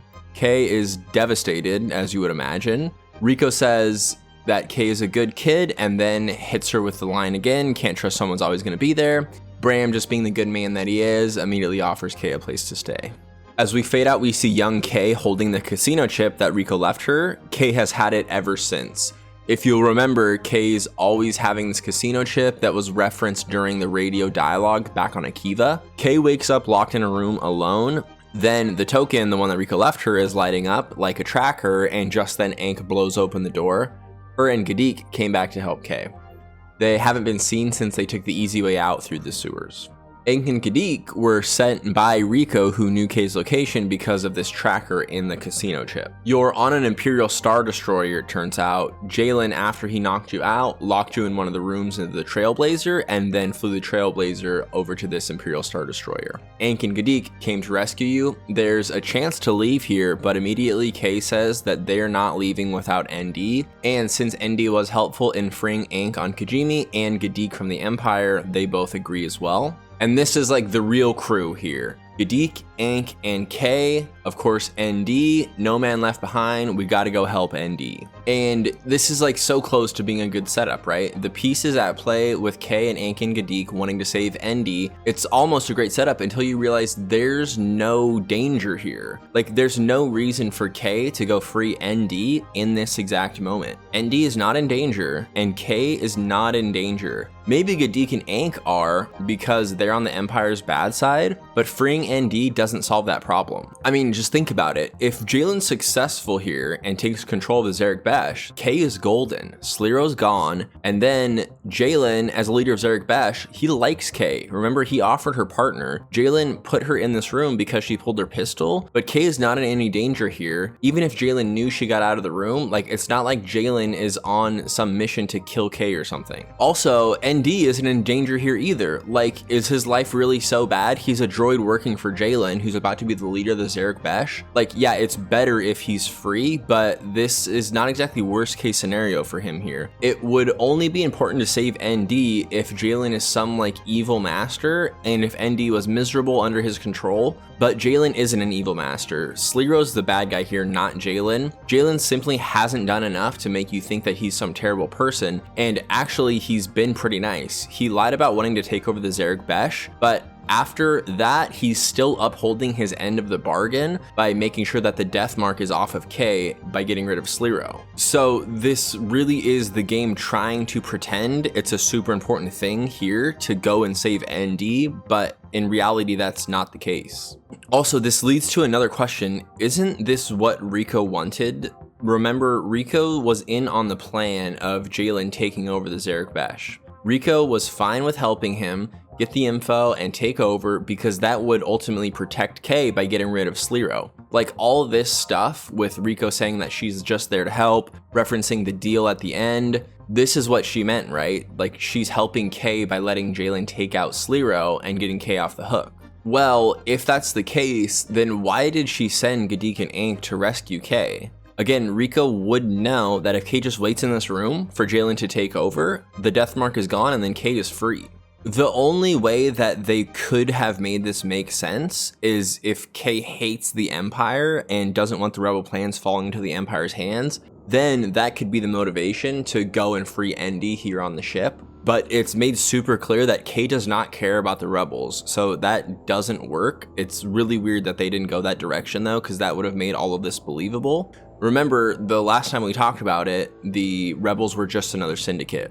So there you go. Honestly, it's fitting. Maybe the flimsiest premise so far, Kay going to rescue ND here, but hey, what a perfect way to end the story. Anyways, putting all those questions and weird things to the side, the plan here is established as to go out and save ND by removing his restraining bolt. So before you head out, Kay gives Nyx her blaster for the first time ever, which obviously means that something's gonna happen with this later.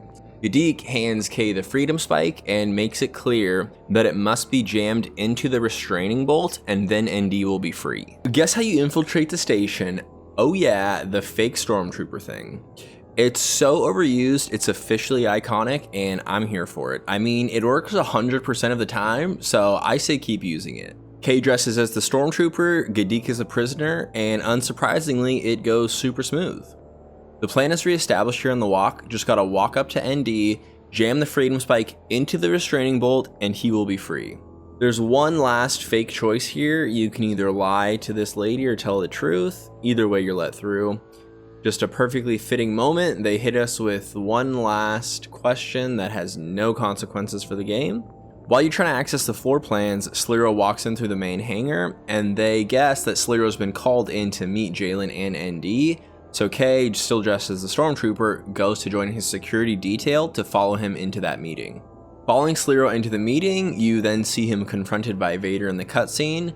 Vader brings up the security breach, and Sliro says it was personal, talking about the data that we had stolen from the vault, but Vader is obviously aware now through Jalen that Sliro's lost a bunch of the information about the Empire. And this is the last straw for Sliro. Vader accepts Jalen's terms, and Jalen is here to look Sliro in the eye as he takes everything from him. First thing Jalen does here is give the pilot the coordinates of the rebel base on Akiva. This is the information that Jalen gained through partnering with Asara and then tricking him. So the Star Destroyer heads to Akiva to take out that rebel base. It's probably, I'm assuming, the secret base that we saw in the old droid factory. And then the big reveal happens here. Sliro and Jalen are brothers. This is why Vale had to do the brain dead thing and not kill Sliro in the vault, because the game had to make sure Sliro was alive for this reveal scene. There's a couple things from earlier that gain new light with this reveal. Sliro talking about his family of shipmakers and then only getting scraps at the table. Jalen talking about how the Empire destroyed his family, and then also recall when we first met Jalen, the whole job seemed a little personal. Well, this is where all that ties together. Also, if you'll remember Sarat, he had his brother frozen and then was using him as a desk. That vicious story acted as a prelude, pointing to this moment here between the brothers Jalen and Sliro. So a good little thematic tie-in with that, and this is obviously deeply personal for both Jalen and Sliro, and it's pretty well done the way it's shown in the cutscene. The full story here is that after the Clone Wars, Sliro and Jalen's family was commissioned by the Empire to build the fleet of Star Destroyers, which would have obviously made the family super rich. Sliro, not liking his place at the table, accused the family of conspiring against the Empire, destroying the family and the business. Apparently, this incident also caused Sliro to gain power and influence within the Empire, which ultimately got him to be leading the Zerek Besh / ISB. Jalen questions Sliro why he destroyed the family business. Remember, Sliro did have a seat at the table. It wasn't like he was outcasted, but Sliro says that he was their father's mistake, that Jalen was always the golden child. Sliro wasn't happy with his place behind Jalen, so he burned everything to the ground and made a new place for himself with the Empire. This is what made Jalen an outlaw to begin with, and this is why he went to find Kay and the Trailblazer originally. He was on the hunt for anything to be able to take his brother down, and hearing that somebody had broken into Sliro's vault and stole a ship prompted Jalen to find Kay and then recruit her. The emotion is very well done. Jalen is genuinely hurt. You can tell that Sliro betrayed the family in such a deep way, and this is Jalen come to take his revenge. Then things take a little bit of a darker turn. You find out that ND was sent by Sliro to kill every last member of the family. Jalen's restraining bolt on ND is what saved him. So for some poetic justice, Jalen brought ND here to kill Sliro. Mid-sentence, ND does the deed, blasts Sliro and kills him dead. It's some real high-tension family drama. Too high tension for Kay, I guess, because she freaks out and just reveals herself for no reason. This is so dumb, like so dumb. Like, just stab ND with the freedom spike. Kay has plenty of opportunity during this whole scene. At any time could have easily just run up and used the spike. And even if she didn't feel comfortable doing it in this moment, why is she revealing herself here? It makes no sense. Of course, there is no real logic behind this. Again, it's just a bad way to set up what they need to do next, because they need to set up a scene between Kay and ND. But instead of being creative and figuring out a way for it to work, they make Kay do something dumb. It was the same thing we saw with Vale.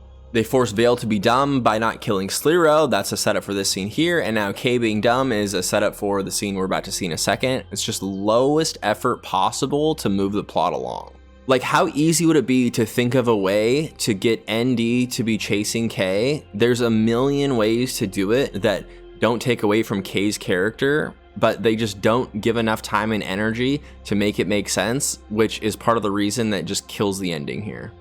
And it's just such a bummer. The premise is so messed up now. All this fake tension. Like, Jalen likes Kay, he doesn't want to kill her, she doesn't need to rush over here and do this. He even offered for her to be partner. If she just had like 5 minutes of patience, she could just talk to Endy later and then stick him with a spike. There's no need for Kay to do any of this freaking out here, but anyways, here we are, it's the final battle.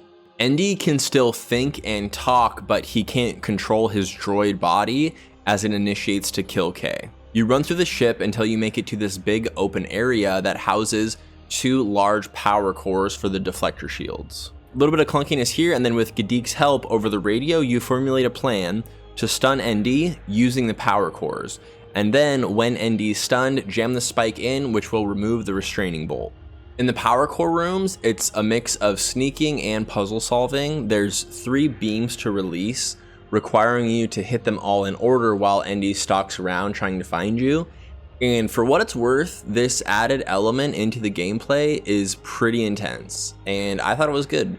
It's a creative way to have you face Endy since you can't use your blaster on him directly, and Endy stalking around and then charging you, it's pretty scary, and all of that comes while you have to complete these puzzles before he finds you. It's a pretty good final battle actually, and it does succeed in bringing the intensity that the final battle deserves. The first power core is simpler in that you just have to pull the levers, but for the second core, you have to hide from Endy and then do the lockpicking in real time. Jalen's taunting Kay the whole time through the radio, and he even brings up the fact that she would have been free if she just chilled out, but let's not get back into that. So after some high tension running, sneaking, and slicing, you activate both of the power cores and then are ready to use that electricity to stun Endy. And so, you know how we've been talking about some flimsy premises and like weird things happening that don't make a lot of sense? Well, now the game goes into maximum overdrive here for the finale.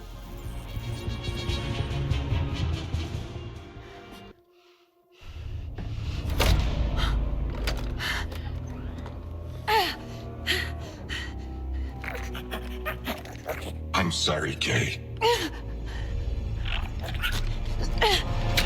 Me too. Endy? Kay! I didn't think you had it in you.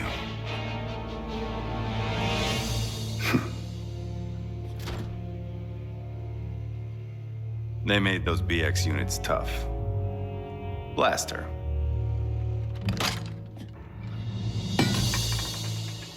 No.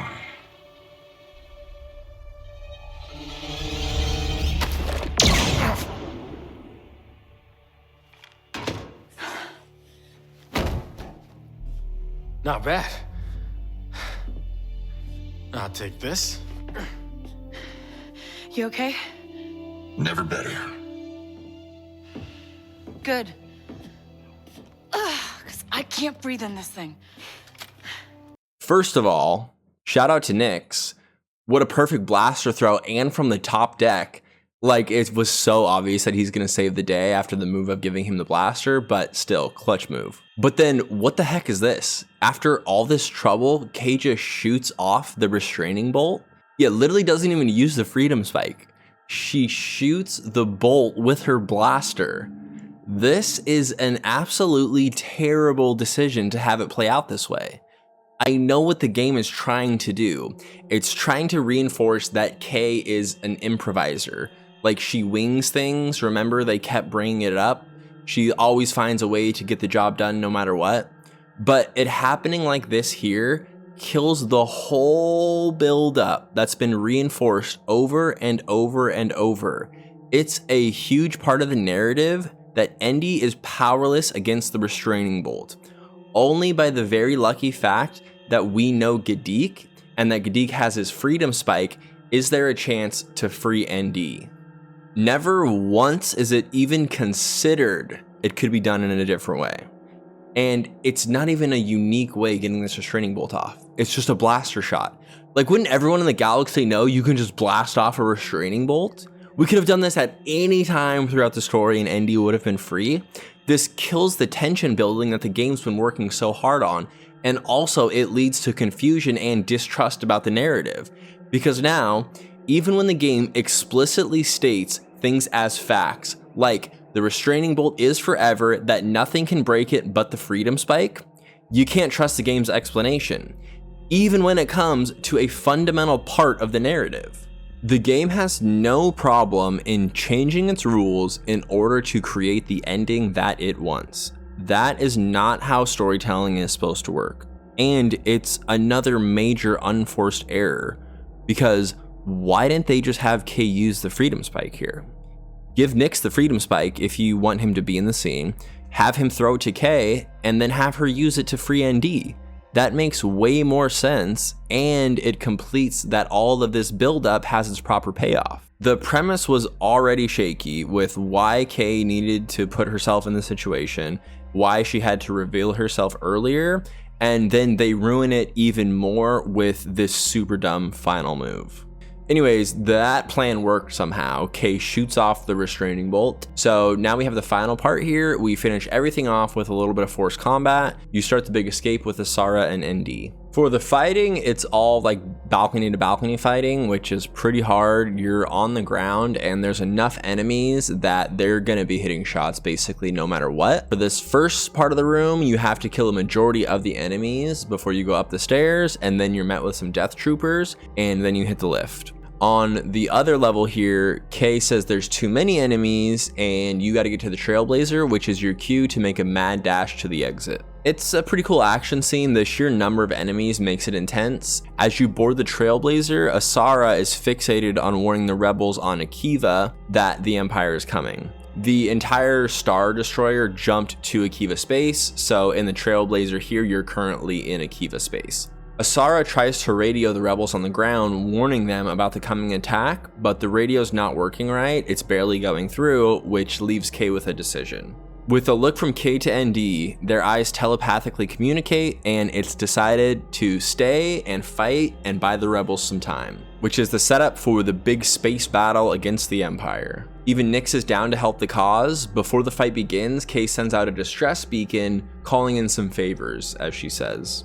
And this scene here is the culmination of Kay's character arc. Her selfishness and me against the world attitude is gone. She puts herself in harm's way to buy the rebels more time. Why Kay suddenly cares about the rebels now, it is not explained. You might think it's out of loyalty to Asara because that came up for that one brief section on the Trailblazer a few moments ago. Though Kay makes it clear later that Asara, it was just an afterthought. You're here for the Codex. I'm here for ND. And him, I guess. So that doesn't make sense. Also, nothing in the previous interactions has shown Kay starting to like the rebels. Again, last we saw she hated them. She said they're just another syndicate. So whatever. And then one last piece of clunkiness here, I'm sure you noticed if you played the game, but to load the final space battle, this animation just cycles over and over so that it can load in all the assets, but it takes a few, so it's pretty funny. And here's a big space battle. For the first part, you take down the smaller ships, which are blocking the radio transmissions. And then after that, you get stuck in the Star Destroyer's tractor beam. Denian finally radios back Asara, and his attempts to warn the rebels were successful. They're not going down without a fight. X-Wings fly through, which releases a Trailblazer from the tractor beams. Also, the next moment, ND tells you that the distress beacon has been answered. And whatever criminal syndicate you have the highest reputation with comes in to help you. For me, it was the Ashiga. So the battle is on. You, the rebels, and the syndicate here taking down the Empire.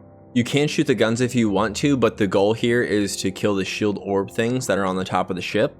Once those are done for, it's time to target the reactor.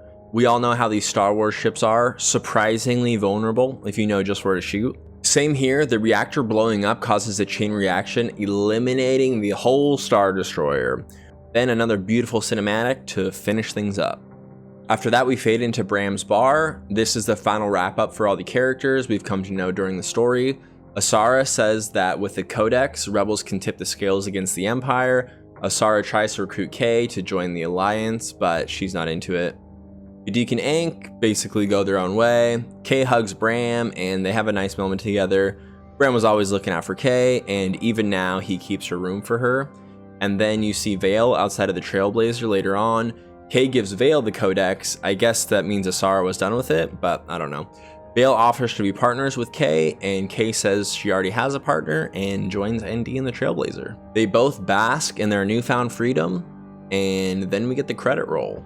The wrap-ups are decent, you know, every character kind of ends up in a good spot for themselves.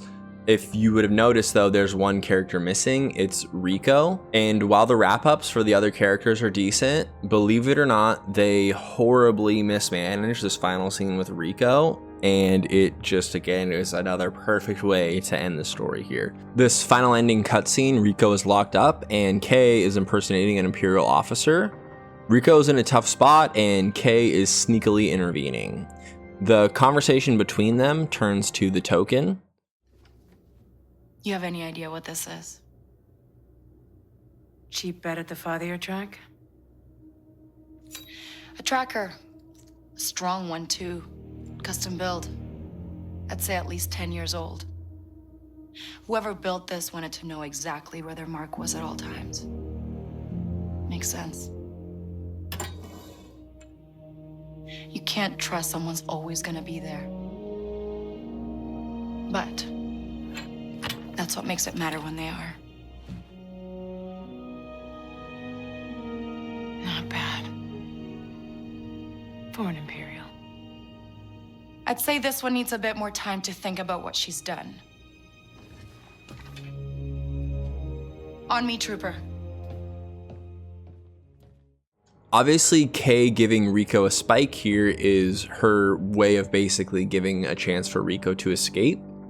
And this scene really just throws off a ton of previous development for both characters. Let me fully explain. Rico is essentially a deadbeat mom who, despite being a capable slicer, has consistently made terrible choices regarding her daughter. Kay, however, has managed to persevere and make the best of her bizarre upbringing. Despite Rico's shortcomings, and even with the ultimate betrayal of Rico's abandonment, Kay has found a way to survive. Woven throughout the story, you see Kay overcoming this rough childhood.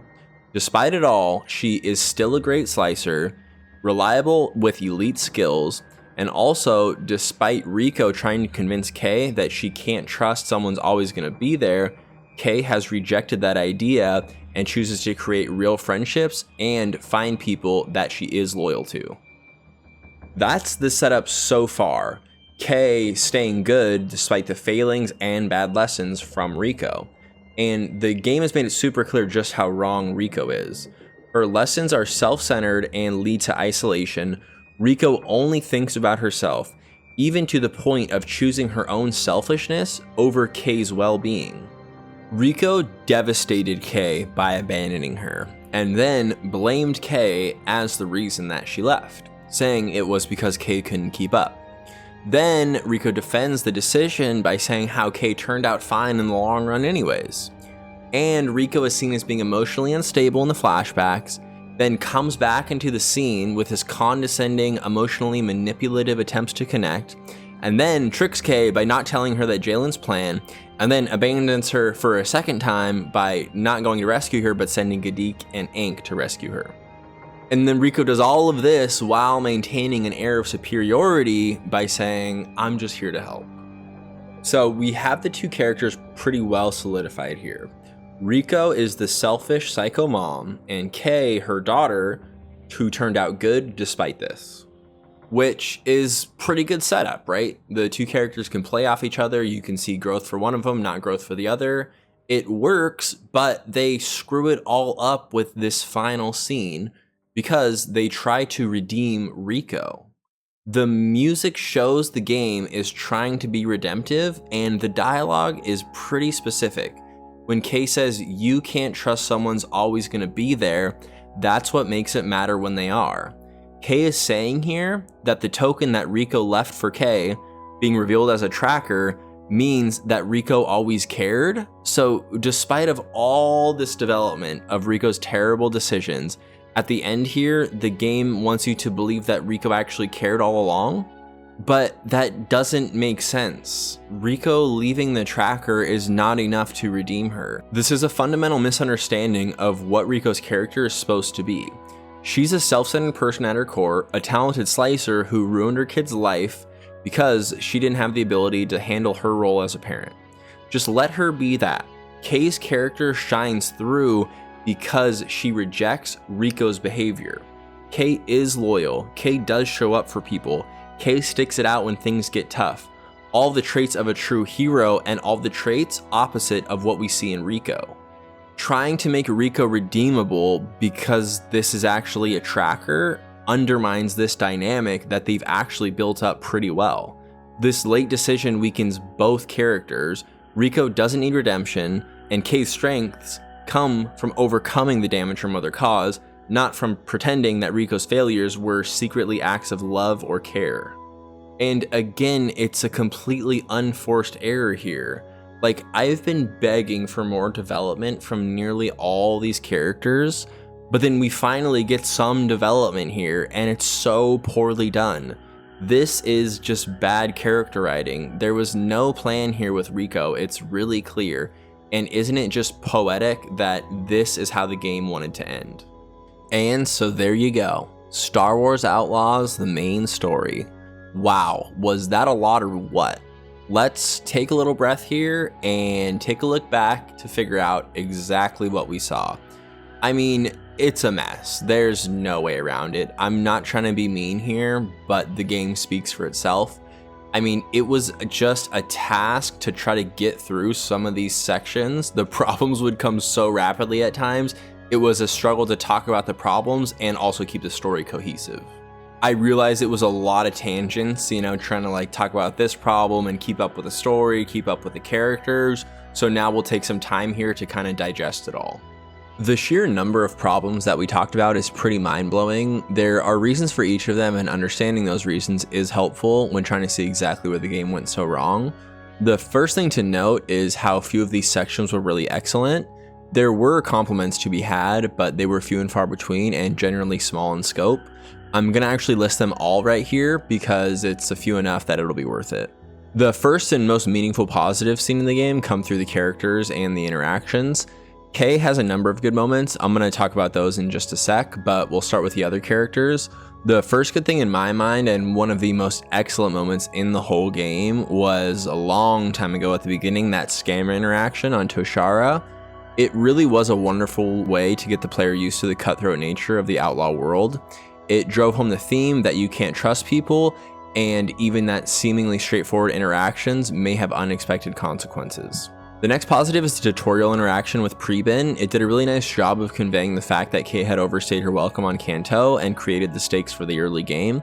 And then this was countered nicely by the establishment with Donka, who took an immediate liking to Kay, solidifying for the player that while Kay is generally likable, she has a knack for causing trouble and finding her way onto people's bad side. The next good interaction was Kira on Kajimi. It starts out pretty vague with her plan, but then ends up being that she wants to pull off this huge move right under the Ashiga's nose, which is cool.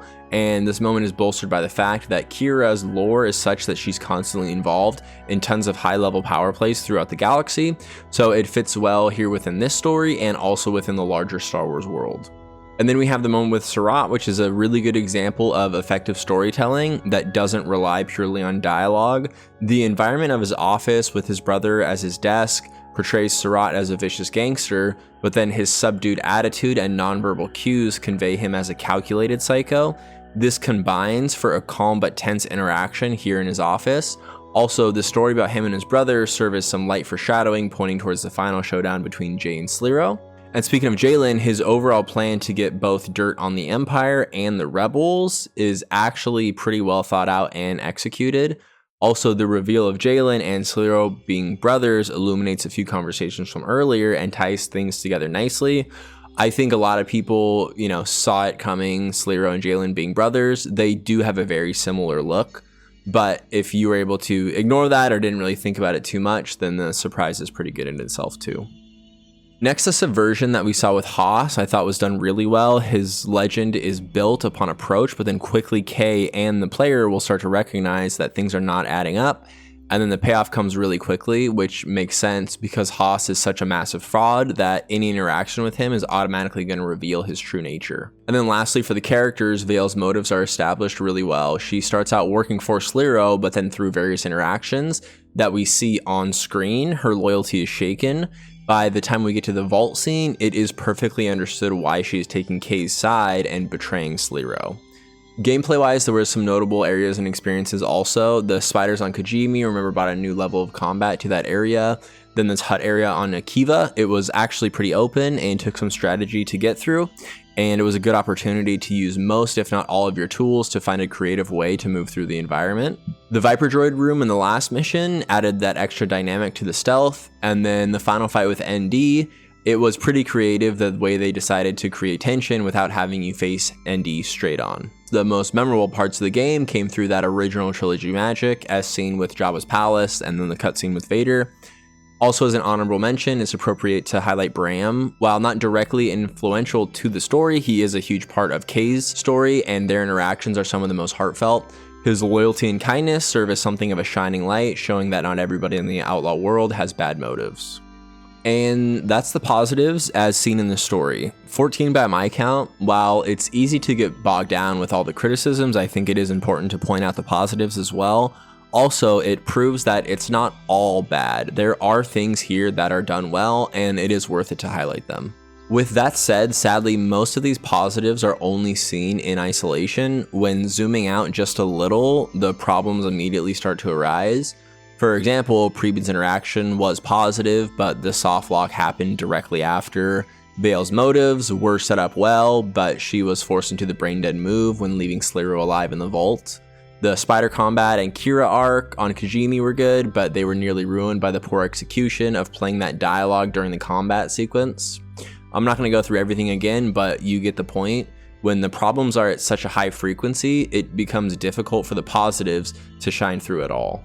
To finish up the positive section, I did want to talk a little bit more about Kay. As the main character, obviously the entire game centers around her, and luckily for the game, it really nails some of these moments. Kay is actually something of a saving grace, and credit to the game, if there's one thing that's really important to get right, it's the main character. Kay's endearing, it's immediately noticeable, though the interaction with Preben shines a negative light on her. Her interactions with everyone else are generally positive.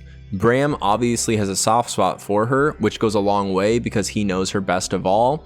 And then on Toshara, she's sophisticated enough to get through the interaction with Gorak, which is impressive, and then is approached by Donka, who noticeably takes a liking to her. Donka has Kay pinned almost immediately, and even though Donka can see who Kay really is, she sees enough to give her a chance. Also, it's noticeable that Kay is constantly in over her head, especially at the beginning, but her perseverance and deterministic problem solving allow her to constantly find a way to move forward, even when options are limited. Kay tries to come off like she doesn't need anyone and she's fine just living for herself, but it never really feels natural to her. Deep inside, you can tell she craves connection. Even when she's acting tough, it's apparent that's not her true nature. Kay's negative attributes, specifically her pull towards isolation, aren't natural to her, but rather a learned behavior that she's developed in order to survive. And this is made abundantly clear by the Waka betrayal. The first person she meets off planet does betray her, even when she had her guard up. Automatically, you're rooting for her because it's obvious that she has a lot to offer as a friend, but hasn't been in an environment where it's safe to open up to people. And this foundation with Kay is all laid out really well. That foundation leads to what is her arc that we see developed through the game, which is the realization that isolation is not a fulfilling goal, and that with the right people, it's worth it to make friends and invest in people. It comes slowly, but with each new planet, a new bond is formed. With ND, though they're forced to work together, they become fast friends. And then with Ankh, Gadik, Temin, through the adventure, Kay realizes that it is good to have these people around. Not everyone is out to get her. Even if they're just doing a job together, that naturally builds camaraderie, and it becomes clear that working together with people who are trusted is more effective than going it alone. With Vale, it comes full circle. Vale goes from enemy to friend within the span of the game, showing that Kay is impressive and worthy enough to win people over, even if they're supposed to be opposed. ND has a similar sort of thing. He plays the same type of role as Vale, where he goes from supposed enemy to Kay's friend. He's the most helpful, as seen during the times when she's literally screwed and he comes in to save the day. Obviously, it's his job to do this, but as the story develops, it becomes clear he's doing it both because it's his job and because he's friends enough with Kay that he has her back when needed. This culminates when Kay goes back for ND, putting herself into harm's way to save her friend. And all this is tied together nicely by the performance, which is really outstanding. Kay's emotions are conveyed in understandable ways. In some scenes, she'll be saying one thing, but you can tell she's thinking something else. These subtle things come together really well, gives the audience a chance to feel like they really know Kay, and that makes her easier to connect with. And performance-wise, the best examples are when something crazy happens and she's zooming away on her speeder frantically, radioing and trying to problem solve at the same time. Whose droid was that? No. We need to get out of here next. Keep running. We'll jump to anywhere else. I don't care. I've had dealings with him before. He is extremely dangerous, Kay. I said I don't care. Nix is family. You wouldn't get it. The emotion, the dialogue, it's all really felt, especially in the scene when Nix gets taken. It's immediately captivating because of Kay's performance. The emotion creates the drama. It really gets the player invested into what's going on, which leads to the most immersive type of gameplay. Also, it was a cool note, though small, that Rico turned out to be the best slicer in the galaxy. It gave credence to Kay's spectacular abilities. Kay was raised by the best. That's why she can do all these crazy things. She got the best training in the world for the first 12 years of her life, and then honed her skills and knowledge for a decade, which makes it believable that she would be able to hold her own on all these missions. And it's just always cool to see things adding up nicely like that. So all those things that I just explained about Kay, again, is really something of a saving grace for Star Wars Outlaws. Thankfully, the main character has some real juice, which obviously goes a long way in making the game fun and worthwhile. If you were somebody that did not connect with Kay, then sadly there wasn't much else to latch onto character-wise. So that's the final positive that's worth talking about. It's everything that's so well done with Kay, and again, nice job for making the character have some really good moments. Now, since we're talking about Kay's character, there's some negatives that we should go over too. Not all of the aspects are done well. It's the same as before. It's hard to just talk about the positives because you can only talk about them in isolation, but they are closely woven together with writing choices that are really hard to understand. The whole arc of Kay and the Rebels is super screwed up. Kay helping the Rebels at the end is supposed to be like the final act of her unselfishly helping a friend, but her going back for ND earlier had fit the character much better. It doesn't really make sense why she helps the Rebels here. It's actually just kind of random that she decided to do that, which obviously means it falls flat thematically. Then the arc with Rico gets super screwed up too. I already talked about it in depth, but it's the last scene. It messes everything up. Rico isn't redeemable. She wasn't designed to be, so that never was going to work. Kay rejecting Rico's lessons and actively choosing something different, that's what should have happened. It would have played out a lot better and worked a lot better for both Kay's character and even Rico's character. If they would have played it that way, all the interactions work fine, but they didn't. And just to put the final point on that, it's not just that Kay forgave Rico and came back to help her. That's not the problem here.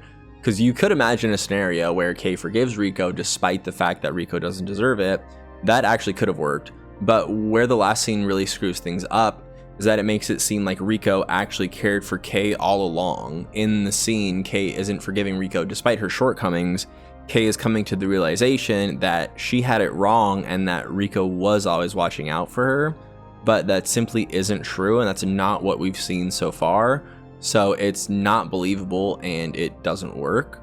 Because it's absurd, it can't be meaningful. The payoff doesn't match the setup, and so there might as well be no payoff at all. So there you go for the positives. Again, not many numbers wise, but a really good sign that the main character falls into the good category. To continue the topic of characters, there's a slew of average ones here too. The ones most seen in the game are Nix and ND. It might be surprising to people that ND is on the list of average characters. I'm labeling him as average just because so little was done with him. He is a huge part of the story and the character with the most screen time other than Kay.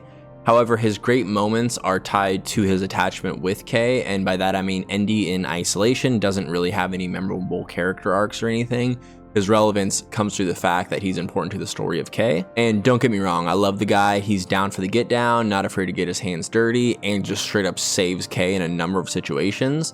But there's just no real progression here. He works for Jalen, but likes Kay more, and his character, it's not really a bad thing. This is how side characters are sometimes, but it was just really simple, therefore average.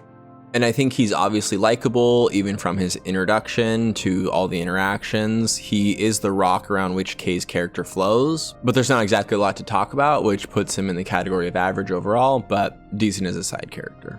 And then we have Nyx, which is the other most beloved average character. He's there from the very first cutscene, and I mean, come on, anyone with a heart is gonna like this little guy. He's the adorable companion, which automatically makes him iconic.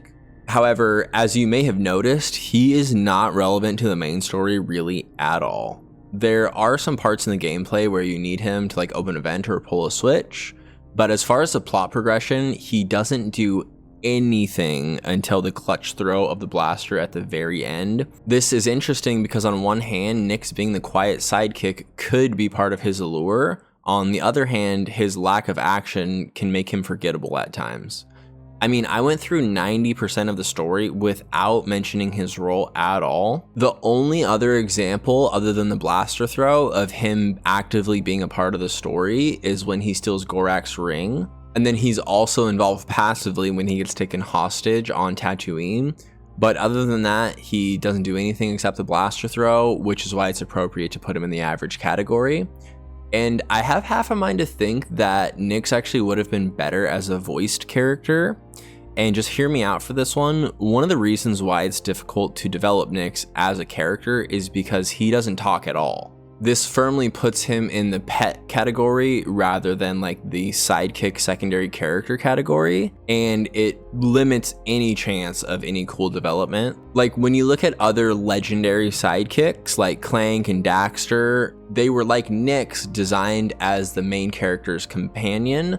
However, their ability to have exciting and deep moments is fueled by the fact that they're constantly dialoguing with the main character. This dialoguing is absent with Nyx, which makes it hard for him to be connected with. Therefore, he essentially just becomes an extension of Kay, as in whatever happens to Kay happens to Nyx. They can be treated as a unit because they're essentially the same. I'm not really convinced that making Nyx voiced would have served as a good solution for like more development, especially with the level of writing that we saw. I'm not optimistic they would have been able to make it interesting. But just worth pointing out the fact that him not being voiced almost made it automatic that he's going to have no real development. And again, that's why he definitely fits in the average category. For the other side characters, there is a ton that are established but not developed. These ones are like Gorak, Donka, Ankh, Krisk, Bosnok. Some are really cool, and you definitely might have had some affinity for a few of them just based on the establishment of these characters, but it's obvious the game is not focused on taking the time to get through any development. This isn't as negative as it sounds. It really is pretty typical to have a secondary characters that are just kind of around. Not every character can have a full in-depth character arc. It's not possible time-wise, and also that would end up taking away way too much screen time from the main character. So it's pretty typical in that sense, but that just leaves it with not a lot to break down. Like, Ankh is fun, maybe even somebody's favorite. She's the unhinged bomb maker, highly principled with a soft spot for her late husband, which, you know, isn't a bad premise overall, but there's nothing done with it. There's nothing to break down here. There's nothing to go over. And then same thing with Bosnok, one of my personal favorites, but like, let's just be honest, I know basically nothing about the guy other than what I learned on his introduction, which means there's no real intrigue or like emotional investment or anything like that. Again, it's not as much a critique as just an observation. Lots of stories have these type of established but not developed characters, and there's a ton here in Outlaws. When it starts to get crazy is that the characters they tried to develop are all the ones that have the serious problems. The characters that did get development were Kay, Rico, Waka, Gadik, Vale, and Jalen. Kay is the main character. We already basically talked about all the positives and how closely that they were wrapped up with the negatives. And also we talked about Rico, who may have been fine, but was ruined by the ending cutscene. For the rest, we'll start with Waka. The betrayal was done all right. Like I said, it was actually a surprise the way they did it just because it happened so quickly. But we don't have enough information to know even what motivated him to betray Kay. Like, you have a huge, interesting piece of storytelling here. The first friend that you meet betrays you at the beginning of the game. Why wouldn't the game be clear about how exactly this happened? Like I said, there's a chance that Waka was forced into the betrayal rather than masterminding the betrayal for himself, but there's no way of knowing which of these people he was, a cowardly traitor from the start, or someone who let his greed for the Trailblazer outshine his friendship with Kay. Obviously, there's a big difference between those two things. Only through clarity would he have had memorability and connectability, but the game couldn't manage it. And then with Gadik, it's like fake development. Like, they tried to give him motivations, but couldn't decide between the three, and then didn't reinforce any of them along the way or afterwards. Also, there's this huge rich backstory with Gadik and Kay, the main character, but they can't even give enough information about this single life-changing event that they experienced together. Again, just terrible decision not to show us this side of Gadik's character. I guarantee if they would have done that well, it would automatically have catapulted Gadik from confusing to one of the best characters. Then Vale has the most development of the side characters. The compliments to be had was what we saw on screen with her progression from Sliro's bounty hunter to Kay's friend. She's seen on multiple planets, and each time there's a little piece of her character that's changing. However, she is involved in some of the most confusing cutscenes I've ever seen. The Waka cutscene, there was so many questions about what all happened here, it's hard to even create the headcanon to make it make sense. Then with Jabba, it's the same sort of thing. Remember the world record for most questions arriving with the least amount of dialogue? It's really interesting to me that she is involved in both of the cutscenes that are the most confusing. This really makes me think her character was a later addition. It reeks of the developers thinking that they needed something extra and then scrambling to find a way to fit her into the story on Toshara and then on Tatooine. I hope that that was the case, that she was a late addition, because at least that would give some explanation to why these scenes don't make sense. If she was planned from the beginning, it's even more of an indictment against the writing that they made it all so confusing. Then to wrap everything up with Vale, the progression makes sense why she doesn't like Sliro, but then not killing him, it doesn't match her character at all. I mean, she's a bounty hunter. He is evil. He threatened to take everything she has and has a death mark out on her new friend Kay. The throwaway line of not wanting a dead ISB officer, it just isn't enough to explain why she's keeping him alive, which again just makes it so that her character culminates in a brain dead move. Surprisingly, Jalen probably fares the best of all the side characters. He's not involved enough to have any super confusing moments. His motivations are clear throughout, though they're shallow at the beginning and, it's the deception thing. But it all gets explained really well by the end, and he always acts within himself. He doesn't do anything weird or forced, and his plan is pretty genius actually to get back at Sliro. Then all that is bolstered by the family drama that's referenced into leading him to do what he did. So how's that for subversion? Jalen Brack's the best character in Star Wars Outlaws, and if not the best, at least one example we have of a character making it to the finish unscathed. Then to finish up with the characters, we should mention Sliro. Honestly, compared to some of the other problems with the other characters, he's fine. He's a bad guy, he does bad guy things, he's enough of a presence for Kay to bounce off of, and is involved in the final big reveal in an understandable way. So he's fine as the villain, there's not really much more to say. So that's the characters. Now let's just talk about the story for a second. You probably know where I'm going with this. When nearly all of the characters are either confused or not really developed, there's not a big chance of having a meaningful story, which is kind of crazy because the premise here is so basic. The prompt is to have a heist happen in the Star Wars world. The guy that hires you ends up having ulterior motives. The main character gathers a crew and ends up making meaningful connections along the way. I have no doubt that some amateur writers out there would be able to knock this prompt out of the park. It's wild to think this game, with so much money behind it and people working on it, wasn't able to get this premise to work well. The premise being basic, that's not really the critique here. A lot of people, I'm sure, are very tired of the heist thing. This is subjective really though, because it ultimately depends on how much media you consume. But I'm just saying you could imagine a world where this premise was treated well and was able to do something really cool and different in the Star Wars world. Of course, that didn't happen. So just to be clear, the critique is not that the premise is basic, it's that it wasn't executed well. One of the major reasons that I think this is how segmented the game's approach is to the story. This segmented approach ends up killing the ability to have good establishments and payoffs. The themes with Kay, her going from isolated to connected, was like the only thing that's established at the beginning, reinforced along the way, and then leads to the payoff at the end. Otherwise, everything the game tried to do was super small in scope and didn't affect the other aspects of the story. This is because you can choose the order of the planets you visit after Toshara. Because of this, Kijimi, Akiva, and Tatooine are all isolated incidents. They can't connect with each other because the game has no way of knowing if you went to Tatooine first or last. Therefore, someone like Ankh would never have a chance to do something meaningful with Gadik or Haas or Jabba. Ankh's section is Kijimi. Kijimi's plot and characters have no connection to the other areas of the game until the final heist. Same with the small characters like Gorak and the Queen, there's no connection to each other or the other planets. And even these isolated incidents weren't handled that well within themselves, so the isolated approach ended up doing more harm than good. Would have been better to just force the player to go through the planets in a specific order, then at least there would be a chance for these characters and interactions to build on each other before the final mission. The second noticeable critique story-wise is there's just so much confusion wrapped into so many sections. It's hard to even categorize all the confusing things that happen, there's too many. We already talked about confusion with Vale and Gadik, and that was the major stuff because it has to do with the characters. But nearly every mission has questionable situations that don't have good answers.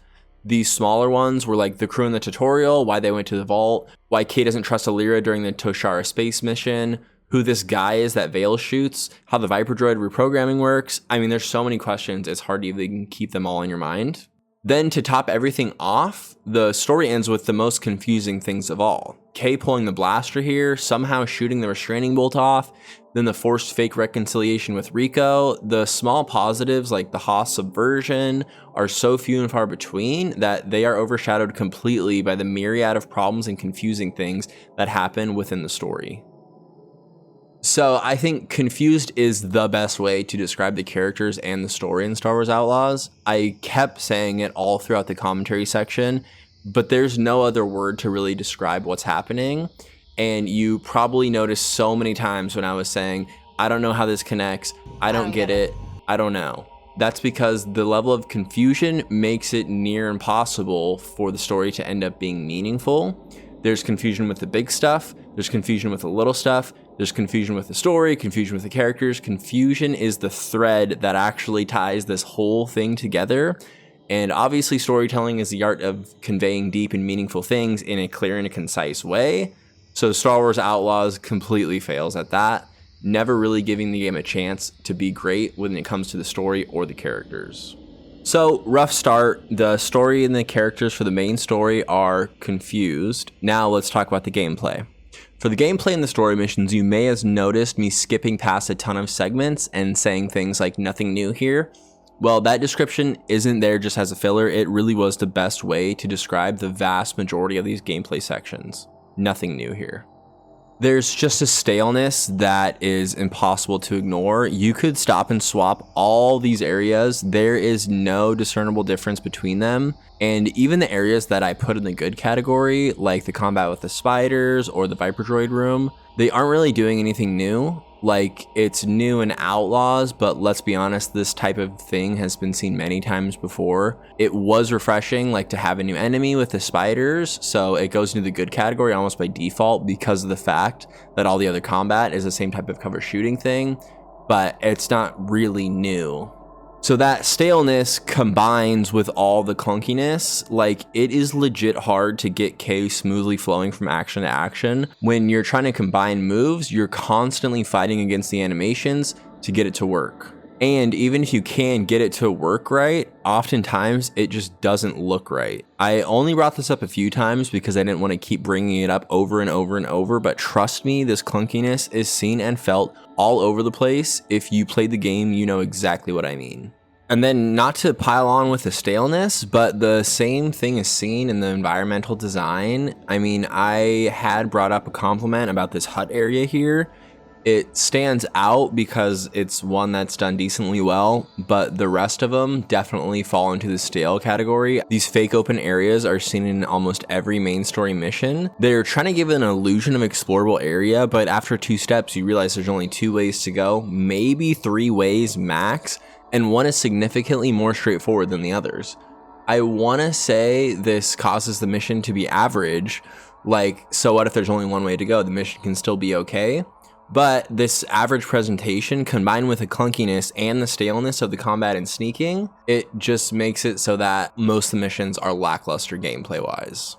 Then just to top all that off, there's another round of confusion that is deeply embedded in the gameplay. It comes mainly through what I would call unpolished moments. It's all this confusing quest marker mixed with glitches. It was brought up all the way back in the tutorial.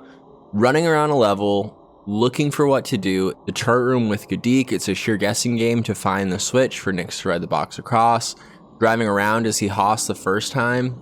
If you follow the quest marker, you end up in the wrong spot. At the exit, you can't continue. These are small incidents on their own. Like, yeah, so what? It takes some time to find this lever or drive around to the right spot in the canyon. And to be clear, it's not always like this. Sometimes the marker is in the correct place or the game is actually clear about where to go. But the fact that there's so many incidents of things being out of place, it creates this really unsettling feeling for the player. Like you're constantly waiting for the next piece of jank around every corner. So you're always being pulled out of the immersive experience. And you have to constantly think to yourself, is this a section where I'm supposed to explore? Or is this another unpolished section where I need to start guessing what the developer intended because it's not clear? This constantly leads to that feeling of running around a place thinking, where the heck am I supposed to go? So that's the unpolished moments that create confusion. And then that compounds with the fact that there's just straight up broken parts, which puts the player in an even weirder spot. Like these broken parts with the terminal and compound that wasn't working. I have no way of knowing if this is glitched or not, because it's totally possible based on my previous experiences, that the quest marker is just in the wrong spot, and I'm supposed to explore a different area. But I don't want to waste a bunch of time exploring if it ends up that this is the right terminal and it's just broken, because I'm going to have to come back to this broken terminal once it reloads and is working again. So I'm left with a choice here, either to leave and come back and just hope that it is a glitch, or look around the whole compound again and see if I missed anything, and neither of those things constitutes as fun. Also, remember this section on the map when it shows a road that isn't open? What am I supposed to think when I see this? One of the tools I'm supposed to be using to navigate is not telling me correct information. So this tool that's supposed to be helpful and give me more information is wrong, which is creating this moment where I can't trust what the game is telling me to try to progress the way that I'm supposed to. So these broken moments combined with the unpolished confusion really ends up killing immersion in a lot of these areas, because you're completely ripped out of the experience when trying to figure out what's going on and what you're supposed to do. So that's the unpolished and broken moments that lead to confusion. And all of that is the minor stuff. Yeah, we're designating that confusion and brokenness as minor because of the 2 major problems that we saw with the soft locks. The first was the smaller version with the soft lock during the tutorial. Again, that was small in scope, so not too bad. But then the ND glitch. A catastrophic failure of game development. The game is glitched so bad that the main story can't be completed. That alone is enough to send a ranting gamer into a 3-hour death spiral. How in the world did this get through to release? Obviously, there was a major breakdown somewhere along the way here between making changes to things and testing before launch. I don't even want to go on a long tangent here. I already broke it down earlier, but man, this is really bad. Like we said, more than enough to make a player put down the controller and never return to the game. And then to make it even crazier, it wasn't just like a random sequence break. Remember, I played back 15 hours of gameplay to reset the sequence, multiple planets, and the glitch was still there. This problem was really deep in the game file. So that's the gameplay summary. Stale, confusing, and broken. And that gameplay is combined with what we talked about with the story and the characters, which was also a lot of confusion, and then underdevelopment and just lack of inspiration. Just not really leaving a lot of good things to say here. I'm not trying to be mean, but hey, the game speaks for itself. And I think we get a really good picture here of what the game has to offer, and so far it is not looking good. And just to be clear, the sheer number of problems is really baffling. I'm not even going through half of them that I could be complaining about just because I want to get through this summary. But just for storyline confusion alone, there were 37 incidents of questionable things happening that didn't have a good explanation. So 37 times the game did something with the story that was confusing and led to an unanswered question. At most, there's only like 10 plot progression points the game went through. That means on average for every single plot progression point, there was 4 unanswered questions about it. So yeah, no wonder it's confusing. It's actually hard to have a ratio that big. It's kind of impressive in a way. Like, how is it possible to write a story and have it lead to that many unanswered questions? So that's 37 just weird story things that I brought up in the commentary section. And then if you combine that with the confusion of the character arcs, confusing gameplay moments, the clunkiness, the brokenness, the out of place lines, the unforced errors, there's 92 times that this game created enough of a problem that I brought it up in the commentary. 92 times, that is incredible. It almost reached 100. When I say it's hard to keep track of all these things in your head, this is what I'm saying. My list here is massive, and you saw it, right? I mean, all 92 of these things are things that I went through earlier. I'm not going to go through rehashing them, but you get the point that I'm making. And you saw the way I did it. I was not going out of my way to find these things. This is what the game presents. And I know for a fact that my experience was not unique with this. Other than a few of the anecdotal things that were specific to my experience, all of the issues that I brought up, everybody who plays through the main story will encounter them in either a small way or a big way. So that's the main story. The numbers speak for themselves. However, this isn't everything that the game has to offer. Though it's not looking good, before we make any final conclusions, it is important to look at the side content. The main story is obviously the major thing a game has to offer, and specifically with Star Wars Outlaws, the main story takes up a larger than usual part of the game's content. However, this being the first ever open world Star Wars game, the other majorly anticipated part of Outlaws is the side missions and open world exploration. And after all the problems we just saw in the main story, the only hope now is that we're able to do something really special with some of this side content. And it is always possible that some of the side missions give more context to the character's story and gameplay progression. It's not uncommon for open world games to have hidden gems in the world that are completely missed if you only focus on the main story. So it's only fair to see what the game has to offer fully before we solidify our conclusions. I'm just going to run through a pretty big list here. This won't be a step-by-step of every single mission in the game, but we will go through a majority of them and basically talk about everything that I found interesting. I'm sure I missed some things side content wise, but we'll be going through 80-90% of everything. So it'll be a good enough picture to see if there's any rays of hope out there. To start, let's discuss some of the bigger side missions. The first one is Sabotage. It's on Toshara. You meet a guy named Zerek who tells you there's some beef between the Hutts and the Pykes, and he sends you to a farm nearby. You meet a contact on the farm and he tells you to infiltrate the farm and grab a client list and then plant a bomb. It's a big open area here, so good chance to do some sneaking. You can shoot your way in, but it quickly becomes overwhelming if you do, so sneaking is definitely the best option. Once you make your way through the farm to the last building, somehow that contact meets you in the final room here, which is super weird because you just meticulously snuck through like 20 bad guys, and there's 2 gates that you had to climb around, so I have no idea how this guy gets here. You're confronted with a choice, either between continuing the job and helping out the Hutts or accepting an offer and helping the Crimson Dawn. The choice situation, as seen here, comes up for nearly every mission. It was the same sort of thing that we had seen in some of the story missions. Also, the same as the story missions, it does not affect anything with any of the side missions or any of the characters. It just affects the reputation and then sometimes how many credits you receive. So again, just fake choices here. The only thing that's affected is reputation. It's as simple as just looking who you want more favor with at the moment and then choosing them. Next up, we have the mission Passenger on Kajimi. Dart is the quest giver. He's connected to the Crimson Dawn. He explains the job is to rob a Pyke ship out in the nebula. They have cargo that cannot be damaged.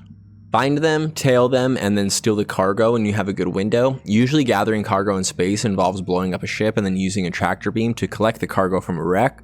So it's not really clear here how exactly he wants you to go about collecting this cargo without being able to shoot the ship. But Kay's not worried about it. You blast off. Ankh tells you that there's some pirates out here and that we need to go further into the nebula. And then you overhear a staticky radio signal. You think it's a signal from the Pykes because that's the ship that has the cargo that you're following. But ND tells you that it's actually a Crimson Dawn frequency. Then someone calls for help on this Crimson Dawn frequency, even though it should be a Pyke frequency. When you reach the ship, there's two things that happen at once. ND says there's a distress signal coming from the escape pod. Although you can't see an escape pod, I think it's glitched here. There's no escape pod that leaves the ship. But on this invisible escape pod, there's a life form on board. Kay wonders if that's the cargo, the person in the invisible escape pod. But why would this be the cargo? Like, wouldn't Dart have told us that it's a person that we're here to get? The second thing that happens here is a pirate ship zooms in and abducts the invisible escape pod, and then you chase the pirate ship. You follow to the Accra station, which is a pirate hangout in Akiva space. You board the station, walk up to the first door that you see, and it turns out that your cargo is a person named Jad. They were the ones on the invisible escape pod. Jad is a cargo that Dart sent us to get. From behind this door, Jad tells you that he's on an undercover mission infiltrating the Pykes on behalf of the Crimson Dawn. He was caught by the Pykes before being abducted by the pirates and brought here. He tells you that a blue lady has the key to unlock him, so you walk down the hall to the blue lady, steal the key card, and then open the door. There's some talk here about Jad being a ransom, and it turns out that he has a client list that's valuable. This is where the choice comes in. You can let Jad keep the informant list, or take the list and give it back to the Pykes, and then the mission ends with a space battle.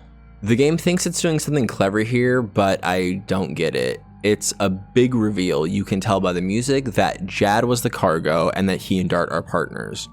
But it makes no sense if Dart cares about Jad so much. Why didn't he tell you that this was a hostage rescue situation? Kay thinking it was just a cargo delivery mission makes it way more dangerous for Jad. Even Kay asks this exact question, and Dart's response is, if you were in my place, would you trust your partner to someone like Kay Vess? You know, you could have just told me it was a rescue mission. If you were in my place, would you entrust your partner to a person like Kay Vess? Like, what? Dart literally recruited Kay to save Jad, and now he's saying he wouldn't trust someone like Kay to save Jad? The contradiction here is baffling. I don't even know how to process the statement. Like, Dart is saying he doesn't trust you to rescue Jad after he just recruited you and paid you for rescuing Jad. Whatever the game is trying to do here, I don't get it. It doesn't work. Anyways, one of the actually interesting and not messed up missions is on Tatooine. You talk to this lady who's concerned about her brother. You assume he's a child and got lost or something, but then realize he's actually an adult. He's lost in the sense that he's like on a bender or something. So you agree to help find him. There's a bit of a scavenger hunt to find clues, and this leads you to his camp on the outskirts of town. And then it turns out that these people are not brother and sister. The lady lied to you originally. She is a bounty hunter, and this is her bounty. She used you to find him when she couldn't. This bounty hunter lady followed you to the camp, and a duel ensues. They take each other out, and it's a good little scavenger hunt with a pretty clever twist. I'm not sure how the bounty hunter followed you to the camp though, but other than that, it's pretty good. Next up is the trader mission. This one is connected to that one part of the main story. Remember when you see someone in Gorak's ranks who was trying to betray him? The trader is Tizlak. He's working with the Crimson Dawn and Governor Thornton and planning to overthrow Gorak. You go to the Rinpali station, another pirate hangout, and there's only 1 or 2 hallways and a couple rooms. You find Tizlak, and sure enough, he is planning to betray Gorak. You can either take him back to Gorak or accept his bribe and let him go free. Your decision will determine who you battle on your way out.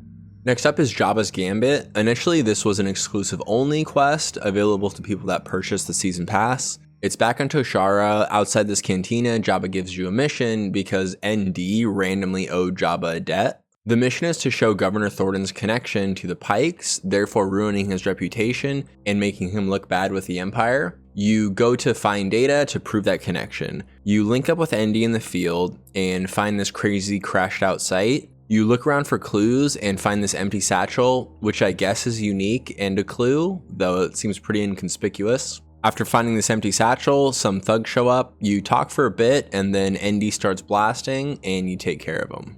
Nix gains a new ability here. For the first time ever, he picks up a scent, which leads you to a lookout. Some people are ready here for an ambush. ND tells you to flank, and so you take care of them. It's the Pykes that attacked you here. ND slices their comm links, and it turns out another group of Pykes has the data you're looking for, but is under duress at this exact moment. So you drive over to that location. This set of Pykes is in a firefight with the Crimson Dawn, and you can either run in and just steal the data or kill them all and then get the data after. Once you grab it, you're good. It's back to the ship. And then once in orbit, the Empire calls you in for a routine inspection. You can either follow them and look for a chance to escape, or gun it and fight for a bit until you're clear and then use the hyperdrive to escape back to Tatooine. Back at Jabba's palace, you go in and give him the data, which will expose Governor Thornton's connection to the Pykes. Then you get a choice here. Tell Jabba about the schematics you picked up along the way.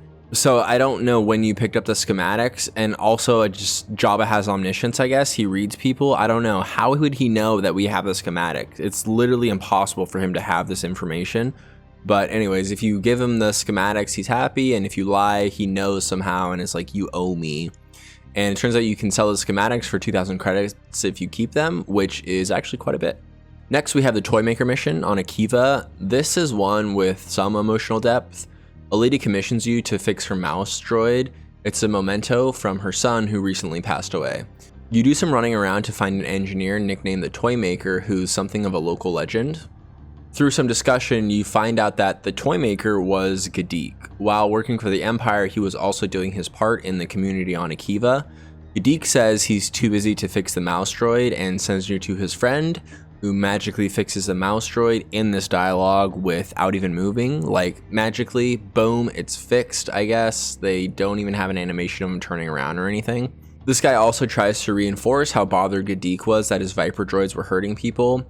He says Gadik lost everything, his integrity, his friendships. Like we saw in the main story with Gadik, it's not a bad premise overall, you know, him losing everything after the Viper droid problem. A story with some natural intrigue. It makes you think a little, though as we saw previously, there's no real attempts to flesh any of these things out. So to finish, you deliver the droid back to the mother. It's sweet, her reaction. It makes it feel worthwhile. Also, at least through the reference by Gadik's friend, we get a chance to see what all he was up to during his time on Akiva. And then close by, there's the Something Fishy quest. A poster sparks the intrigue. Then it glitched out here for me. You're supposed to listen to stormtroopers, but they didn't load in, so I was just running around this area for multiple minutes until I realized something was wrong. You're supposed to find these stormtroopers here, listen to them to get some info about the Empire rigging races, and then take advantage of that info. This kind of plays into one of the other missions that is close by.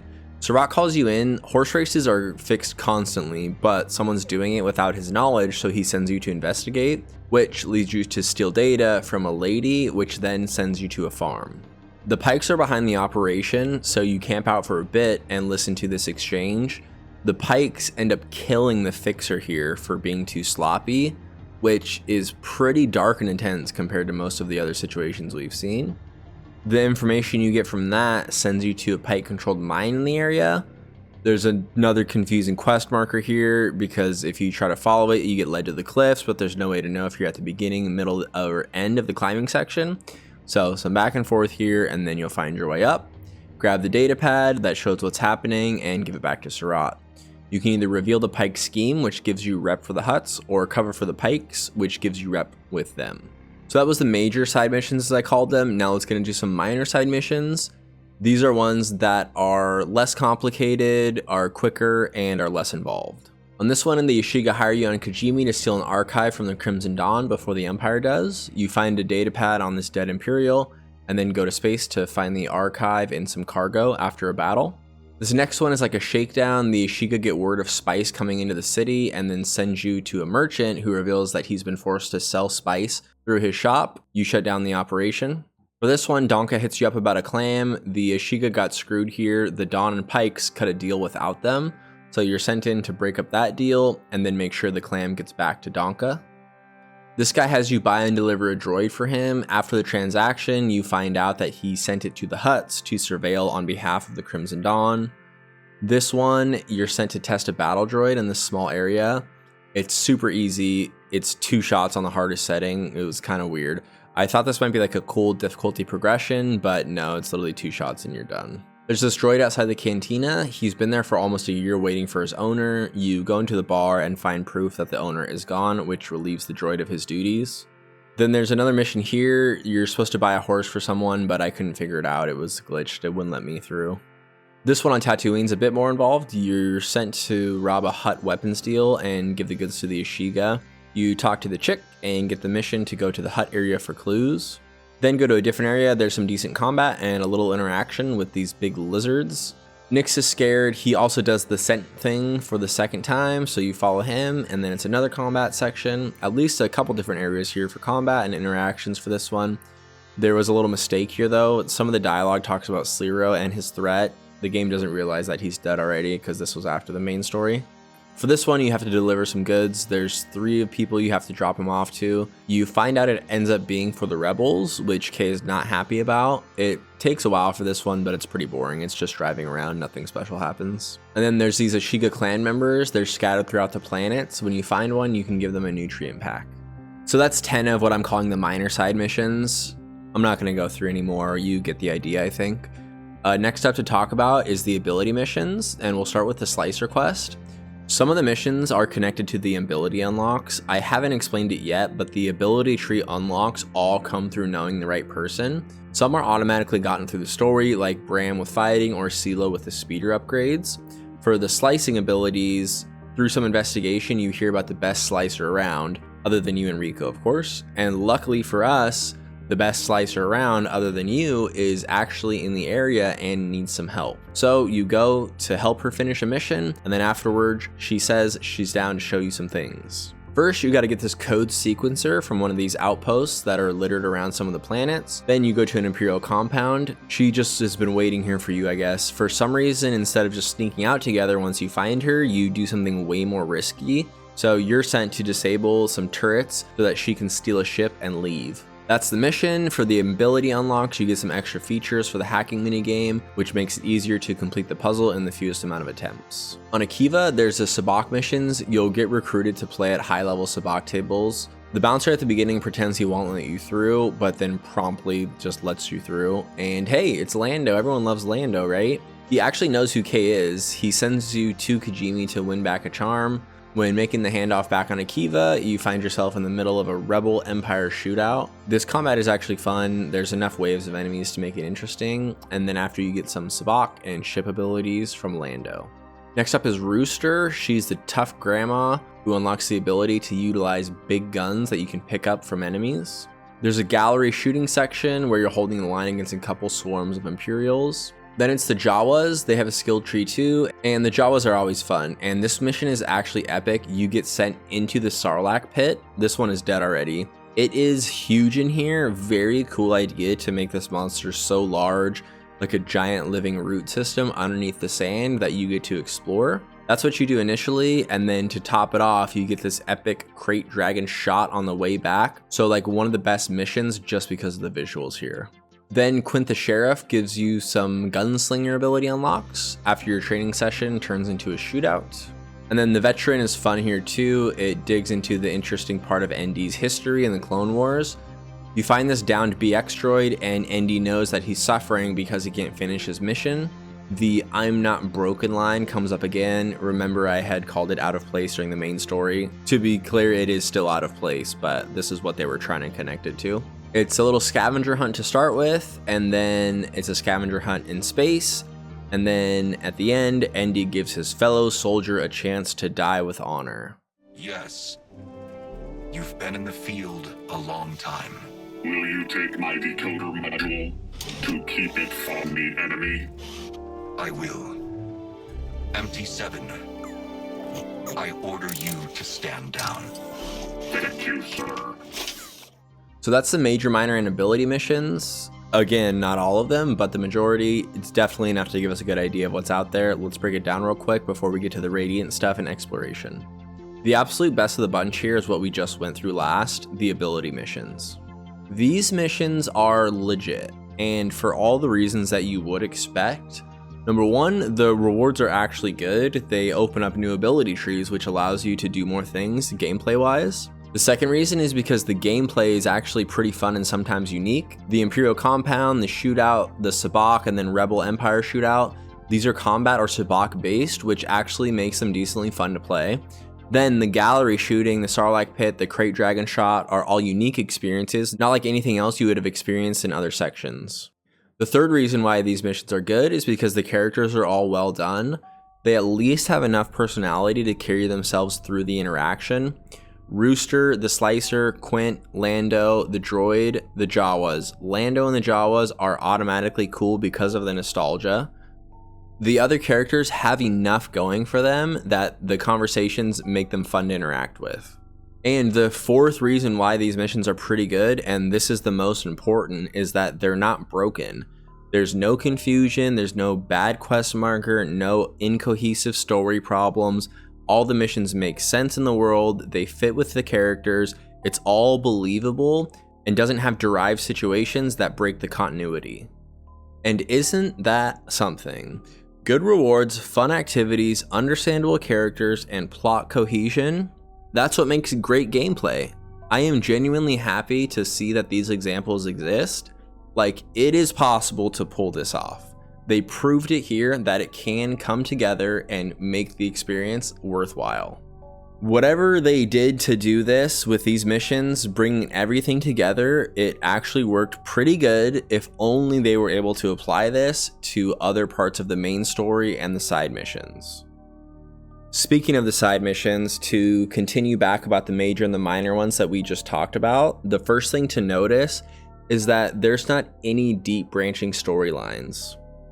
All the missions are one-off isolated pieces of content. Like, you may have been expecting a sub-storyline with Gorak and the Pykes, like maybe 3 or 4 consecutive missions that it started with in the traitor situation, and then it develops Gorak's character a little bit, maybe shows some interesting pieces of the Pykes' inner workings, but it's nothing like that.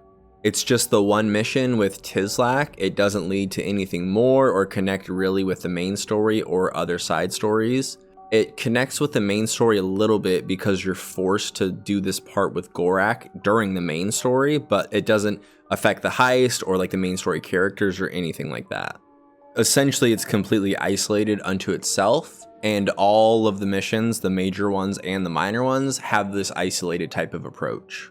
So again, that kind of segmented problem that we talked about in the main story, how the planets being segmented really stop the cohesion from working together and having things and characters affect and interact with each other. It's the same way with these side missions. They're all just too isolated. They don't connect to the larger world in any real way. And beyond that, the other problems that we saw are essentially identical from the things that we already talked about in the main story. Firstly, there's few interesting or creative things done with either the story or the gameplay. They all have the same structure and flavor. I mean, just think about it in contrast to the ability missions we talked about. Those had fleshed out characters, some fun environments, some new situations. The other missions, there's no attempt to do anything fun or creative. Structure-wise, it's just very stale. Again, you get the mission, you do some tire driving, sneaking, shooting, then you get a choice at the end. Even if you enjoy the driving, the sneaking, or the shooting, doing the same thing for like 20 missions in a row, it just eventually takes its toll. Then on top of that, for the missions that are longer, there's still some questions that come up. It's really crazy that even on these smaller isolated side missions, with few characters and only one real plot point, the game still can't have cohesion. Like, how did this guy get to the final room? Why didn't Dart tell you about Jad? How does Jabba know about the schematics? Like, it takes a very minimal amount of effort to try and explain some of these things. It's super disappointing that the game couldn't find a way to be better in these areas. And then, of course, there's the times where things just flat out aren't working, like the horse purchase thing, or when the stormtroopers didn't spawn. Glitches, again, of the worst type, the ones that prevent you from progressing the mission. So for the major and minor side missions, it's almost exactly what we said about the main story, just stale and bland, and at the worst, confusing and broken. To finish up, there's a few more things to discuss content-wise before we move on to a larger breakdown of the combat and the gameplay. Let's take a look here at the Radiant missions and the environmental type quests. Again, I'm going to go pretty quick here because once you kind of hear about one or two of them, then you'll get the picture.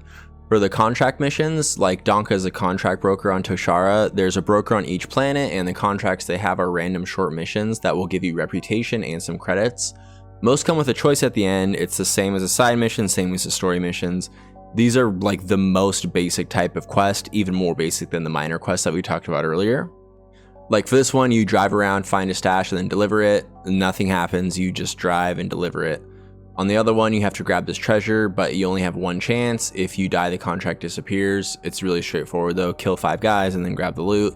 For this one, you steal a data pad. For this one, you plant a listening device. This one is actually funny. It's a one-shot space mission. Like if you die, then it disappears.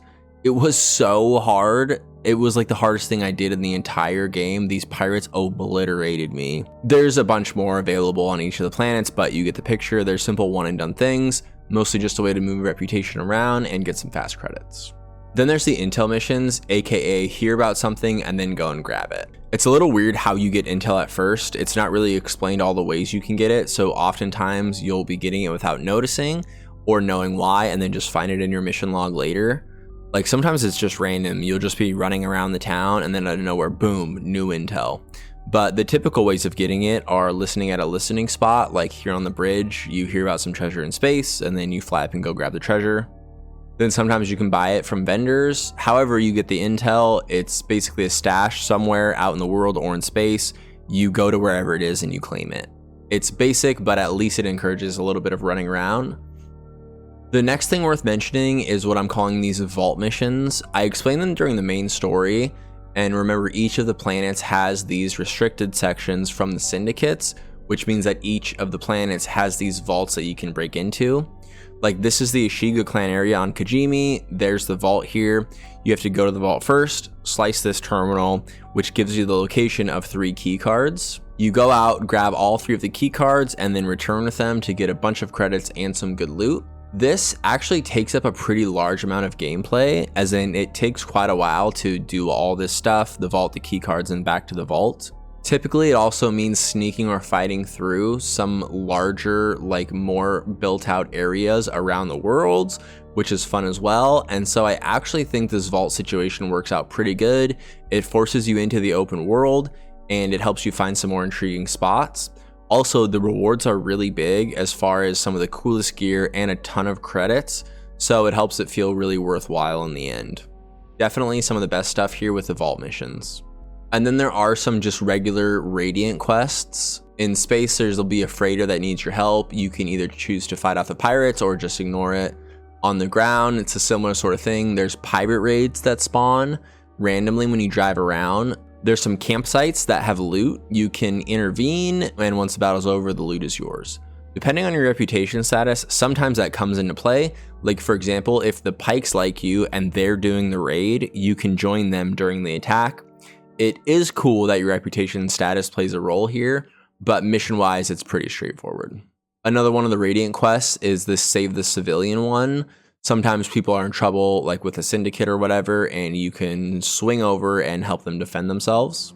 Then there's a few things around the world that are Nyx inspired. The first type is follow the Nyx puzzles. Basically, he goes to a spot, you follow him, and then do that a couple times until you make it to the end and get a piece of treasure. The second thing is Nyx meals. There's one on each planet. There's a little cinematic that goes with them, which is fun. It gives you a chance to spend some quality time with Nyx. Like we said, Nyx doesn't really get direct development or anything, so at least here's a chance for the little guy to get some screen time. Also, the rewards are cool. Based on what meal you choose, Nyx will get certain buffs to his abilities. And then there is like some random things too. Some are okay, some are kind of weird. Like I said, they did a good job at least attempting to fill up the worlds and make it feel like a fully lived in Star Wars environment. So some of these random things, like this speeder race, I beat it first try. Also, the dude glitched out twice here. There's an environmental puzzle with this wind. It's kind of fun to navigate. You have to time the gusts to make your way through the cave and then grab some loot. There's this gorge jump. You definitely get lost on the way over to this one. It's really hard to find. You jump the gorge to prove that it can be used as a smuggler's path. For one of the cooler areas that you'll be exploring on Toshara, it's this flyer cave. It's pretty built out in the middle, so it takes a bit of time and effort to get through. You can help this merchant by giving some credits. His reward is a discount at his shop.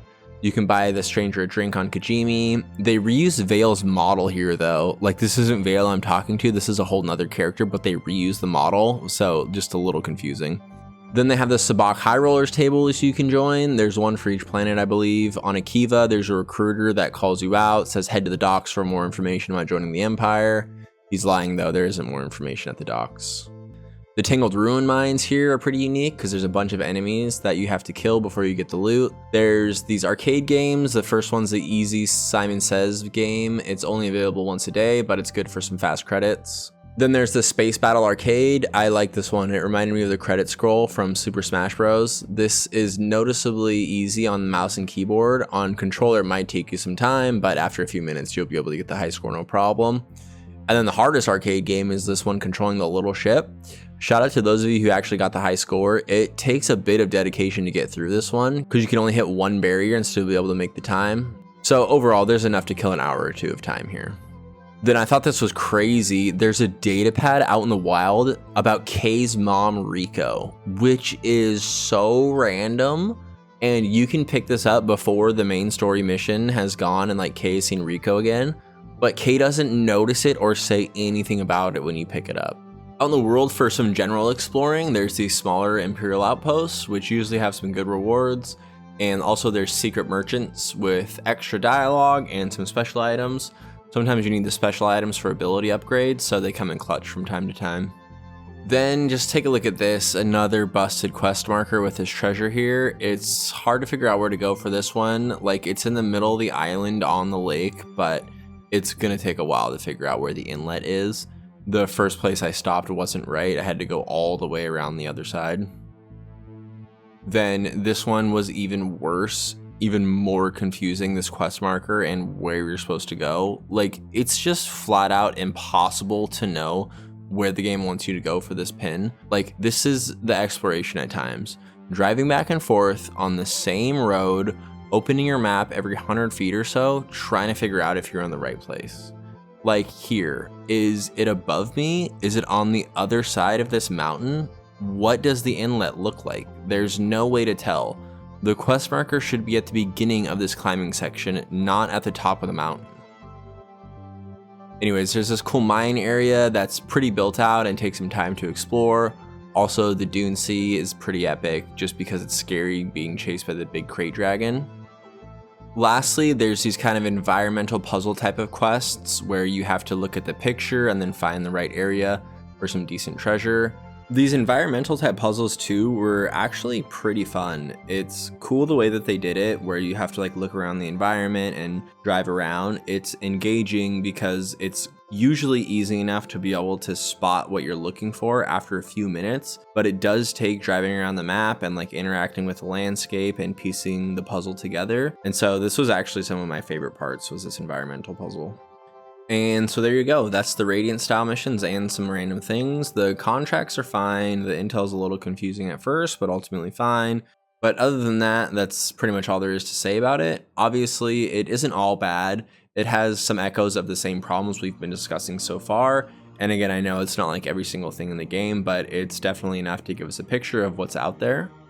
One last note about the exploration in general. I think it's a point of contention with many people that Outlaws was promoted as the first open world Star Wars game, but it's not exactly the type of open world that I think many people were expecting. Many people, no doubt, were expecting a type of open world like this, or even like this. And if that was the case, these people were really set up for disappointment. The open world of Outlaws isn't the type of open world like go anywhere, do anything. You can only go into the designated parts of the map that the developers intended. It's more like open zones rather than a true open world. Like, see that mountain over there and want to explore it? Well, 9 times out of 10, you can't. Well, technically it's an open world in the sense that you drive around in the open. It's quickly seen that there's actually only a few very specific zones that you can't explore. And sadly, other than the Radiant quest, there's not much to be seen in these open areas. Like, you do sometimes stumble upon something kind of interesting, like a random cave or a chest, but nothing worth writing home about. This game actually falls more into the action-adventure category than open world genre. I think it was actually a mistake to play so heavy on the open world stuff. It didn't bother me personally, but I have no doubt that it was really disappointing for people when they realized how limited the exploration options really were. To finish up this section here, I want to talk about something that is just legitimately good that the game does. Another one of the saving graces of Outlaws, and this one's good from start to finish. There's no small problems that creep up or anything like that. It's kind of in its own category, so it'll fit here nicely before we get into the combat and gameplay. Sabacc is actually really fun. I'm sure it's not for everybody, but if you're into this type of thing, this is hours of entertainment that you can find here. As a straight up card game, I don't know how it plays, but what the game does with the extras, the tokens, and the Nix cheats, it's definitely engaging to play and actually takes some legit effort to win some of these rounds. I know for me, the couple hours that I spent playing Sabacc ended up being some of the best times that I had. Also, to go along with that, I think it's appropriate to mention the Wildcard DLC that came out a few months after launch. I'm not sure where else I would have talked about this. DLCs typically are kind of in their own categories or even sometimes in their own videos, but this one, it was pretty short. It involved Governor Thornton and a Sabacc tournament. Then you fight with Lando and get some help from Bosnock. I thought it was funny that they leaned into Lando, Bosnock, and Sabacc just because those were the things that I thought were really good too. So at least good for them that they leaned into some of those strengths. To go through it quickly, Governor Thornton hires you to play in a Sabacc tournament. He buys your way in, and you have to run around the ship to find an invitation to sit at the table. Eventually, you blackmail this lady into giving you her spot, and then Lando is one of the other players of this Sabacc game. The setup here is cool. It's like the final table at the World Series of Poker, but sadly, this setup gives you less options than regular Sabacc does, so that was a bummer. Before everyone's eliminated at this final table, it turns out that the buy-in that you brought from Governor Thornton was a bomb. It goes off and a crew on the ship steals the prize in order to sell it to Governor Thornton and the Empire. The prize here is a moon that Governor Thornton is going to use to make a big bomb and kill people. After that, it's going to a few different places and doing some sneaking and some combat. Lando decides to help you in getting the moon back, so he helps you in person, and then Bosnock, remember he was like happy to betray Governor Thornton, he helps you over the radio. The one cool thing that they did do here gameplay wise that could be considered new is some better platforming, namely this part when you have to time the elevators, and then this part where you have to climb and time the Nix lever pulls. Again, it's like a months later DLC. It probably should have its own category or video, but it's at least worth mentioning, and honestly, you pretty much just got the summary. It wasn't very long. Okay, so that's pretty much it for the side missions and side content. As you saw, you can count on 2 hands the things that were either interesting or average, and otherwise it was down the line the exact same complaints that we saw from the main story.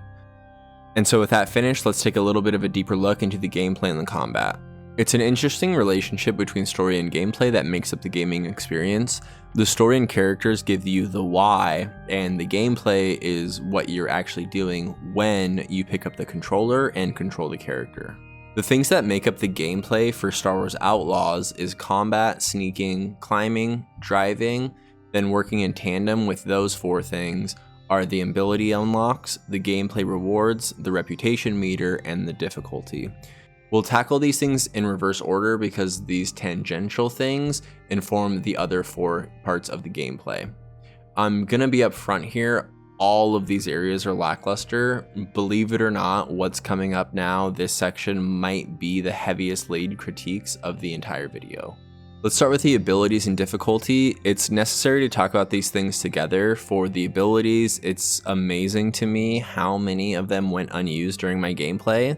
Even on the hardest settings. The smoke bomb, the binoculars, fast talk, sneaky trap, heavy weapons, I rarely use these things, and some of them I never used at all.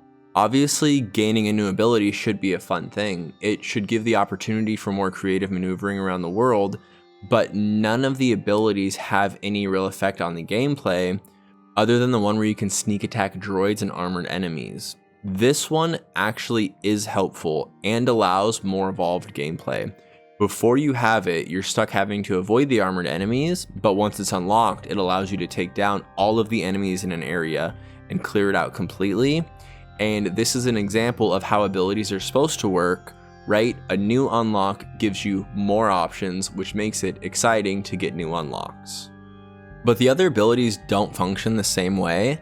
Smoke bomb, fast talk, heavy weapons, and binoculars are designed to be backup of sorts. That's probably why I never ended up using them. Like, it's supposed to be like, if you get caught, you use the smoke bomb and fast talk, and if there's too many patrols, then you ping someone with binoculars.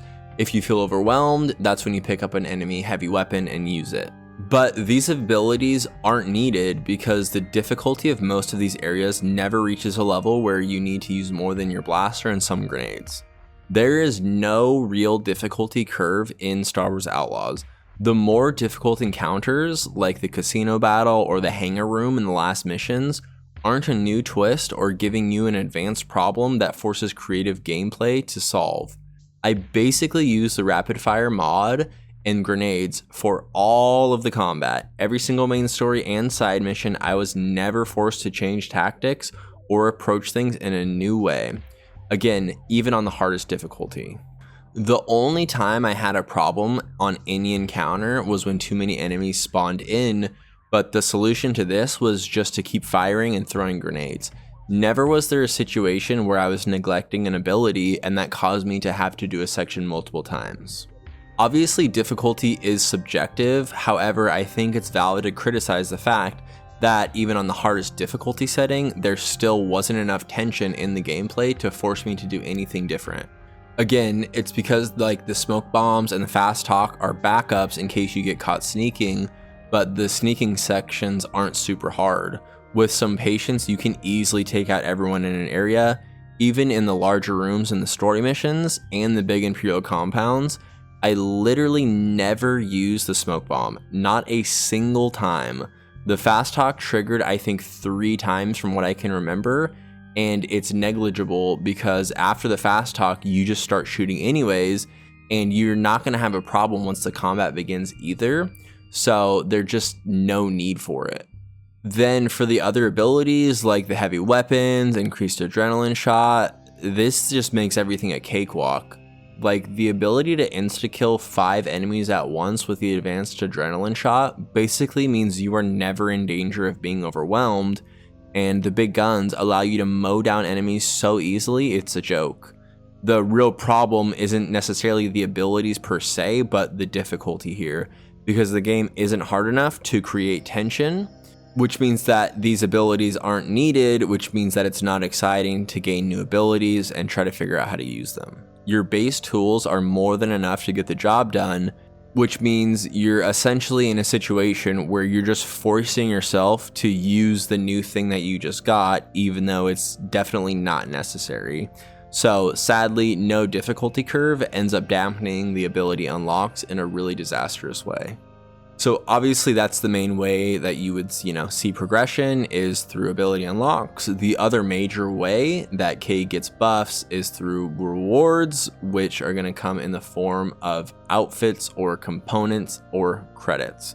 And typically the components and credits are what allow you to upgrade your ship, your blaster, or buy more clothes that are going to come with more buffs. There is a little positive that comes from this. Based on what outfit you're wearing, you can change your build in a sense. Like certain outfits will allow you to have more grenades or heal faster or use the adrenaline shot more. So based on your playstyle, you can choose what to lean on.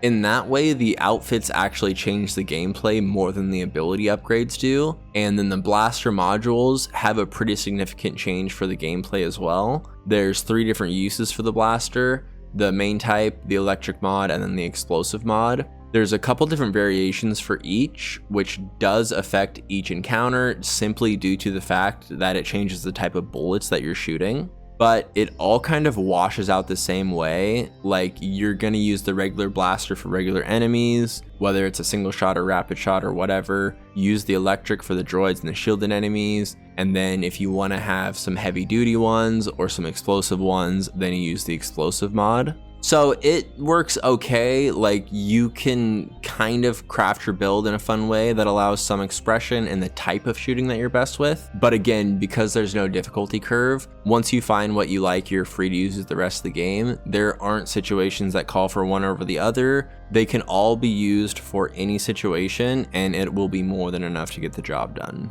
Like, again, for me, I was just rapid fire shot and grenades. I never changed. Now let's talk about the reputation meter. Like we said earlier, it doesn't affect anything about the story or the side missions, except for who comes to help you during the last battle here. The only thing the reputation does as far as gameplay is in the vault areas. That's only if you have poor or terrible reputation with a syndicate, because if that's the case, you won't be allowed to walk through the first gate. You'll have to sneak around the first gate and then all the way into the inner sanctum, which does make it way more of a hassle than when you can just walk past this first set of guards. Though they kind of ruined what I'm saying here, because remember that big update allows you to fight in these areas.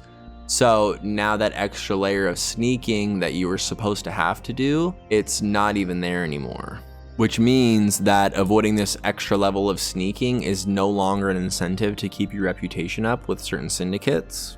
Beyond that, if you have a terrible reputation with a syndicate, they might chase you on your speeder, and you can't buy from the merchants that are found in their districts. All this basically adds up to just making sure that your reputation never gets too low with a single syndicate. And because there's always choices at the end of missions, it is very manageable to make sure that none of it gets too low. I mean, it's even possible to have it so that you have excellent reputation with every single faction if you play it right. One cool thing is that with the best reputation for a syndicate, they gift you a whole new outfit. While most pieces of clothing have a buff, wearing a full set will give you an additional buff. So for example, when you get maxed up with the Ashiga, you'll get a full outfit, which gets you an additional healing buff when wearing this whole set. Now for the combat, you have probably noticed by this point in the gameplay that's been showing in the background here, but the best way to describe it is just dated. I mean, these shots of me using cover to shoot and then throwing a grenade, it's basically rinse and repeat for the entire game. What's weird here though is the cover sometimes is not even really necessary. While behind cover, you're gonna take shots anyway. So it's like you might as well just charge in and take people out. There's a stun lock that happens with the rapid fire shot, and because of the bullet spread, it's better to be closer.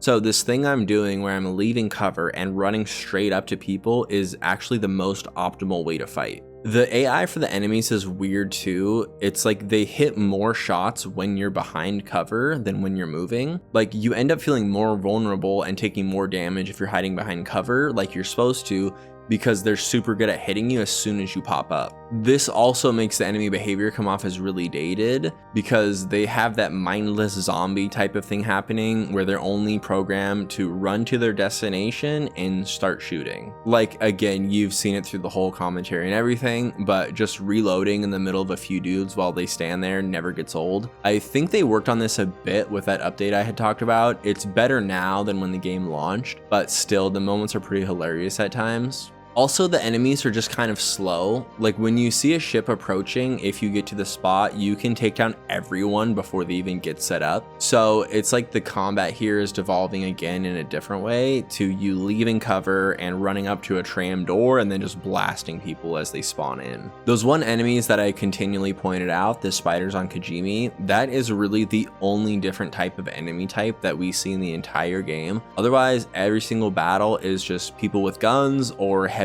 charging you. Some enemies have snipers on a timer, and then the others have grenade launchers, which does force you to move out of cover if the grenade like falls in the right spot. But literally from the earliest encounters to the last casino fight, the side missions, it's all the same. There's no new enemies or progression or anything like that.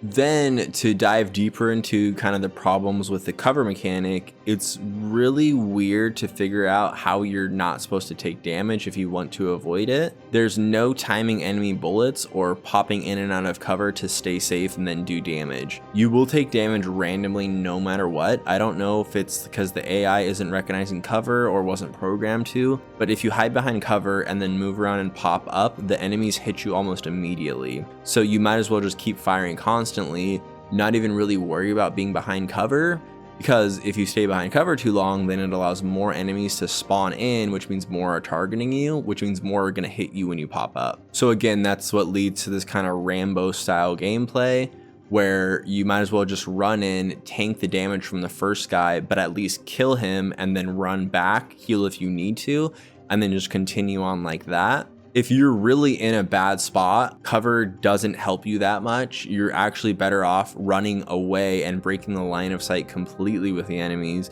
and then healing in a different room or whatever and running back when you're ready. All of this leads to the cover basically feeling just incidental when it comes to the combat encounters, which is pretty crazy considering that like the cover mechanic is what the combat is built around. For the sneaking, again, it's just dated. I don't even need to say it. I mean, you can see it for yourself. Like, they're not even trying to do something different with this. It's as basic as it gets. And again, there is zero creative progression here. The sneaking you do in the tutorial, it's the exact same thing you'll be doing in the final mission. It's wild how little it changes. There is one progressive type of thing that I did think was cool, and this comes from the player actually getting better at their skills, not like a new ability or anything. This progression comes from being able to take out multiple enemies.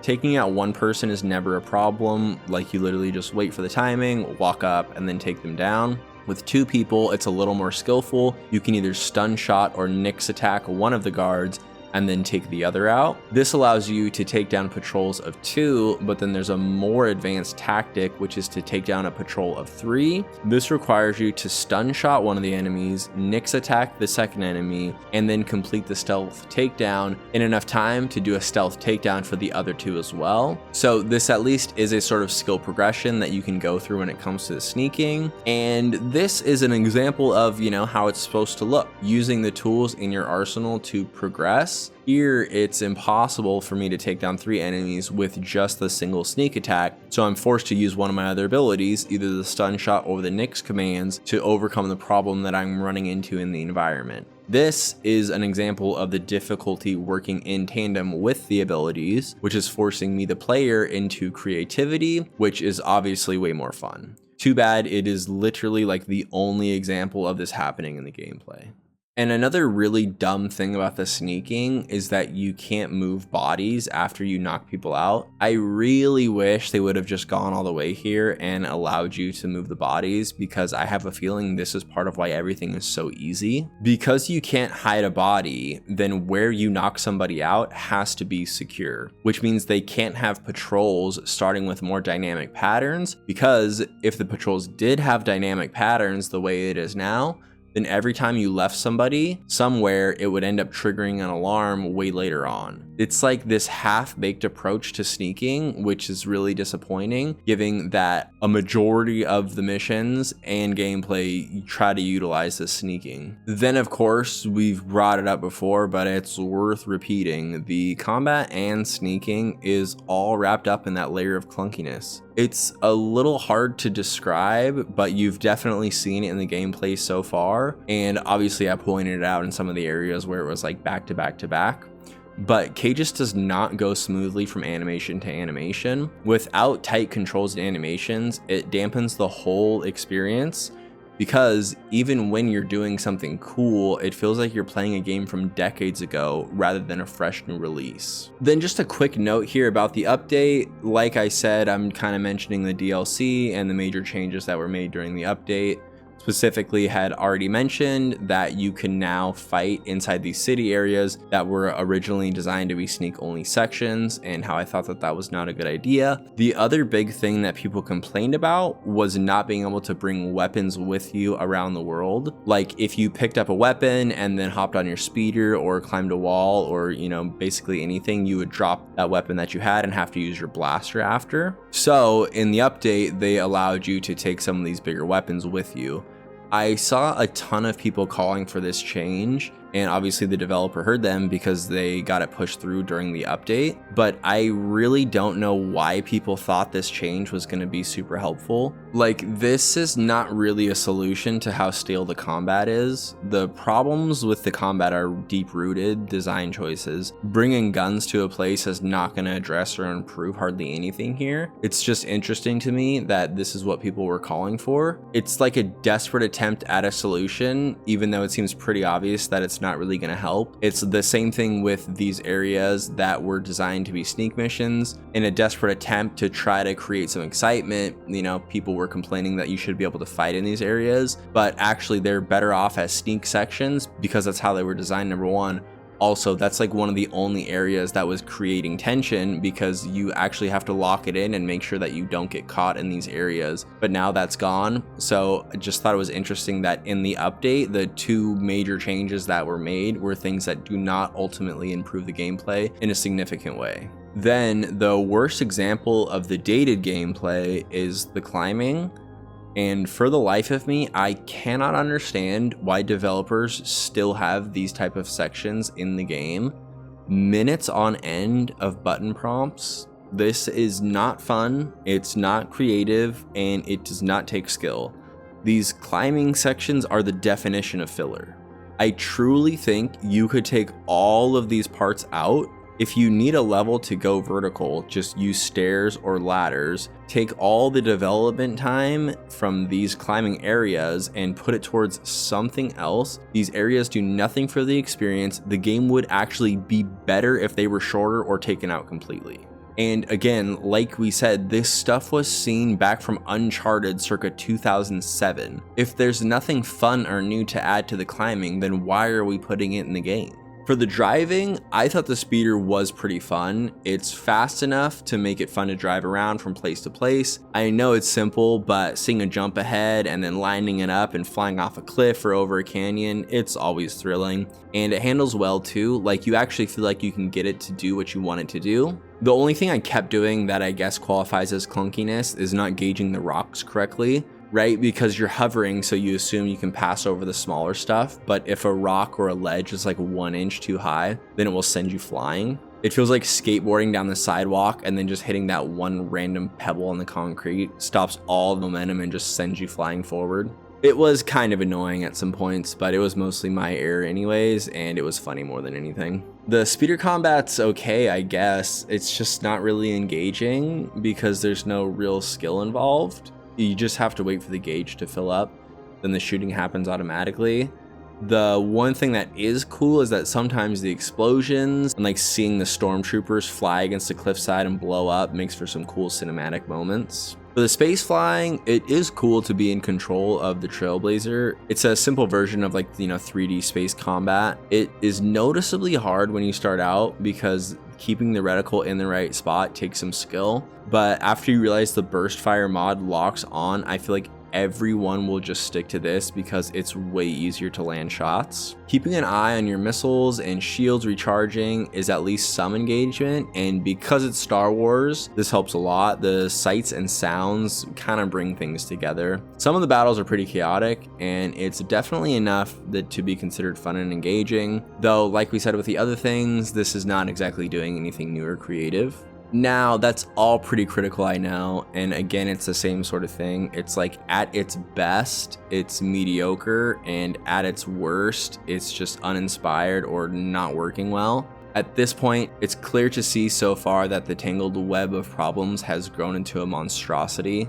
This might make it seem like there's no fun to be had here with the game. I know I have pointed out some positives, but there's just no way around it. There's way more negatives than positives to talk about. However, I do want to point out that there is some fun to find in Star Wars Outlaws, and there is one thing that may have been captivating enough for some that it shines through. That is the visuals and environment of the game. Graphically, I don't really have the technical understanding to break it down too much, but just on a visual level, there is enough of some of these areas to feast your eyes on, and they look really good. That, combined with the fact that it's Star Wars, does cause it to scratch a very particular itch that I think many people found exhilarating. Like, if you're someone who simply wanted to travel around some planets and interact with people in the Star Wars universe,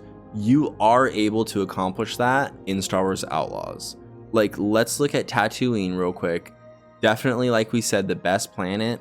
Though it's barren in a lot of areas, this kind of fits, right? Because that's the type of planet that it is. So the simple fact of being able to drive around the desert, see Jabba's palace, explore the Sarlacc pit, all those nostalgia hits may have been exactly what some fans were looking for.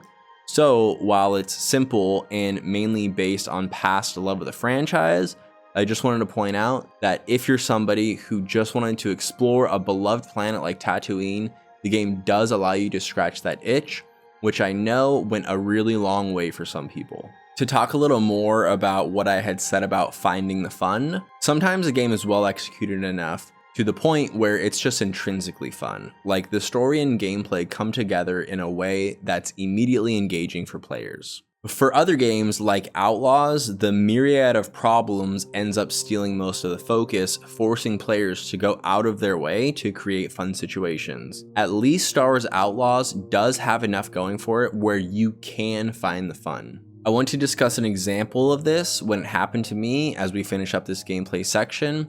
As you'd imagine, it had nothing to do with any story or characters. The game is too chalked in that area to be redeemed. Rather, this came from an insane combat encounter. I'm calling this the personal side mission that I had on Excavation Site 12.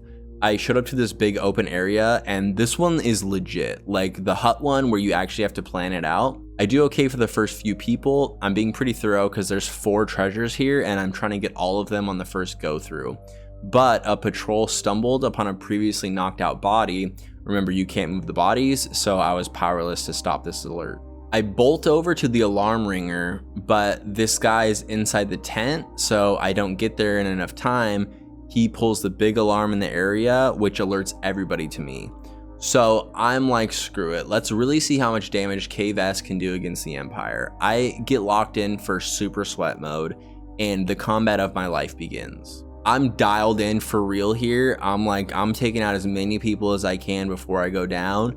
And 2x2, 3x3, they came for the slaughter. I was massacring wave after wave, and it was so fun. The longer it went, the more crazy it got. The ships dropping off squads, the shielded guys, the death squad guys. I'm taking down everybody. Remember, the half cover is chalked, but bouncing back and forth on corners like this works super well because it cuts the line of sight off completely from enemies. I'm backhanding grenades, actually being forced to use a number of my abilities and enemy weapons. All of this is coming together in a really fun way.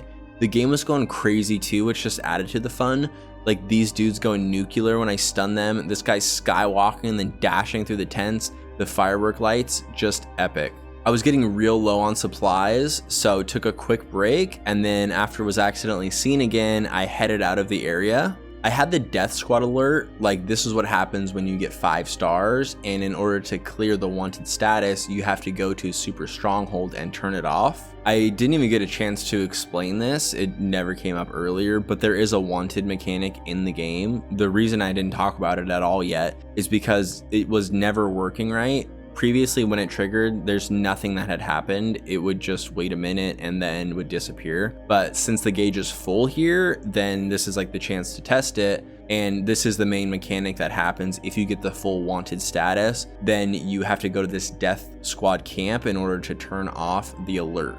On the drive over to this camp, the Imperials I passed would follow me and shoot at me. And then also, I just happened to have a terrible reputation with the Crimson Dawn, so they were after me also. So even the driving section over to the Death Squad camp was packed. It was awesome. Once I'm at the Death Squad base, I'm back into stealth mode, and it's actually high tension here because I only have 1 health vial left. So if I screw up, I have to fight a full Death Squad with 1 health vial. That's gonna be trouble.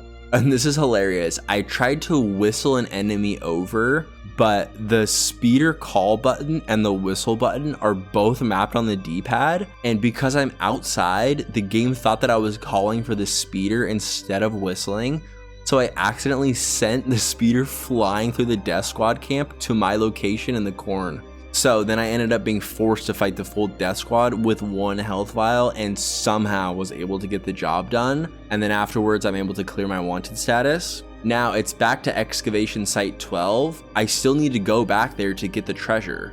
When I arrive, it's scattered with the weapons and mementos from the previous battle. I don't know how many people I killed, but it was dozens. Funnily enough, there's like 3 dudes left patrolling, and this is the same life, remember? So they're like on high alert, moving super quick. Their patrols are all chaotic because they're bouncing back and forth between high alert and regular patrols because I just killed like 50 of their fellow guards. So again, I'm being super careful. I do not want to mess this up and trigger another alarm because then all this fighting is going to be for nothing. So I take my time, but I'm able to take out the last 2 guys, and then finally the entire site is clear and I can go in further and grab the rest of the treasures. Inside, there's some more people in here, but they're nothing after what I've just been through. So take them out, get the big treasure, and I wish I could tell you to grab the rest of the treasure and everything was good, but it's just never that easy with this game. So on the inside area here, I get the big treasure, but then I realize there's still another treasure out in the world somewhere, or maybe in this room, which is fine. Like I just spent an hour clearing out the whole base, so now I'm free to roam and go find it. So I'm looking for this last treasure, and I see there's a little spot underneath the entryway stairs. Classic spot, right? To hide a hidden treasure chest. You miss it as you come down, you have to turn around and go back for it. I was like, it must be back there. So I go to check to see if it's under the stairs here, and it's a death pit. It literally tricked me. This little section is covered by water. I assumed it was like a shallow pond with a treasure back there or something, but no, an endless death pit. It's an insta-kill area inside the temple. I mean, come on, that set me up big time here. Like, I finally killed everybody. The death squad is taken care of. I killed the people on the inside. And then the most obvious place to look for the final treasure is a death pit. And of course, it's so bad because I died. So it respawned me in this room and respawned all the enemies in the upper section, which means the whole camp, all the time that I spent clearing out these enemies, it was for nothing. They all just respawned after this death. So I have to do the camp clearing all over again. It was just classic, you know. Even though I did find the fun, that's what this section is supposed to be about, I still couldn't finish the section unscathed. Anyways, I think that was a fitting way to end the gameplay part here. Now, let's conclude. So, that's it. You saw it with your own eyes. That's the story of Star Wars Outlaws. A bunch of reoccurring problems, confusing characters, storylines, and gameplay, poor execution, game-breaking bugs, a lack of creativity and progression, dated gameplay, and clunky mechanics. The sheer number of problems is truly outstanding. Like we said, it was 92 just in the main story. Then when going through the rest of the missions and explorations, they had almost the exact same types of problems that we saw in the main story. There was a few decent sections, for sure, and some bits of nostalgic fun to find, but the vast majority of the experience is bouncing back and forth from one problem to another, hoping that you'll be able to stumble your way to the next piece of content. The problems were on different levels, but they all flowed into themselves in an interesting way. At the top level, there was the lack of creativity and uninspired design seen in both the story and the gameplay. Like, if a section worked right, it was still bland almost every time. The scammer interaction and Haas being a fraud were the two legit pieces of storytelling that were actually interesting, and the ability missions worked well enough and had enough going for them that they were fun. But for nearly everything else, both story and gameplay wise, if it was working correctly, it did nothing new or exciting. So the best of the best that the game had to offer was average, and the rest was ultimately uninspired. The next level of problems came from the tons of examples of this poor execution that we talked about. These were things like the constant clunkiness, the fake set-offs, payoffs, and choices, the out-of-place lines, unforced errors, and dated gameplay. The next layer of problems was the confusion. The confusion is everywhere. It infects all the characters, some of the gameplay, and is an undeniable part of the experience. The last layer of problems is when the game is literally broken to the point where progression is impossible, which we saw with both the main story and some of the side stories. So this is what we're left with when everything is said and done. An uninspired, poorly executed, confusing, broken mess. All these problems combine into a cascading systems failure, as the game would call it, that makes it nearly impossible for the player to have a worthwhile experience. If the game is going to be successful, it simply cannot have this many problems on this many different levels. Also, another huge negative that's seen in a lot of different places is how many concepts were half-baked. Like, this game is just truly fake in so many ways. That is the best way to describe it. Like, it's not really open world, it's a fake open world. There's not really choices, they're fake choices. Character development, there's nothing to it, it's fake development. This isn't a sneaking section, it's fake sneaking. Reputation system, fake. The betrayals, fake. The tension in the last mission, fake. It really feels at times like you're playing the beta version of some random half-finished project. None of these things come together well. And then I want to talk about one more thing here. I had this thought that kept occurring to me as I played Outlaws, just something random that I noticed, and I kept noticing it throughout the whole playthrough. And it's that this game is a spiritual successor to Naughty Dog and the classics of the PlayStation 2 era. Specifically, I'm talking about Uncharted, Jak and Daxter, Ratchet & Clank, and Sly Cooper. A majority of the game mechanics in Outlaws have their traces tied to these old games.